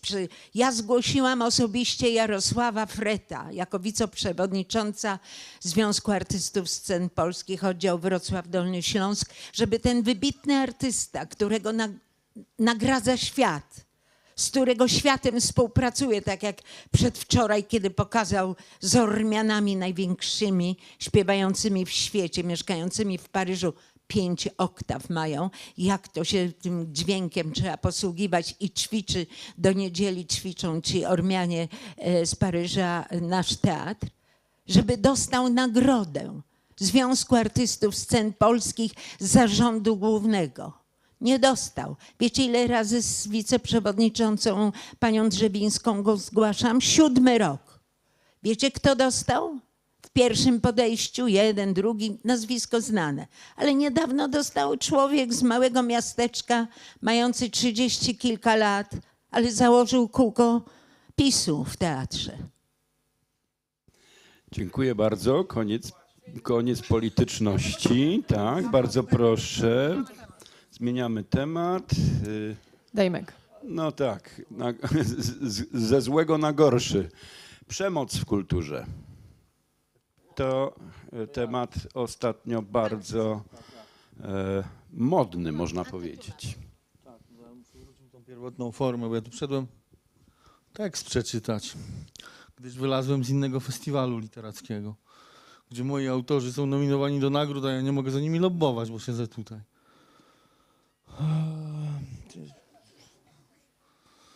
No, dobra, no bo co mogę. I chciałem przywrócić tę formę, że ja wywołam antagonistę do odpowiedzi. Gdzieś tam skrajnie na lewo ode mnie, przynajmniej z mojej perspektywy, bo wiem, że perspektywa większości ludzi jest odwrotna. Ale niech się pan najpierw przedstawi. Ja nie wiem, czy to jest do czegokolwiek potrzebne. No niech pan nie będzie taki. No ale może być jedna anonimowa osoba między ludźmi kultury. Ma takie poglądy. Obywatel, po prostu obywatel. Nie no, nazywam się Konrad Góra, ale to nie jest do końca pewne, czy taka postać... No ja nic nie wiem na przykład. Z tego wynikłego, ale no ja nie muszę, ja jestem geniuszem, ja nie mam miejsca w głowie na jakieś głupie nazwiska i inne problemy tego typu. Chciałem przeczytać wiersz pod tytułem Domatek, ale to może mylić tytuł, tam są dwa słowa. Pierwsze to doma, drugie to tek. Kiedyś powstanie jeszcze wiersz Odma, tek. Odma to taki stan w płucach, to przypomnę. Jest to wiersz o przestrzeni administracyjnej, ale nie będę się do końca pucował jakiej. Dzięki. Jest klaczą z łańską fantazją posłaną na salami wiakarpatią przez Węgry Salo i dyscyplinę godności. Jest starą wdową zagubioną na pielgrzymce w Wilnie, kupuje morzejki za recepty męża, drze sweter. To nie przydepnięta w kratownicy serwisu Łukoila. Jest topolą i brzozą przechodzącą w Olchebuk. Jest rakiem piersi i donoszoną ciążą martwiczą pierwszych.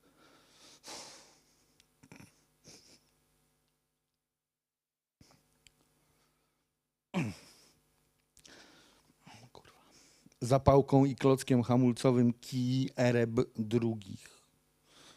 Jest męską mefedronową dziwką w transie Jasnej Góry. Jest Rutkiewicz, która jej nigdy nie zdobyła. Pomyliła nieba, doznała oślepienia.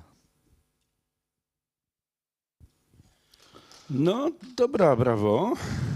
A o odpowiedź chciałem poprosić przypadkowo przebywającego tutaj poetę Dariusza Foxa, który nienawidzi, kiedy mu się zmiękcza imię i tak dalej. Zrezygnowałeś ze zdrobnienia, w związku z tym już jesteś przemocowy, jak rozmawiamy o przemocy. Nazywam Darek Fox i ja Państwu mam taką okolicznościową książkę na takie spotkania o kulturze, która się nazywa bardzo ładnie Ludzie Kultury, wydana we Wrocławiu parę lat temu przez wydawnictwo Warstwy. I to jest taki cykl wierszy o różnych zjawiskach w kulturze. I na przykład początek spotkania o kulturze. Proszę zaopatrzyć się w zeszyty celem robienia notatek. Powiem wszystko, co chcecie wiedzieć. Na zakończenie wykonam taniec, odśpiewamy pieśni, a herbatę i ciasta podawać nam będą te oto autentyczne kurwy z Podlasia. Jeszcze jeden może, albo dwa. O, to jest przemocowy. Do tego prowadzi polityka kulturalna i różnego rodzaju wydarzenia historyczne. Przeszli na drugą stronę ulicy. Wyższy kupił Gazetę Wyborczą. Po czym sprężystym krokiem ruszyli przez most, zajęci rozmową. Kilku Polaków zawołało za nimi: Żydzi, Żydzi. Niższy odwrócił się na pięcie i oskarżycielskim gestem wymierzył palec wskazujący: Polacy, Polacy. Polacy zamilkli i odeszli. Jeszcze taki może... taki trochę o ewakuacji. Tłum był duży i przygaszony, a z okien hotelu wyglądali pisarze w piżamach. Jedynego noblistę eskortowało 4 osobistych ochroniarzy. Czyli tu mamy taką przemoc już prawdziwą. I jeszcze taka odpowiedź portiera teatralnego. Panie, po drugiej stronie ulicy jest inny teatr, nawet większy.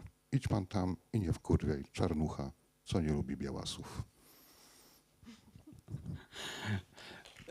Dziękujemy za zacytowane teksty.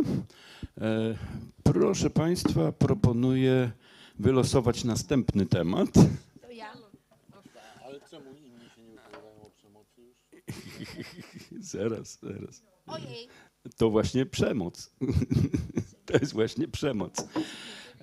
Proszę Państwa, o ekonomizacji kultury.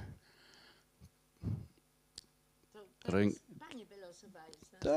Tak.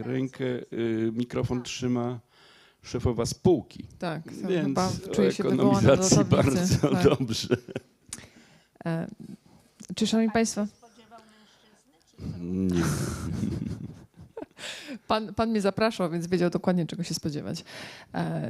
Jeżeli chodzi o... Czy to jest dosyć trudny temat, jeżeli wypowiada się faktycznie prezes spółki albo dyrektor instytucji, który ma przycięte dotacje i musi wszystko trzymać w ryzach i wydawać każdą złotówkę. Ja mam tę teraz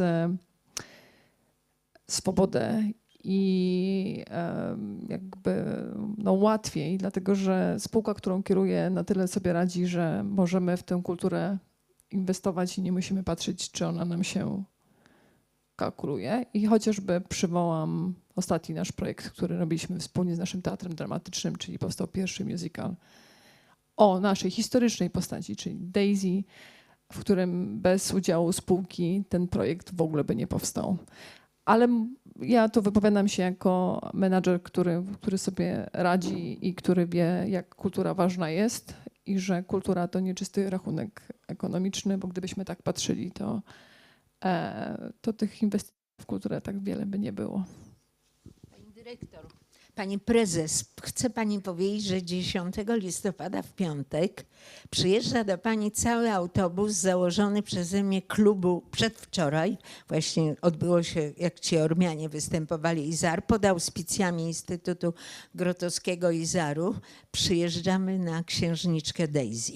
Bardzo żałujemy, robimy wszystko, żeby obecny był reżyser, żeby się spotkał, bo w tym klubie są ludzie dojrzali, seniorzy, bo też mamy takie dofinansowanie z WCRS-u, żeby seniorom świat otwierać trochę. Ja podziwiam panią, dlatego że tam na Zamku Książu odbywały się różne rzeczy, jak na przykład tam wrocławianki przyjeżdżały, dostawały nagrodę dolnośląskie, takie operatywne, bo ja też tam dostałam o pani nagrodę od kobiet Wrocławia. Ale do czego zmierzam? Podoba mi się to, że wy się nie boicie. Moja babcia z Lwowa mówiła: Wandziu, trzeba mieć pomyślunek. Has do mnie mówił, jak kazał mi szkołę filmową studiować, dział operatorski, bo pracowałam w telewizji, żeby mi nikt nie powiedział i państwu też, że nie można w białym występować. Można, w każdym kolorze. Tylko realizator musi więcej tych nacisnąć guzików, żeby to ładnie wyglądało, czy Blue Box, czy coś takiego. I że też trzeba mieć pomysł. Najpierw trzeba mieć pomysł, a potem dopiero zacząć realizować. Bo z tego, co pamiętam, byliście pierwsi, którzy wprowadzili w naszym regionie i w ogóle w Polsce te monety, które cały świat do mnie pisze. Moje koleżanki, które mają na zachodzie dzieci, wnuki. Wanda, przyszli z książa księżniczkę Daisy, a z Muzeum Kinematografii z kamerą filmową. To 8 zł kosztowało, jak ja pojechałam i kupiłam 100 sztuk. I musiałam mieć drobne poza tym, żeby wrzucać. Czy nadal kosztuje 8 zł, czy trochę drożej? 10 pewnie, co? Więcej. 12? Jeszcze więcej? Aha, to tego nie wiedziałam, ale chodzi o numizmatyczne i cały świat, jest taka grupa na Facebooku, która się wymienia i piszą, czy pani może załatwić, bo tam pani z filmem, to w Muzeum Kinematografii, albo u nas w zoo, te delfiny, to wszystko. I chciałam panią właśnie, raz, że kobietę zrobiono prezesem, to jest, bo tu pani ma instytucję i rolę prezesa, prawda? I to jest bardzo fajne. Poza tym pani jest strasznie otwarta, żeby już skończyć, bo mam bzika na tle teatru, że pani się zdecydowała co okazało się potem niemożliwe ze względów technicznych. Trafiła pani na te same przeszkody państwo w Książu, co miała Michnikowa, kiedy grała wielkie opery widowiska, jako ją stać było operę na zawieszenie tych kotar ze specjalnej tkaniny. To nie można sobie tam koca powiesić, bo nie zdążyliśmy zobaczyć, ja też, księżniczki Daisy w zamku. Znaczy na zamku w Książu ze względu na dźwięk. Po prostu nie dało się śpiewać, wiecie państwo, żeby nie był głos zafałszowany, skrzywiony. Także do zobaczenia 10. I mam nadzieję, że pani przyjdzie i zobaczy, ile osób przyjechało z Wrocławia i jaka będzie rozmowa na temat tego, co wam się udało zrobić przez kooperację z Teatrem Dramatycznym, że i Miele pani osobiście też namówi. Dobrze? Bardzo proszę. Bardzo nie lubię tego słowa ekonomizacja, ponieważ ono oznacza bardzo brutalne ograniczenia. Zaczęliśmy mówić o Cywińskiej, o tych początkach ministrowania, zarządzania kulturą w III RP. No, ponieważ ja jestem już pamiątką historyczną, proszę państwa, 30 lat pracuję w Gazecie Wyborczej i w związku z tym obserwuję, prawda, od 30 lat, jak ta kultura jest finansowana, jak się nią zarządza, no to pamiętam również oczywiście te początki, które były bardzo brutalne, między innymi z tego powodu, że kultura została uznana za tę część, prawda, naszego życia, którą można na razie odłożyć na bok. Nie trzeba, prawda, jej finansować, bo bez kultury można żyć. Znaczy, oczywiście wszystko jest kulturą, prawda, ale jak, prawda, będzie mniej teatrów, prawda, będzie mniej wystaw, to nie poumieramy, natomiast jak szpitale nie będą pracować, czy gospodarka zacznie się sypać, to nie damy sobie rady. Oczywiście to brzmi szalenie demagogicznie i wszyscy doskonale wiemy, że inwestycje w kulturę, one się bardzo opłacają. To nie będę już o tym dyskutować, ale chcę powiedzieć, że ten problem finansowania kultury, on jest stary jak ludzkość. I pamiętam, bo pamiętam jako historyczka, na dodatek starożytniczka, taką przemowę, prawda, Demosthenesa przeciwko Filipowi. On mówił o zagrożeniach macedońskich i grzmiał, że więcej pieniędzy jest wydawanych na Dionizja, na przedstawienia teatralne niż na okręty wojenne. Także kwestia priorytetów i tego, co powinniśmy w pierwszej kolejności finansować, jest zawsze przedmiotem bardzo gorących dyskusji. Wszystko zależy od tego, jaka grupa, jakie lobby tę linę na swoją stronę przeciągnie. I też chciałabym powiedzieć, chociaż może jest to niepopularny temat. Ostatnio robiłam nawet taką rozmowę z reżyserem teatralnym, operowym, który powiedział, że jak ma mało środków, prawda, to jego kreatywność jest większa, że gdyby miał nieograniczony budżet, to by oszalał. Więc ja, proszę państwa, no bardzo ładnie to brzmi, ale doświadczenie mnie nauczyło, że bez tych środków materialnych, bez tego liczenia, wiecznego liczenia, czy to nam się opłaca, czy to się nam nie opłaca, czy to przyniesie nam zysk, czy nie, to kultura obumiera. I pamiętam takie wyliczenia właśnie z okresu starożytnej Grecji. Taki budżet przedstawienia teatralnego wystawianego w okresie Dionizjów i proszę państwa, to było to kosztowało zwykle kilka, nawet kilkanaście talentów, a jeden talent w przeliczeniu na złotówki to jest jakieś 270 000 złotych. Także Jeżeli nie chcemy się, prawda, ograniczać do twórczości własnej, no każdy, tutaj Konrad oczywiście zaprotestuje, że nie każdy, ale każdy, kto umie pisać, może zabrać się, prawda, za pracę ze słowem, może namalować obraz, ale po pierwsze musi, czy chce z tego żyć, tak? W związku z tym musi mieć na to pieniądze, bo jeżeli nie będzie dostawał na to pieniędzy, no to będzie się zajmował tym hobbystycznie w wolnym czasie, a całą energię poświęci na to, żeby zarobić na życie. Także ekonomizacja nie może oznaczać takiego prostego rachunku zysków i strat, tak? To nie jest coś, co ma się zbilansować w taki prosty sposób. A poza tym nie zapominajcie Państwo i koledzy tutaj, panowie, że jest takie powiedzenie z tej epoki, którą ona tak dobrze zna, które ja tylko tak powierzchownie kiedyś przeczytałam i zapamiętałam, że kiedy umiera kultura, to umierają narody. Ja tylko chciałem jeszcze dodać oczywistość taką, która po 1989 roku zlikwidowano Urząd Cenzury, ale tę rolę przejęli księgowi i dyrektorzy instytucji kultury i politycy, którzy decydują o tym, na co damy.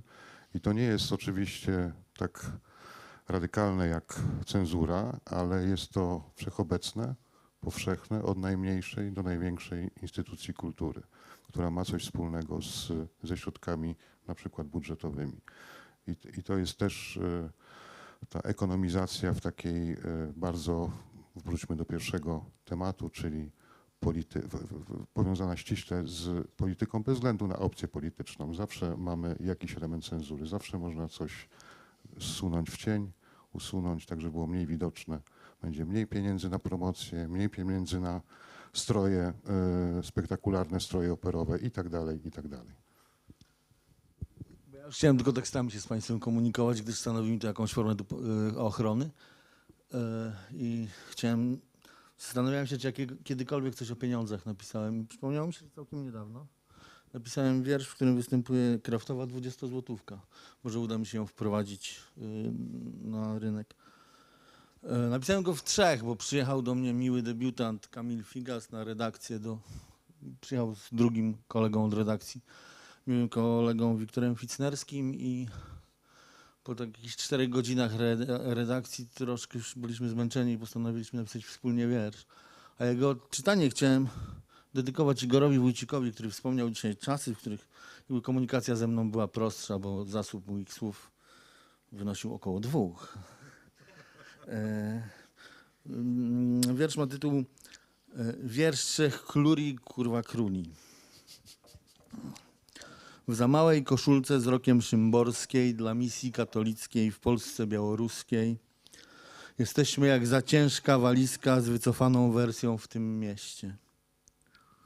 Nie wysuwa się nam rączka, zatarły się kółeczka, rozpada się walizeczka. Czytamy na przypadkowej stronie.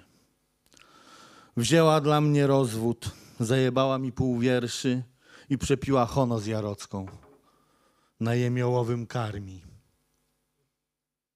Teraz, przepraszam. Na jemiołowym karmi. Ledwo odzyskałem butelki i kontener. Teraz chodzę i bręczę. Brzęczę. Bręcz mi mówi, kurwa, to bezwrotne.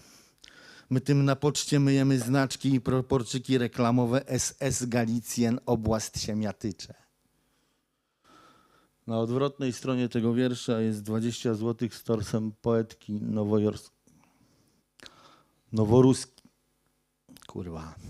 Noworudzkiej. Zyty Rudzkiej. Znak wodny oblewa jej biust. Skuwamy go dłutkiem posadzkarskim. Czytamy i krzyczymy falsetem nowej konfekastracji.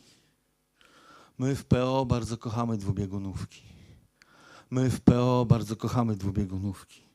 Stary, jak PSL wygra wybory, obudzimy się w trzybiegunowym kraju. Coś jak konik na biegunach z przeszlifowanym na tokarcu, kurwa, z przeszlifowanym na tokarce, kutasem Tuska i cipą Andrzeja Dudy-Kornhauser. Wszyscy pójdziemy do więzienia. Moje serce. Za to, że prowadzimy kampanię wyborczą i jeszcze do tego, że używamy wulgaryzmów w publicznej instytucji. Ale ja pójdę pierwszy, Ja a jestem wolnym człowiekiem. A Konrad jest wolnym człowiekiem.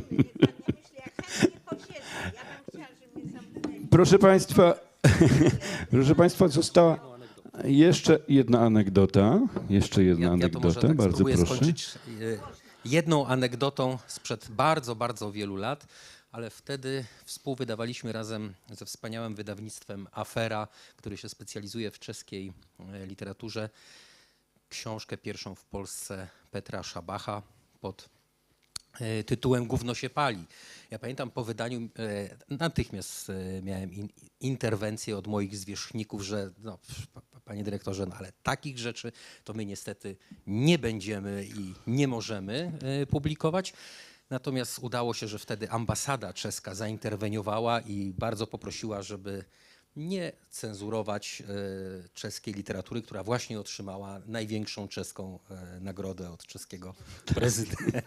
Ja chciałem jeszcze Udało się. skorzystać z okazji, nawiązać do tego, że trzeba mieć różne środki, żeby wykonywać jakąś pracę, na przykład pracę pisarza, bo pisarz zawsze może po godzinach pisać, a może też pracować w sklepie i taki fragmencik 29. Zamiast pisać o ludziach, wolę pracować w sklepie, bo wtedy widuję wielu normalnych ludzi, dobrych i wyrozumiałych. No i te torby z mrożonkami, te kolory, ta obfitość. Dziękuję. Ale była jeszcze historia z Carlosem Marodanem Casasem, który musiał zmienić tytuł książki Marqueza przy tłumaczeniu na polski, ponieważ nie mógł w Polsce wydać książki pod tytułem Ballada o mojej kurwie, czy moich kurwach raczej. A twoja książka i tak chodziła z wybuchem na okładce, które zamazywało słowo główne przecież. No, proszę To jest państwa, naprawdę sparring, tak. Profesor Tadeusz Konopiński wysłał do druku, to były lata, lata jeszcze 40. Książkę, która nosiła tytuł Czerwone bydło w Polsce. I wywołało to popłoch i żądanie, prawda, od profesora zmiany tytułu. Powiedział, że chyba zwariowali, no po prostu jest czerwone bydło i koniec, tak? Więc sprawa była zamknięta. Natomiast wracając jeszcze do tego pisania po godzinach, łączenia tego z pracą w jakąkolwiek inną, tak, nie wiem, biurową, w handlu i tak dalej. No więc to też jest jedna z form ewentualnego nacisku władzy, tak? Ja znam taki list, który Albrecht Dürer wystosował do Rady Miejskiej Norymbergi i bardzo taki wierno poddańczy napisał, prawda, że tam cudowna, absolutnie wspaniała Rado. Wszystkie moje dzieła są niewarte, prawda, do tego, żeby wam złożyć je w podarunku, ale mam taki obraz, tak? Taki jeden obraz, który jest lepszy niż wszystkie inne obrazy i ten ewentualnie mógłbym, prawda, w uznaniu dla waszej pracy wam przekazać. Oczywiście w tym liście, w tym adresie, prawda, hołdowniczym była zawarta sugestia, że daje ten prezent, ale oczekuję, że jakoś za ten prezent zapłacicie, żeby mógł malować następne obrazy. I Rada stanęła na wysokości zadania, dała pieniądze i Albrecht Dürer mógł nawet niezłe, prawda, pieniądze. Zapytała, czy wystarczy, tak? I Albrecht Dürer mógł pracować dalej. I właśnie o to chodzi, tak? Że te pieniądze są potrzebne po to, żeby twórca mógł tworzyć, bo nie wiem, ile Konrad dostaje za swoje wiersze, ale może mieć tak potem problem, za co żyć. Nie. Nie, no mogę to powiedzieć, ale nie ma takiego wątku. Nie ma takiego wątku, że dawaniem dupy władzy można zarobić jakiekolwiek pieniądze. Możesz sobie wybrać, komu dajesz dupy, ale pieniądze są takie same. Sparring. Moi drodzy, a ja umarłem. No. Ostatni temat, który miała przywołać historia z czasów Aleksandra Krawczuka. Bardzo się staraliśmy, wszystko zrobiliśmy, wydawało się dobrze, a jednak gdzieś na końcu coś zawiodło i ostatecznie się nie udało i pamiętamy później tylko tę klęskę, bo przy ekshumacji szczątków Stanisława Ignacego Witkiewicza wykopano nie te zwłoki, nie te szczątki, ponieważ antropolodzy nie zbadali tego dokładnie. Byłaby piękna uroczystość, a jednak pamiętamy zupełnie coś innego. Praca w kulturze to jest praca zespołowa, tak jak w teatrze, kiedy wiele osób pracuje na wspólne dzieło. I mimo wielkiej chęci stworzenia dzieła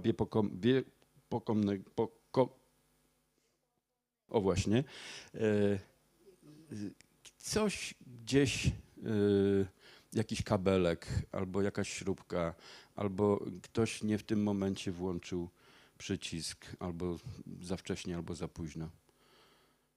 Dyrektorze Jacku Głąbie.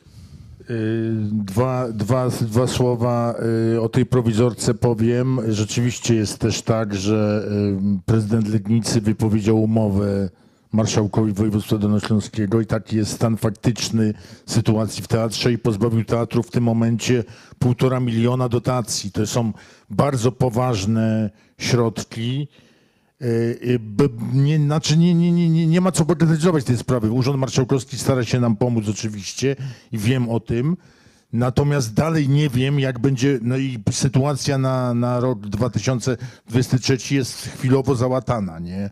Dotacją z Sejmiku choćby. Natomiast jak będzie wyglądała sytuacja od 1 stycznia 2024, która jest za chwilę, no bo rozmawiamy w październiku, jest nie wiadomo, nie? Czyli to jest jakby ta prowizorka w życiu teatru, nie? Znaczy nie chcę mówić już o tym, że pan minister Zdrojewski ukuł takie stwierdzenie, że im gorzej ma się teatr w Legnicy, tym robi lepsze spektakle, nie?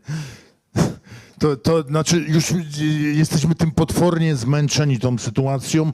Myślę, że robi jeden z najlepszych teatrów na Dolnym Śląsku i zasługuje na to, żeby mieć święty podstawowy spokój, nie? I to jakby chciałbym zaapelować do wszystkich państwa, którzy nas wspierają. Właściwie bez widowni ten teatr by nie istniał, bez odbiorcy prawdziwego, znaczy jedyną partią polityczną, która wspiera teatr w Legnicy, jest widownia tego teatru, nie? I to jest jakby, to jest chwała tej sytuacji. Jacku, tobie nie wypada, ale ja państwu powiem. Jacek, doprowadziłam do tego, że prezes zarządu Głównego ZASP-u przyjechał do Legnicy, spotkał się z panem dyrektorem, spotkał się z panem Majem. No, ale wina jest niestety, z prezydentem też się spotkał i tam się wszyscy dowiedzieliśmy, gdzie jest przyczyna, bo Jacek należy do KOD-u. Gdyby Jacek nie należał Głąb do KOD-u, to może byłoby lepiej, ale nie w tym rzecz, bo mam wyłączony telefon, odczytałem państwu numer konta. Jacek zmuszony został do tego, bo państwo może nie wszyscy wiedzą, że aktorzy nie dostawali pieniędzy. Cofnijmy się, że sytuacja trwa od kilku miesięcy.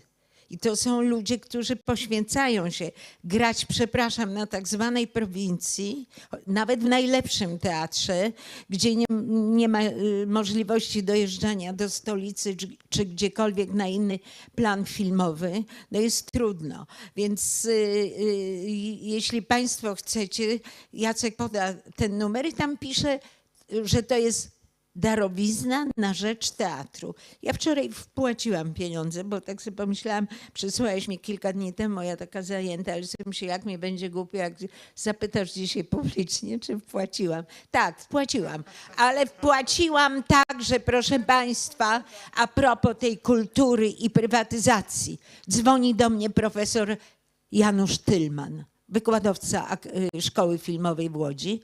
Na tym wydziale był moim profesorem i mówi: pani Wando, pani absolwentka, tak? No ja mówię: nie pamięta pan, że tak?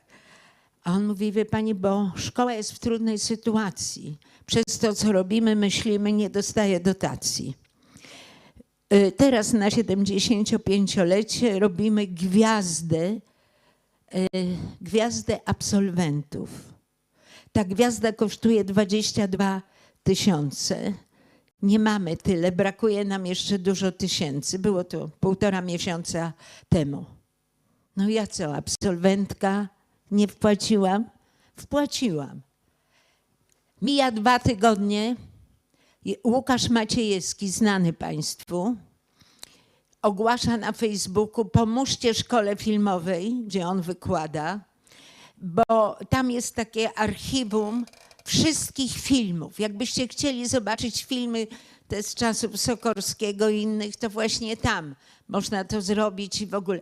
Czy możecie, drodzy, kochający film i absolwenci, pomóc? Tam 3 osoby nad tym pracują. Od kilku lat, jak jest ta władza, nie dostają dotacji. No znowu wpłaciłam. Także, no oczywiście, że mnie stać. Mogę się w Ciuchlandzie ubrać i nie muszę mieć torby za 6 000. Ale popatrzcie, jaka jest sytuacja. Przecież to jest jakaś tragedia. I ja mam nadzieję, że, bo na sesji w Marszałkowie rzuciłeś, Jacku, takie hasło, czy może to być pierwszy, nie pierwszy, bo pierwszy to jest ten tutaj dzisiaj kongres. Jestem trochę zmęczona, przepraszam Państwa. Żeby teatr dramatyczny nazywał się Teatrem Dramatycznym. Dolnośląski Teatr Dramatyczny. Bez dramatu. Dolnośląski Teatr. No nie wiem, bo to różne tam rzeczy ja się dowiedziałam z Facebooka, więc nie rozmawialiśmy na ten temat. Uważam, że to jest genialna myśl, bo to, że my tam epokę śledzimy tę i inną i wiemy, jakie przywary, wady i co zrobili złego i jaki był straszny komunizm i inne, ale zobaczcie, nie ma tego, nie ma cenzury, nie ma komunizmu, a jest trochę źle, ale także jest przemoc. Ale jest polityka w dalszym ciągu i pieniądz jako narzędzie wpływu na kulturę. Czyli tak naprawdę wracamy do tego samego, tak? Do upolitycznienia, prawda, do ekonomizacji. Ale ja na jeszcze jedną rzecz chciałam zwrócić uwagę, ponieważ ta historia mistyfikacji, prawda, pokazania Witkiewicza, który nie był Witkiewiczem, nie był nawet mężczyzną, tylko młodą kobietą, ona nie zasługuje, wydaje mi się, na to słowo przewodnie prowizorka, bo ja bym powiedziała, że to jest dyletantyzm, tak? Który też zagraża kulturze. Ja nie mówię tutaj o dyletantyzmie artystów i twórców kultury, tylko o dyletantyzmie tych, którzy o tej kulturze decydują, tych, którzy tą kulturą zarządzają. Ja tylko nie chcę się tutaj rozwodzić, bo znowu jesteśmy, ja pamiętam. O tej ciszy wyborczej. Tak, ja pamiętam, że dzisiaj jest sobota. Ale ja przez te ostatnie lata zajmowałam się właśnie takimi na łamach gazety, takimi dyletantami, którzy do kultury trafili, ponieważ byli ludźmi z politycznym poparciem. Nie miało żadnego znaczenia, że szkodzą, prawda? Natomiast ważne było, kogo znają. I to jest też ogromny problem. Menadżerów kultury, ludzi, którzy sprawdzili się, którzy wiedzą, co tej kulturze jest potrzebne. Oni w momentach takich politycznych przesileni są odsuwani, bo na przykład mają nieodpowiednie poglądy, nieodpowiednich ludzi popierają, czy o władzy źle się wyrażają. Wczorajszy artykuł pani. Bardzo proszę. Jeszcze... Ja mogę ostatnia tylko wypowiedź? skonkludować. Każda Skonkludować. prowizorka w kulturze, już nie daj Boże, dyletantyzm jest czymś złym i mam nadzieję, że uda nam się tego uniknąć, ale jest to bardzo ciężkie i trudne właśnie z tych wszystkich powodów, o których tutaj już od godziny rozmawiamy. A ja mam absolutnie apolityczny wiersz bez wulgaryzmu. Brawo. W którym nawet grubianizmy padają w innym języku. Bo tam się postaci wyzywają od wołu i krowy w pewnym momencie, ale to nawet nie jest po polsku. Warum? Spałem w Pardubicach w śmietniku na papier bili, na 1,5-metrowym kobiercu z płasko złożonych kartonów. Z czegoś, co dla wprowadzenia nowego leku i terapii nazwano syndromem niespokojnych nóg, co 20 minut budziłem się pod nimi, bezpośrednio na cemencie. Przed 4 obudzili mnie 2 policjanci. Wyszło, że wypadł mi telefon, pomagali mi nawet latarkami. Znaleźliśmy go w parę minut, ale bez baterii i klapki. Przestało ich, po kolejnych 10 namierzyłem baterię. Przestało ich to interesować, wrzucili mnie na bęben i bez słowa odeszli po zdawkowej odpowiedzi bazy. Zostałem w ciemności. Bezskutecznie pomiotałem się za klapką i w końcu poczłapałem na nieodległy dworzec. Jest tam całodobowy sklep, który nocą funkcjonuje jako okienko. Na wybebeszonej półce z warzywami dostrzegłem pęczek szczypiorku. Stanąłem przed punktem kontaktowym, za którym niemal makietowo siedziała kobieta. Madame, prosim pażitku. A wygląd pewnie miałem zombie. Nie drgnęła. Pani, prosim pażitku. Popatrzyła na mnie jak na debila. Na co potrzebujesz pażitku? Večtyži rano. Chci si zwazat bez zadní mobil. Pażitką wolę? Gumiczką krawo. I żarłem ten słomiany już szczypior jak rzeczone bydle.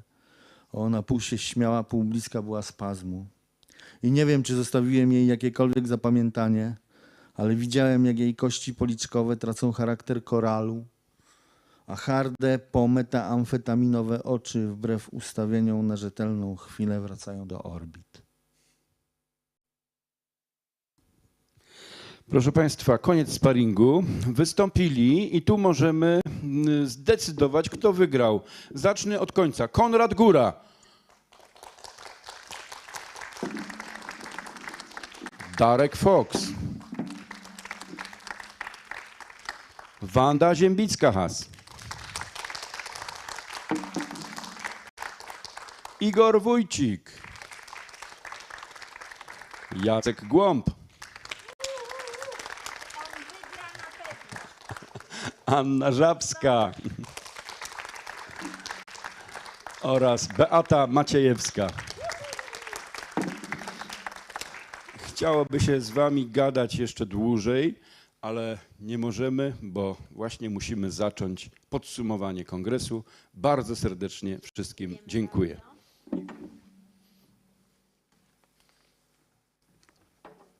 A was proszę o nieopuszczanie sali. Zajęcie wygodnych miejsc.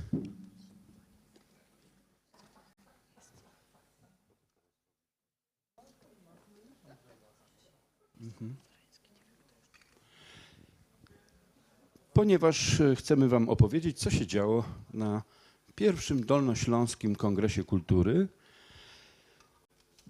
będę od czasu do czasu prosił osoby, które brały udział w poszczególnych punktach programu albo jako aktywni uczestnicy, moderatorzy, czy też po prostu słuchacze.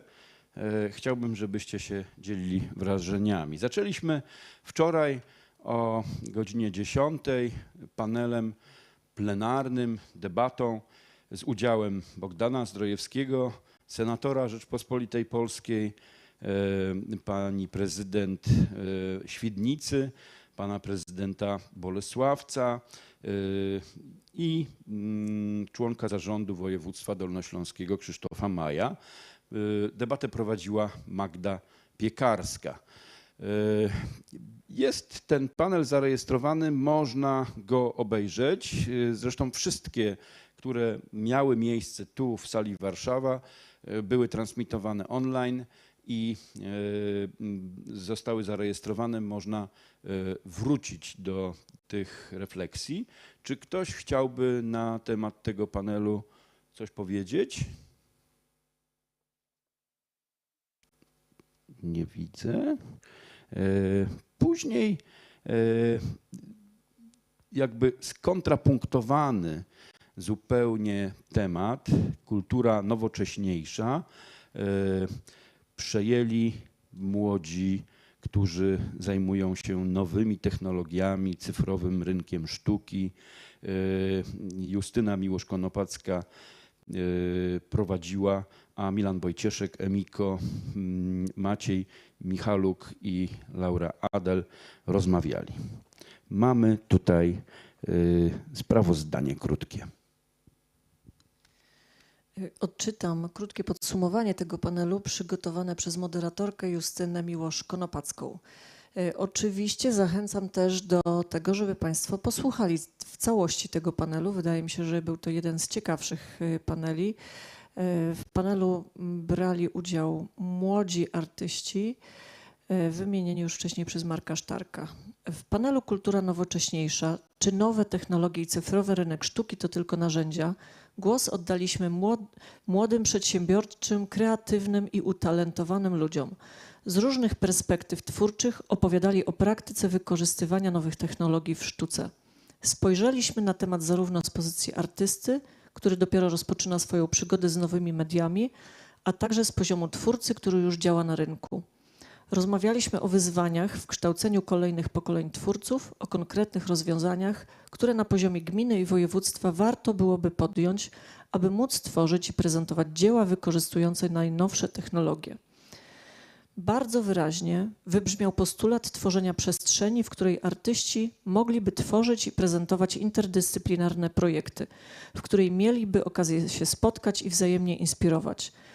Emocje wzbudził temat sztucznej inteligencji w sztuce. Tu każdy przez pryzmat swojej dziedziny mówił o szansach, zagrożeniach, perspektywach, różnicach w postrzeganiu tych perspektyw. Goście byli zgodni co do tego, że należy wprowadzić temat sztucznej inteligencji do szerszej debaty w środowisku ludzi kultury i opracować rozwiązania, które będą chronić prawa twórców. Dla naszych gości nowe technologie w sztuce są m.in. partnerem, językiem, szansą. Razem z publicznością byliśmy zgodni co do odpowiedzi na pytanie zawarte w tytule panelu. Nowe technologie to już nie tylko narzędzia w sztuce. Dziękuję. Potem spotkali się, właściwie w tym samym czasie spotkali się muzealnicy, którzy tu podczas kongresu odbyli bardzo ważne wydarzenie, mianowicie podsumowanie konkursu na najlepsze wydarzenie muzealne roku 2022. 13 laureatów, nie chcę ich teraz wszystkich wymieniać, mogą Państwo sprawdzić na stronach internetowych. Piękne wydarzenie i myślę, że bardzo istotne, ponieważ Dolny Śląsk muzeami stoi i naprawdę muzea robią doskonałą robotę. Potem odbyła się sesja warsztatowa w technice World Cafe, którą prowadziła Natalia Mutor z Urzędu Marszałkowskiego na temat potencjałów i barier współpracy międzysektorowej. Zastanawiali się tak naprawdę, co może łączyć inne sektory, nie tylko kulturę, ale również sektor uzdrowiskowy, koleje dolnośląskie, turystykę, zabytki, rozwój wsi i różne inne. I Natalia przekazała następujący komunikat. że rozmowa o współpracy międzysektorowej miała dwa zasadnicze filary. Rozmawialiśmy o potencjale, o tym, czym kultura jest dla innych sektorów oraz czym inne sektory mogą być dla kultury. Tutaj mocno akcentowana była gotowość instytucji kultury do tworzenia produktów i usług zarówno na sprzedaż, jak i na wymianę. Szeroko omawialiśmy również ograniczenia, szczególnie w sferze współpracy z biznesem, które pozwoliły dostrzec nam, że nie zawsze wyobrażane przez nas powody braku responsywności na zaproszenie lub niechęci do współpracy są tymi rzeczywistymi, a konfrontacja może nastąpić tylko i wyłącznie podczas spotkania z adekwatnymi decydentami, nie zawsze zarządem organizacji. Zasygnalizowano również potrzeby całego społeczeństwa w zakresie szeroko rozumianej edukacji kulturalnej, poprzez przygotowanie do odbioru kultury czy etyki biznesu, poszanowanie grup wspieranych w ramach działalności społecznej przedsiębiorstw, a także potrzeby sektora kultury w zakresie kompetencji ułatwiających nawiązywanie partnerstw czy tworzenie warunków do sieciowania i wymiany doświadczeń z innymi sektorami. Z tego co wiem, uczestnicy bardzo chwalili to spotkanie i uznali, że międzysektorowo powinni się spotykać częściej. Będziemy o to zabiegać, żeby takie spotkania współpracy międzysektorowej odbywały się również pod auspicjami Dolnośląskiego Kongresu Kultury. O kondycji publicznych instytucji kultury na Dolnym Śląsku debata odbyła się tu w sali Warszawa z udziałem Tomka Kasprzaka, badacza, socjologa, który niejednokrotnie prowadził badania diagnostyczne w ramach programu Bardzo Młoda Kultura na Dolnym Śląsku. Wzięli udział w tym panelu dyrektorzy i dyrektorki instytucji kultury, takie jak Katarzyna Doszczak-Fuławka z Bolkowa, czy Anna Michalkiewicz z Gryfowa Śląskiego, Izabela Kurcz-Kuriata, wicedyrektorka Departamentu z Urzędu Marszałkowskiego, a także Piotr Oskwarek z Kamiennej Góry. Moderował tym panelem Artur Celiński z DNA Miasta i myślę, że warto przypomnieć sobie, albo jeżeli nie mieli Państwo okazji uczestniczyć w tej debacie, to obejrzeć jej zapis, bo była bardzo ciekawa. Czy ktoś na temat tej debaty chciałby zabrać głos? Nie widzę. Więc potem dyskutowaliśmy na temat człowieka w destabilizacji i dysfunkcji. Czy mógłbym poprosić koleżankę Agnieszkę Chodycz, żeby powiedziała dwa słówka?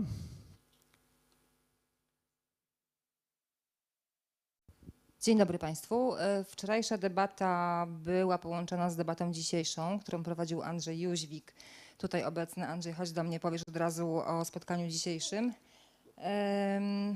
Projekt pod hasłem Równowaga realizowany w ramach kongresu był trzecią częścią szerszego projektu, czyli wystawy, którą możemy oglądnąć do jutra w Galerii Fotogen i cyklu performatywnego, który miał miejsce w Instytucie Jerzego Grotowskiego. Hasło to wywołałam od strony językowej i chciałam sprowokować do rozmowy na temat tego, jak ten język istotny jest w naszym świecie i to, jak nazywamy naszą rzeczywistość, ponieważ stwarzamy ją językowo. Przy tej okazji skonstruowałam wystawę opisującą bardzo skrótowo człowieka, czyli od tej strony emocjonalnej, psychicznej i przekraczania swoich barier oraz od strony umysłowej, czyli to, co stwarzamy, czyli te kwestie polityczne, ustroje polityczne, ale jak również to, co dzisiaj było poruszone, czyli ekologia, czyli nasz wpływ destrukcyjny na wszystko to, co poza nami.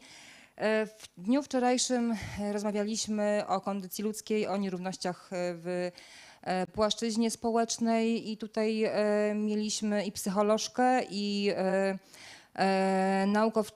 naukowczynię, która zajmuje się nierównościami kobiecymi. I tutaj również jest to handel kobietami, jest to bardzo szeroki temat dotyczący kobiet, oraz Wojtka Skibickiego z Fundacji Miserart, który zajmuje się osobami z problemem bezdomności. W dniu dzisiejszym, Andrzeju, bardzo proszę. Temat był bardzo wymagający i w sumie można powiedzieć, że orbitowaliśmy nad DCF-em, unosząc się od tego, co dotyczy dolnośląskości, kultury,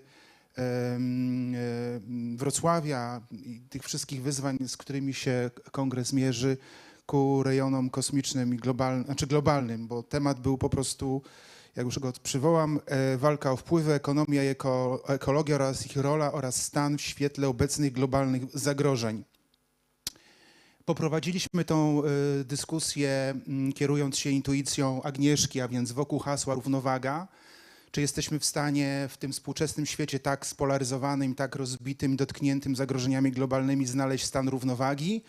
Szliśmy w stronę takiej konkluzji, że będzie dla nas satysfakcjonujący balans. Balans pojawił się w rozmowie 3 osób reprezentujących bardzo różne punkty widzenia, bo Radosław Gawlik to człowiek związany z ruchami ekologicznymi od lat już 80. Człowiek, który tutaj jest pewnego rodzaju postacią ikoniczną dla tych, którzy myślą o zagrożeniach cywilizacyjnych i tym, jak można sobie z nimi poradzić, mówiący o nieuchronnej katastrofie, o tym, że trzeba zaradzić, a katastrofę jej zaradzić, a katastrofa ma też potencjał przemiany, bo może nas zmusić do jakiegoś działania. To jego spojrzenia zderzyły się z takimi doświadczeniami życiowymi Krzysztofa Bielaszka, czyli edukatora, animatora kultury, człowieka, orędownika spraw sąsiedzkich i tej kultury na najniższym poziomie, bądź Fundacja Ładne Historie, tych działań, które są takie bardzo namacalne i konkretne, bo odwołują się do więzi międzyludzkich. On tą perspektywę nam zarysował, jak to jest istotne i mówił o swoich doświadczeniach. No i trzeci głos profesora Artura Ławniczaka, profesora i doktora Uniwersytetu Wrocławskiego i doktora habilitowanego, specjalisty prawa, konstytucjonalisty, człowieka związanego ze środowiskiem o prowiniencji konserwatywnej. To nie padło, ale myślę, że warto wspomnieć, że jest jednym z tych, który zakładał środowisko monarchistów polskich po roku 80. Więc jego punkt widzenia z kolei był dość ciekawy, bo do tego dorzucił spojrzenie takie po prostu paradygmatyczne, mówiące o rzeczach,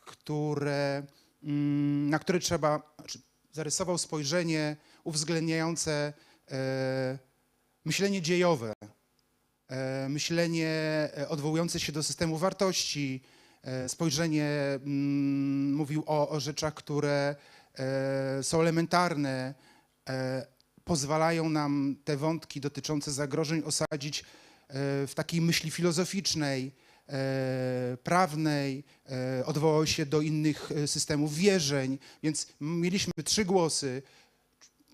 Głos alarmistyczny Radka Gawlika, który mówi o potrzebie działań, spojrzenie pragmatyka, człowieka działań tych elementarnych, skali lokalnej, no i głos akademicki o konkretnej już tutaj, jak zaznaczyłem, prowiniencji. Z tego wyłoniła się taka konkluzja, by po prostu do takich spotkań doprowadzać częściej, poszukiwać wspólnych punktów na gruncie języka, zaznaczania tego, co w sferze wartości tych więzi międzyludzkich może być łączące, bo poczucie, że czas jest niezwykły, związany z zagrożeniami, polaryzacja bardzo silna, brak rozmowy doskwierający, łączyło te wszystkie punkty widzenia. I to takie nasze było chyba spostrzeżenie. Ja myślę, że niczego nie przekręciłem. Tak, i rola języka, tak. Więc wydaje mi się, że samo spotkanie tych osób w tym kontekście dyskusji o kulturze było już na tyle inspirujące, że ja, myśląc sobie o tym wydarzeniu już z perspektywy już bardziej słuchacza potencjalnego, chciałbym usłyszeć więcej takich dyskusji i podyktowanych potrzebą szukania części wspólnych, a nie artykulacji skrajnych postaw, które się zderzają w jakiejś polemice i to tyle, tak. Bardzo dziękuję za wyczerpującą informację. Za chwilę poproszę Kubę Ferańskiego, żeby opowiedział o swojej roli tutaj na kongresie i cyklu 2 spotkań Mam 25 lat, przyszłość w kulturze, ale to za moment, ponieważ chciałbym opowiedzieć Państwu o debacie, którą prowadziła pani profesor Izolda Topp-Wójtowicz, Dolnośląskość, szansa czy wyzwanie, o współczesnej tożsamości regionu. W tej debacie brali udział Joanna Nowosielska-Sobel, Magdalena Barbaruk, Irina Teszelaszwili, Zbigniew Mazurek, Janusz Turakiewicz, Rainer Sachs i ja oraz Ryszard Gładkiewicz. Bardzo nam zależało na tym, żeby regionaliści się spotkali, ponieważ ruch regionalny w Polsce chyba jest najbardziej bogaty właśnie na Dolnym Śląsku. Tu się narodziły główne myśli regionalizmu współczesnego, tu byli wybitni, żyli wybitni, działali specjaliści od myśli regionalnej i w dalszym ciągu tych, którzy zajmują się regionalistyką, jest sporo. Odżywa Dolnośląskie Towarzystwo Regionalne, na czym bardzo nam zależy i umówiliśmy się po tym spotkaniu, taka była konkluzja tej debaty, że tego typu spotkania, gdzie regionaliści rozmawiają o kulturze i ludzie kultury rozmawiają o regionie, powinny się odbywać częściej i być może wkrótce spotkamy się znowu. Ukrainki i Ukraińcy w Polsce to debata z udziałem Aleksandry Iwaniuk, Andrija Kurdiaszowa, Katarzyny Komar-Macyńskiej, a moderowała to spotkanie Olga Hrebor. Czy mógłbym poprosić panią dyrektor o krótką wypowiedź na ten temat? To znaczy, ja w ogóle po pierwsze chciałam dopełnić tytuł, bo tytuł nie był o Ukraińcach w Polsce na Kongresie Kultury, tylko to był Ukrainki i Ukraińcy w Polsce jako konsumenci kultury, menedżerowie, twórcy i artyści. Więc może dlatego też nieliczna była tu publiczność w trakcie tego panelu, ale też nie przygotowałam się, że mnie wezwiesz, więc pomyślałam sobie, że skorzystam z tego wspaniałego modelu, który zaproponował nam nieobecny Sebastian Majewski, bo on świetnie do przebiegu naszego spotkania pasuje. Więc jeżeli będzie pan Zakorski upolitycznienie kultury, to w przypadku ukraińskich NGO-sów, które funkcjonują właściwie jako instytucje kultury, pełnowartościowe domy kultury, ale też instytucje artystyczne, bo wykonują obie te funkcje, to znaczy prowadzą i własne grupy teatralne i prowadzą pełnowymiarową edukację teatralną, pomoc humanitarną, więc można powiedzieć, że wszystkie te funkcje pełnią. U nich upolitycznienie oznacza tyle, że jak rząd ich nie lubi, to nie mają żadnych pieniędzy. Nie, że mają mniej, tylko nie mają żadnych. Ukraiński dom w Przemyślu przez wiele lat opierał się, a to jest perła barokowej architektury, piękna scena, opierał się na 1,5 etatu, ale teraz jak przyjęto dużo uchodźców, to tam pracuje 100 osób. I to się zmieniło w ciągu 2 lat. Jednocześnie chcę tylko pokazać skalę zaangażowania tych instytucji, jaką one wykonują pracę na rzecz artystów ukraińskich i polskich, bo oni bardzo starają się, aby te projekty były włączające. Porównywałam sobie sama, byłam zaskoczona. NIMIT oraz Instytut Raszewskiego uruchomił stypendia i projekty rezydenckie dla uchodźców i uchodźczyń z Ukrainy, artystów oczywiście, tak? Aktorów, wokalistek operowych i tak dalej. I on przyjął 127 artystów, a na program rezydencjalny sam tylko ten jeden dom ukraiński przyjął ponad 60.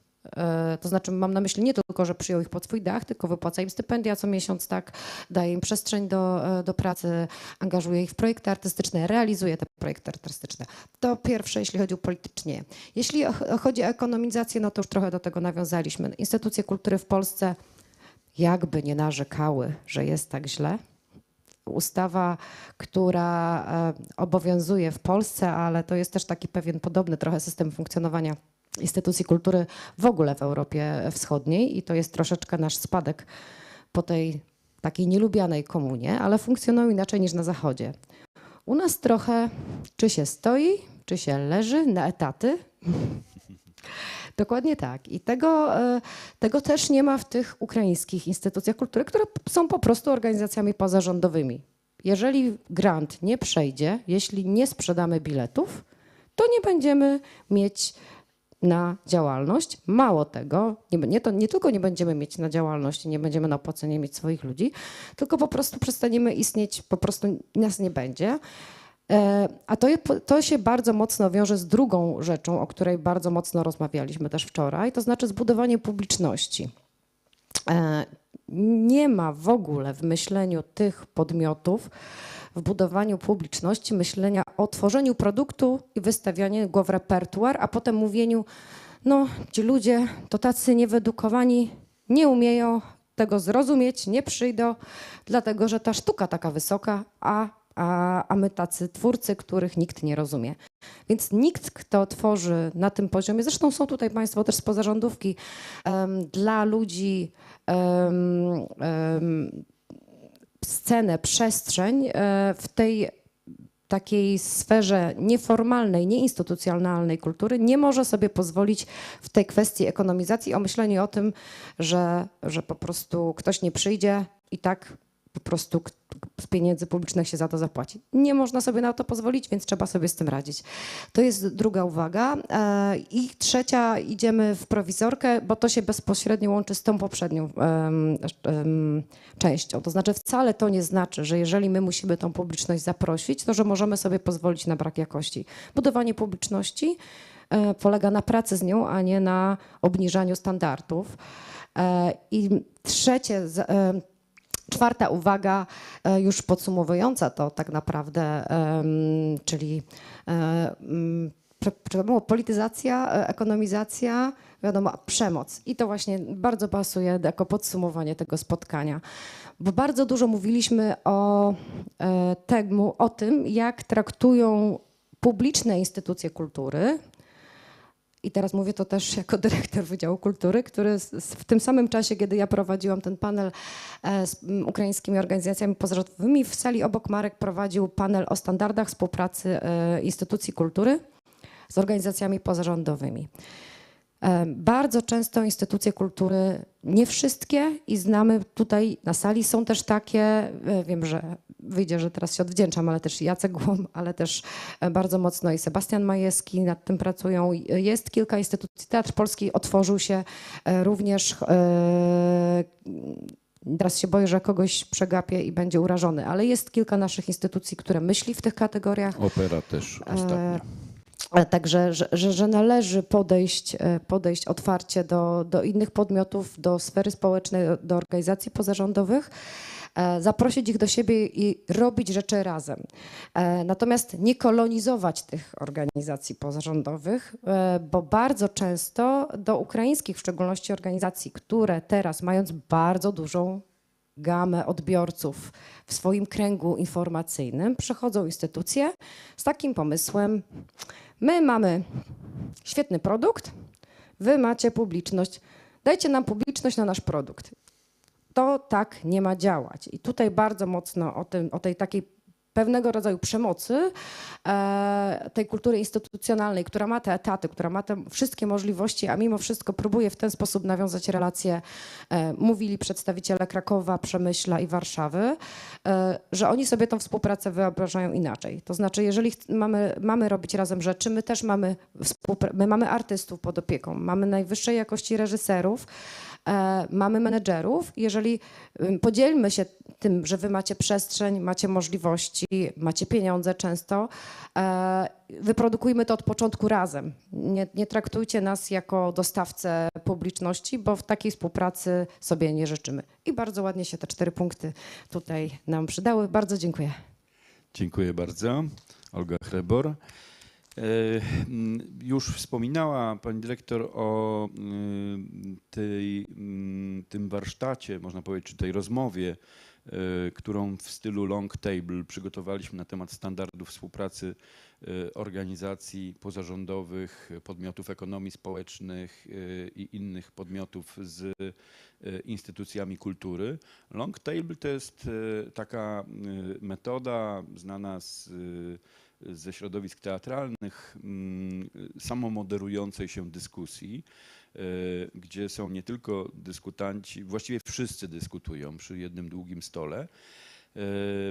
Mam krótką notatkę na ten temat. Przez 1,5 godziny przy stole padły słowa ważne, o których warto wspomnieć i o których warto pamiętać. Między innymi o tym, że współpracę lepiej praktykować niż jedynie o niej rozmawiać.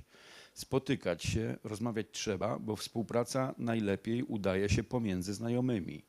Stereotypy są zabójcze dla współpracy. Należy pamiętać, że partnerzy poza tym, co robimy, wspólnie mają do wykonania także swoje zadania, które dla nich często są priorytetowe.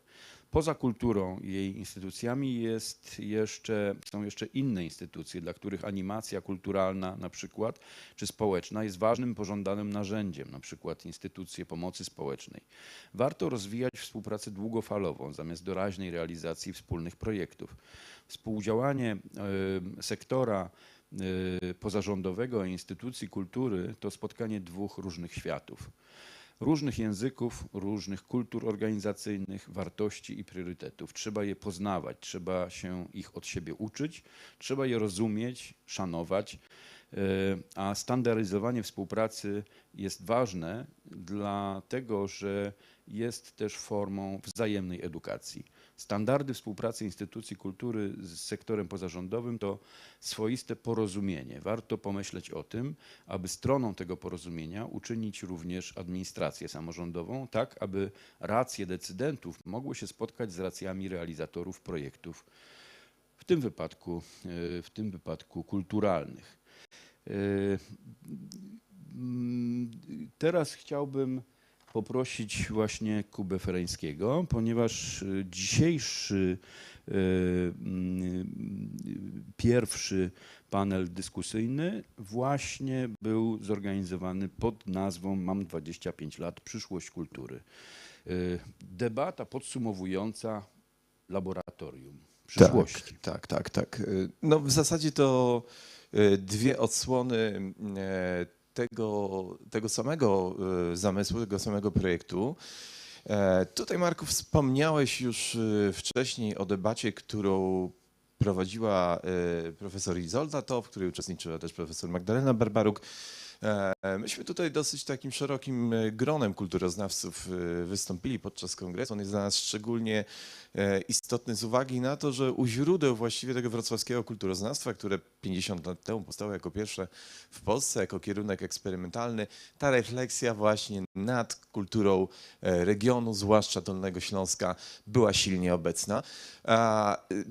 Gro z Państwa zna pewnie teksty nieżyjącego już profesora Stefana, zmarłego przed kilkoma laty profesora Stefana Bednarka, który zresztą do rozwoju Dolnośląskiego Towarzystwa Regionalistycznego walnie się przyczynił, prowadził Dolny Śląsk i wiele publikował na temat naszego regionu, także Wrocławia, ale trzeba powiedzieć, że u źródeł tej kulturoznawczej refleksji jednak stoją teksty profesora Stanisława Pietraszki, czyli założyciela wrocławskiego kulturoznawstwa.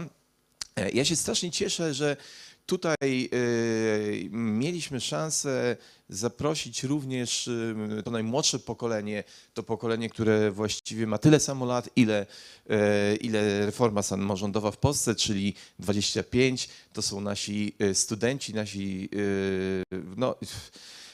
tegoroczni, w przyszłym roku będą już absolwentami, pewnie część z nich będzie kontynuowała swoją karierę naukową, pójdzie na studia doktoranckie, ale poprosiliśmy ich właśnie tutaj o to, by oni przedstawili po pierwsze swoją sytuację, kiedy kończą studia, kiedy muszą podjąć decyzję o swojej dalszej karierze zawodowej, ale też przede wszystkim pomyśleliśmy to jako rodzaj laboratorium przyszłości.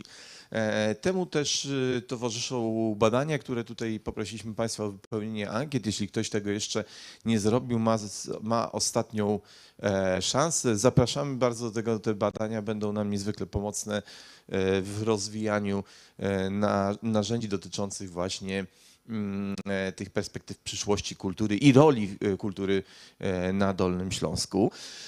I jeśli chodzi o studentów, których Państwo dzisiaj mieliście okazję rano wysłuchać, oni też uczestniczyli wczoraj oczywiście w tym laboratorium,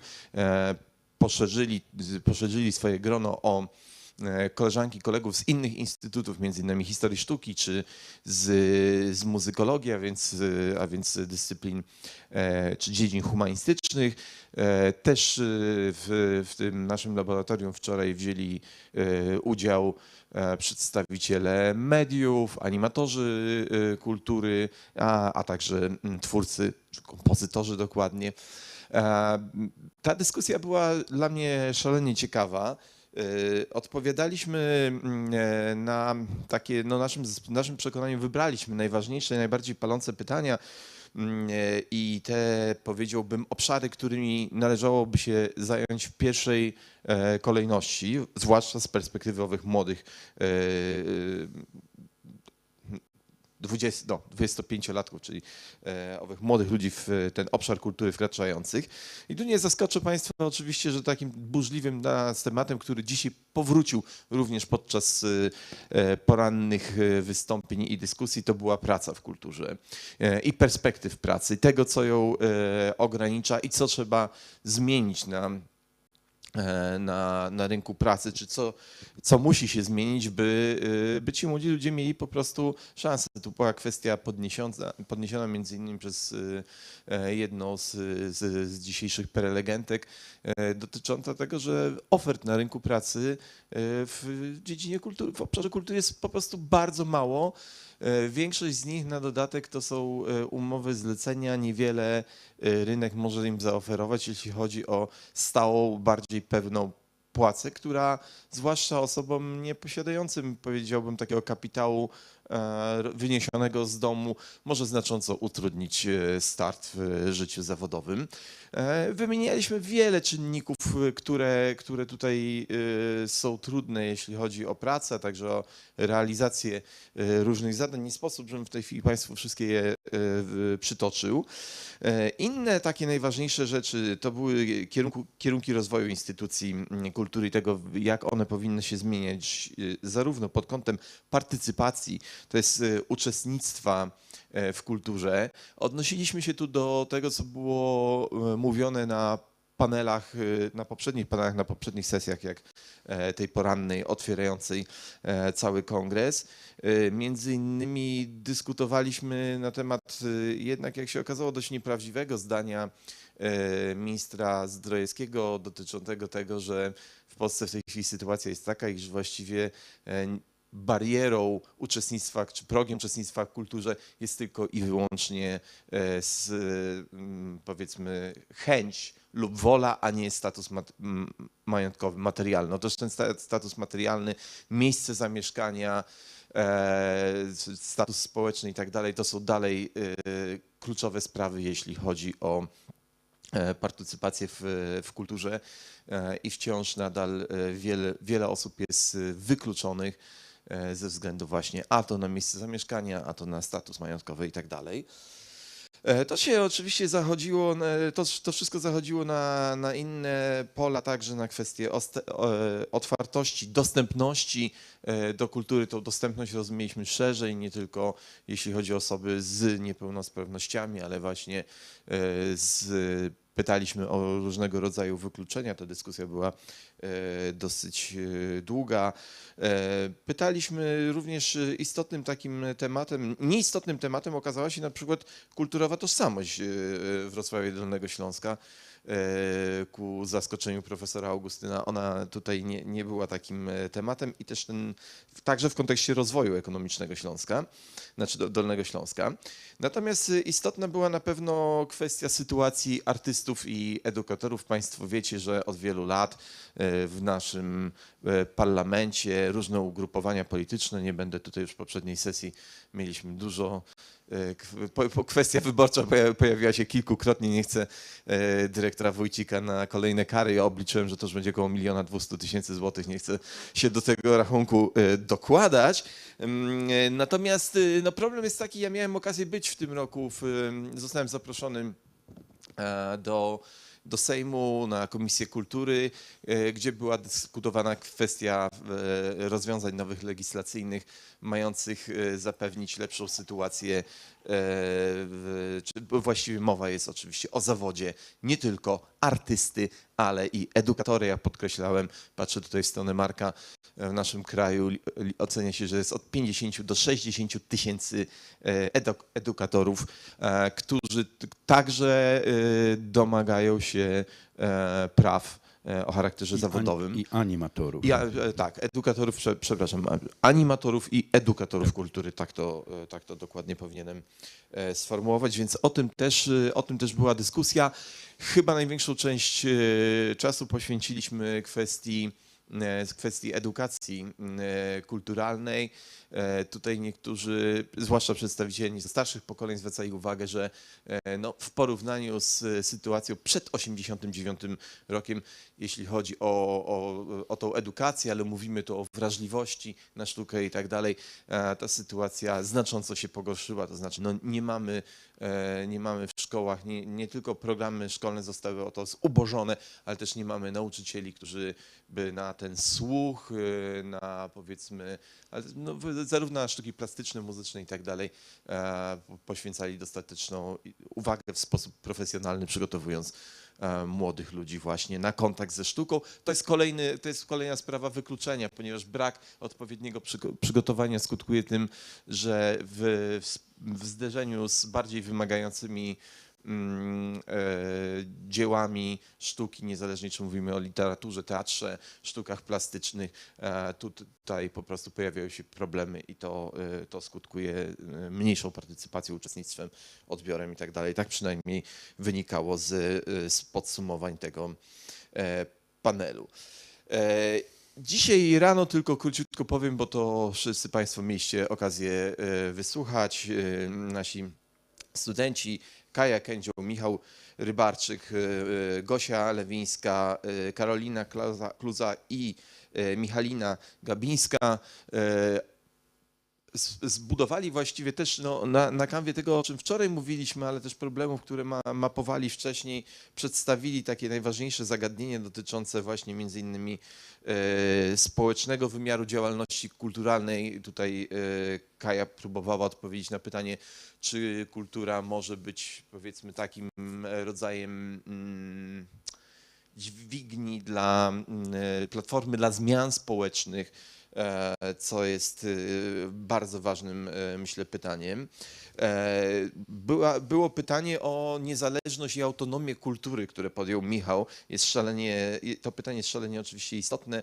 Chodziło nie tylko o autonomię kultury jako takiej, wartości, zresztą Igor Wójcik też przed chwilą o tym wspomniał nieco. No, ale pytanie oczywiście dotyczyło także autonomii instytucji kultury. Wiemy, że tutaj nawet dzisiaj pojawiły się sporne głosy dotyczące tego, na ile w instytucjach kultury, na ile jako organizatorzy działamy niezależnie względem pola polityki. Myślę, wydaje, że nic nie jest zależne względem, znaczy, że wszystko jest zależne względem pola polityki.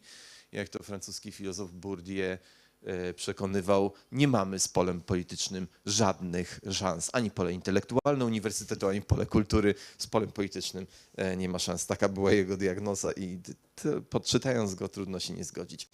Mówiliśmy o o sytuacji osób wchodzących na rynek pracy. Ta dyskusja też, myślę, wydaje bardzo ciekawa, dotycząca pracy, a także o sytuacji kobiet w instytucjach kultury i na rynku pracy i o nierównościach z tym związanych oraz o dostępności instytucji już w kontekście osób z niepełnosprawnościami. Także tutaj były konkluzje dotyczące tego, iż musimy się sieciować, iż musimy budować jakieś takie platformy, które pozwolą na szerszą dyskusję i z tego laboratorium chyba wszyscy wyszli z takim przekonaniem, znaczy nie tyle nawet z niedosytem, ile z przekonaniem, że po prostu tutaj no i trzeba wykorzystać takie szanse, jakie się nadarzają przy okazji Dolnośląskiego Kongresu Kultury, żeby po prostu no, próbować przynajmniej projektować zmiany. Dziękuję bardzo, Marku. Bardzo dziękuję. Debata o dziedzictwie rzek, kultura dla natury, była debatą, która przekroczyła swój czas aż o 17 minut. Nie mogli przestać rozmawiać, a my nie mogliśmy przestać słuchać. Jan Topolski prowadził i jeśli jest tu na sali, to bardzo proszę, żeby zdał krótką relację, nie przedłużając już o 17 przekroczyliśmy te 17 minut, więc teraz mamy czas minus 17 minut. No, udzieliłem wspaniałych gościń i gości, czyli Ewy Ciepelewskiej, Justyny Teodorczyk, Magdaleny Mądrej i Michała Zygmunta. Rozmawialiśmy o takim przecięciu właśnie kuratorów, artystów, praktyków, teoretyków właśnie też zajmujących się dźwiękiem i sztukami wizualnymi na temat tego, co artyści mogą czerpać z rzek, co mogą dać rzekom. No i rozmawialiśmy też od skali takiej mikro, czyli od takich rzek, które zostały gdzieś tam zabetonowane i ukryte, tak jak w Łodzi, czy w Warszawie, czy tych skal rzeczek średniego rozmiaru, takich jak właśnie we Wrocławiu Widawy, czy Oławy, po oczywiście Odrę i Wisłę. I tutaj zderzaliśmy te perspektywy też, no bo to w Polsce są jednak rzeki o bardzo różnym kształcie. Myślę, że wszyscy byliśmy dość zgodni co do kwestii odejścia i takiego opozycji artystów czy ludzi z organizacji pozarządowej wobec tych wszystkich planów odgórnych i oficjalnych, reprezentowanych między innymi przez PGW, Wody Polskie, właśnie tych planów właśnie betonowania, planów regulacji, planów transportu rzecznego. I pojawiał się oczywiście temat, no gdzieś tam taka smutna konstatacja, że być może trzeba było jednak tej katastrofy na Odrze, chociażby rok temu, żeby wzbudzić większe zainteresowanie społeczności tematem rzek i to jest faktycznie coś, że zaczęliśmy się tym zajmować właśnie w ostatnich latach i ilość tych wydarzeń, tych różnych debat, koalicji Ratujmy Rzeki, z grup typu Siostry Rzeki i wszystkich wydarzeń, Marsz dla Odry, Bieg dla Odry, no to wszystko się narodziło teraz i też artyści gdzieś przekroczyli też takie granice od tych pozycji indywidualnych w stronę takich akcji grupowych, też stali się bardziej aktywistami właśnie, tak jak właśnie Michał Zygmunt i Ewa Ciepelewska też to podkreślali, że w zasadzie głównie dzisiaj działają w grupach i działają na przecięciu właśnie tej praktyki artystycznej i aktywistycznej, no ale też taką ogólną na końcu, tą konstatacją w tym doliczonym czasie antenowym, doliczonym czasie gry było to, że najważniejsze jest jednak zwracanie społecznej uwagi przez piękno na to, żeby się skupić na uważność i żeby jednak też wezwać do akcji, ale przez to skupienie się na tym naturalnym pięknie. Bardzo dziękuję. I odbyło się również w tym samym czasie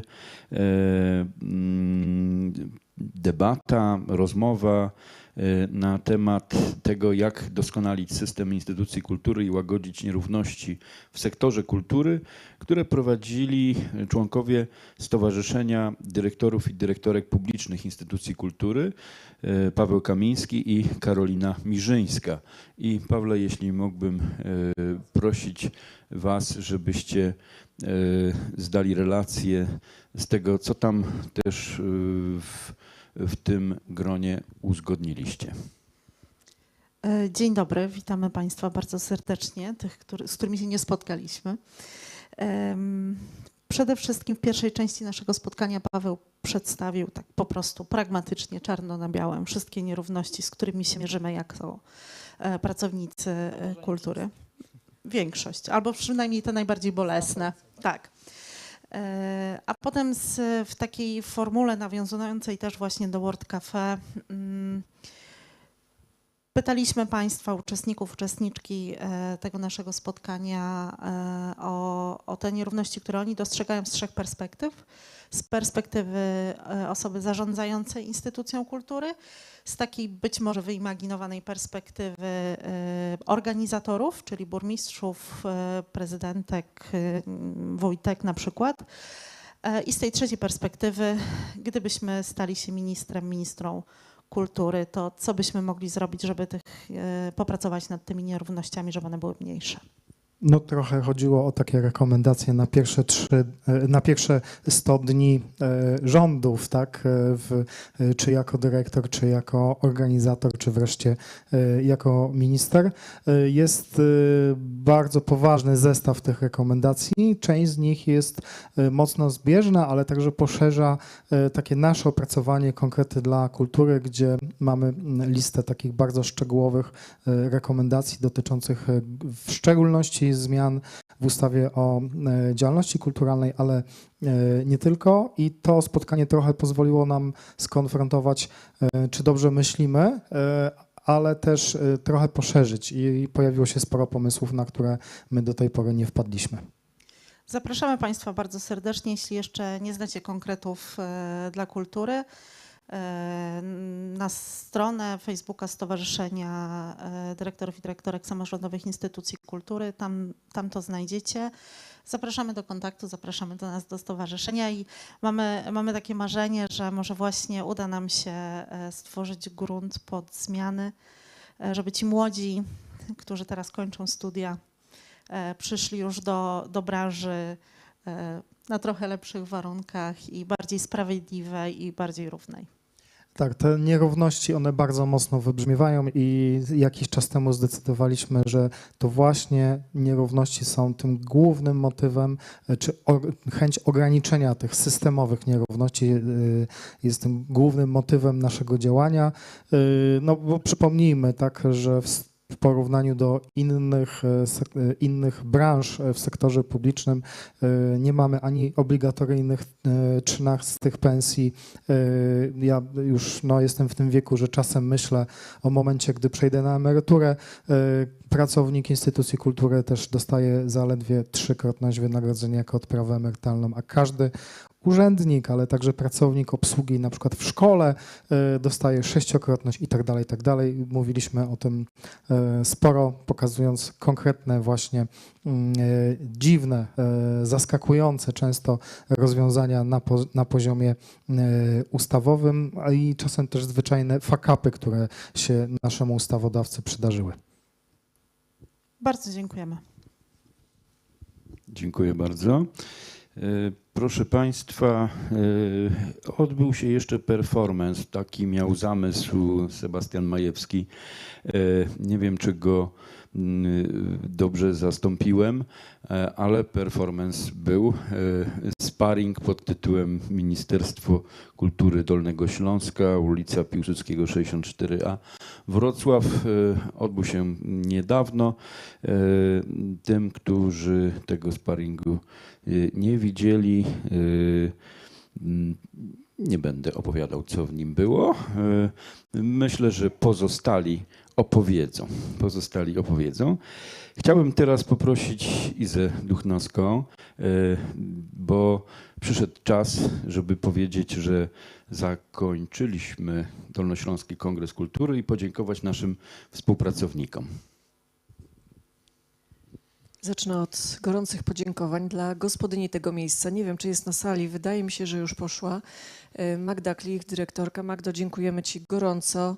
Byłaś z nami cały czas. Mieliśmy mocne wsparcie w Tobie i w ekipie DCF-u, także ogromne podziękowania.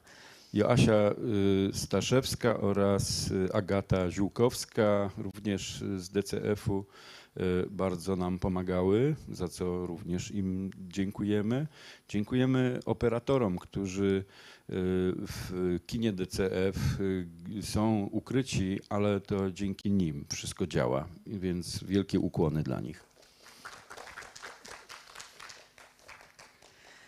I również bardzo duże podziękowania dla naszej załogi, dla naszej załogi Dolnośląskiego Laboratorium Kultury.